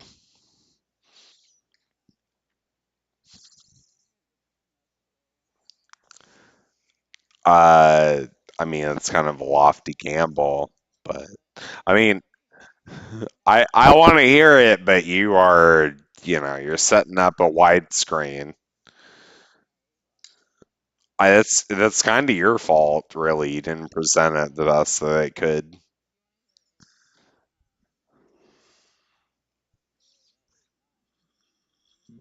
Yeah, you should stop trying so hard.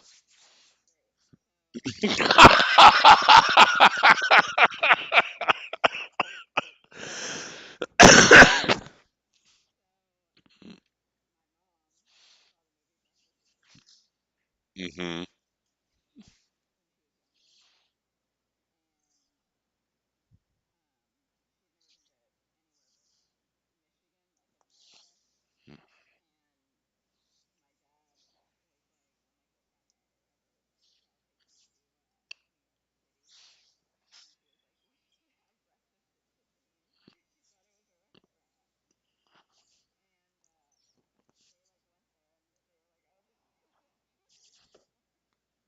hmm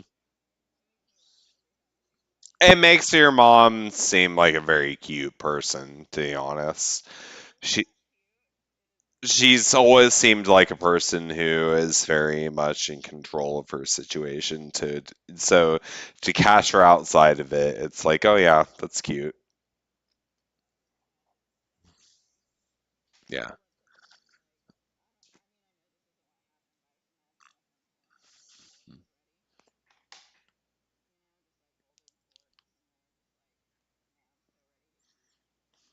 Yeah, but you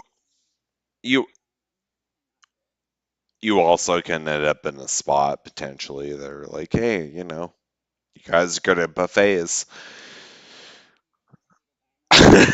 You guys want to eat a diamond. POV.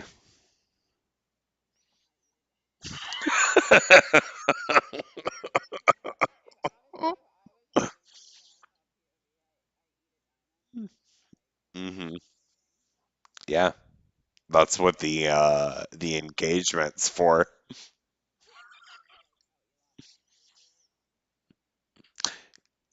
Yeah, yeah, 100%.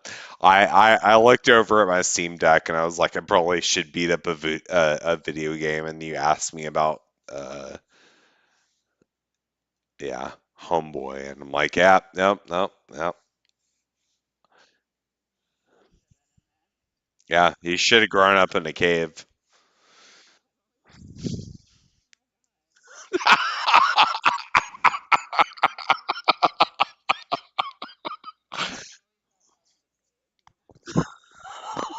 Yeah, it's like the anxiety of being in a cave is cool because just the cave they can hurt you, but the cave can do many things. Amen to the cave.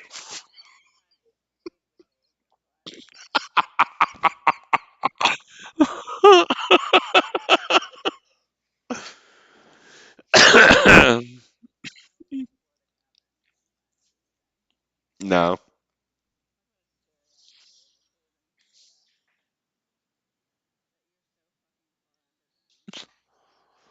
I don't want to. I don't want to be there personally. If I'm being honest, it was pretty. Yeah, the hidden horrible eldritch cave was very pretty. You sound like the best kind of girl every time. It's like, yeah, I just went and photographed the Eldritch Cave. I just wandered into the Eldritch Cave and took some pics.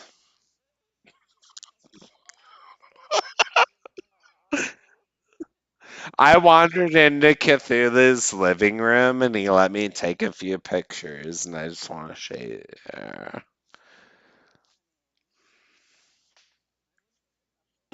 Just a few. Is he gonna catch you? Yeah. We are officially off stream, so this is the part where I'm going to tell you that, I'm, goober or not, I am going to really try to make you come the hardest you have in your entire life this weekend. Is that cool? Is that okay? Okay. I don't know if I can do it, but it is a welcome challenge. I kind of have like a big fat dick now, which is cool for both of us.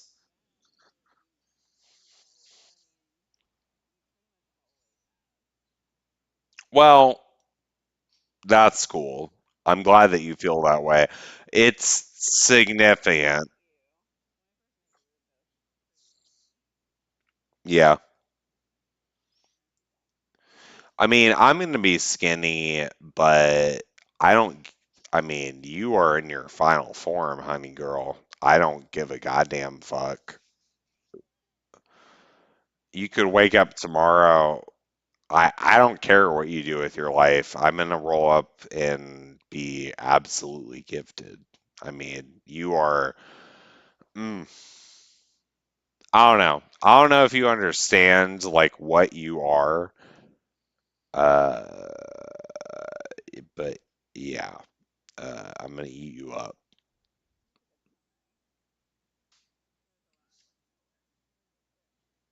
I don't know, man. That's all I can do. I'm gonna roll up after 8 hours and see you. Uh, and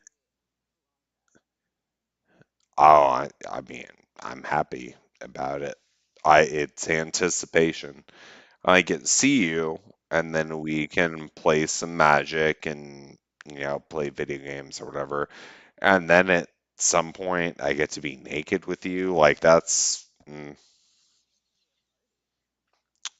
it's a gift and not an expectation. Like for real, if I roll up at your place, like please tell me if you're not into that.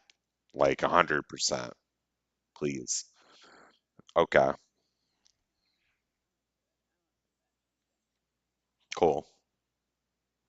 No, that rules. Yeah, and sorry to make it sound like kind of an appointment thing, but yeah, I'm gonna fuck you to the point where I might ruin you for other guys don't matter. I have no ego death, but I am going to probably ruin you for other people. Cool. Okay.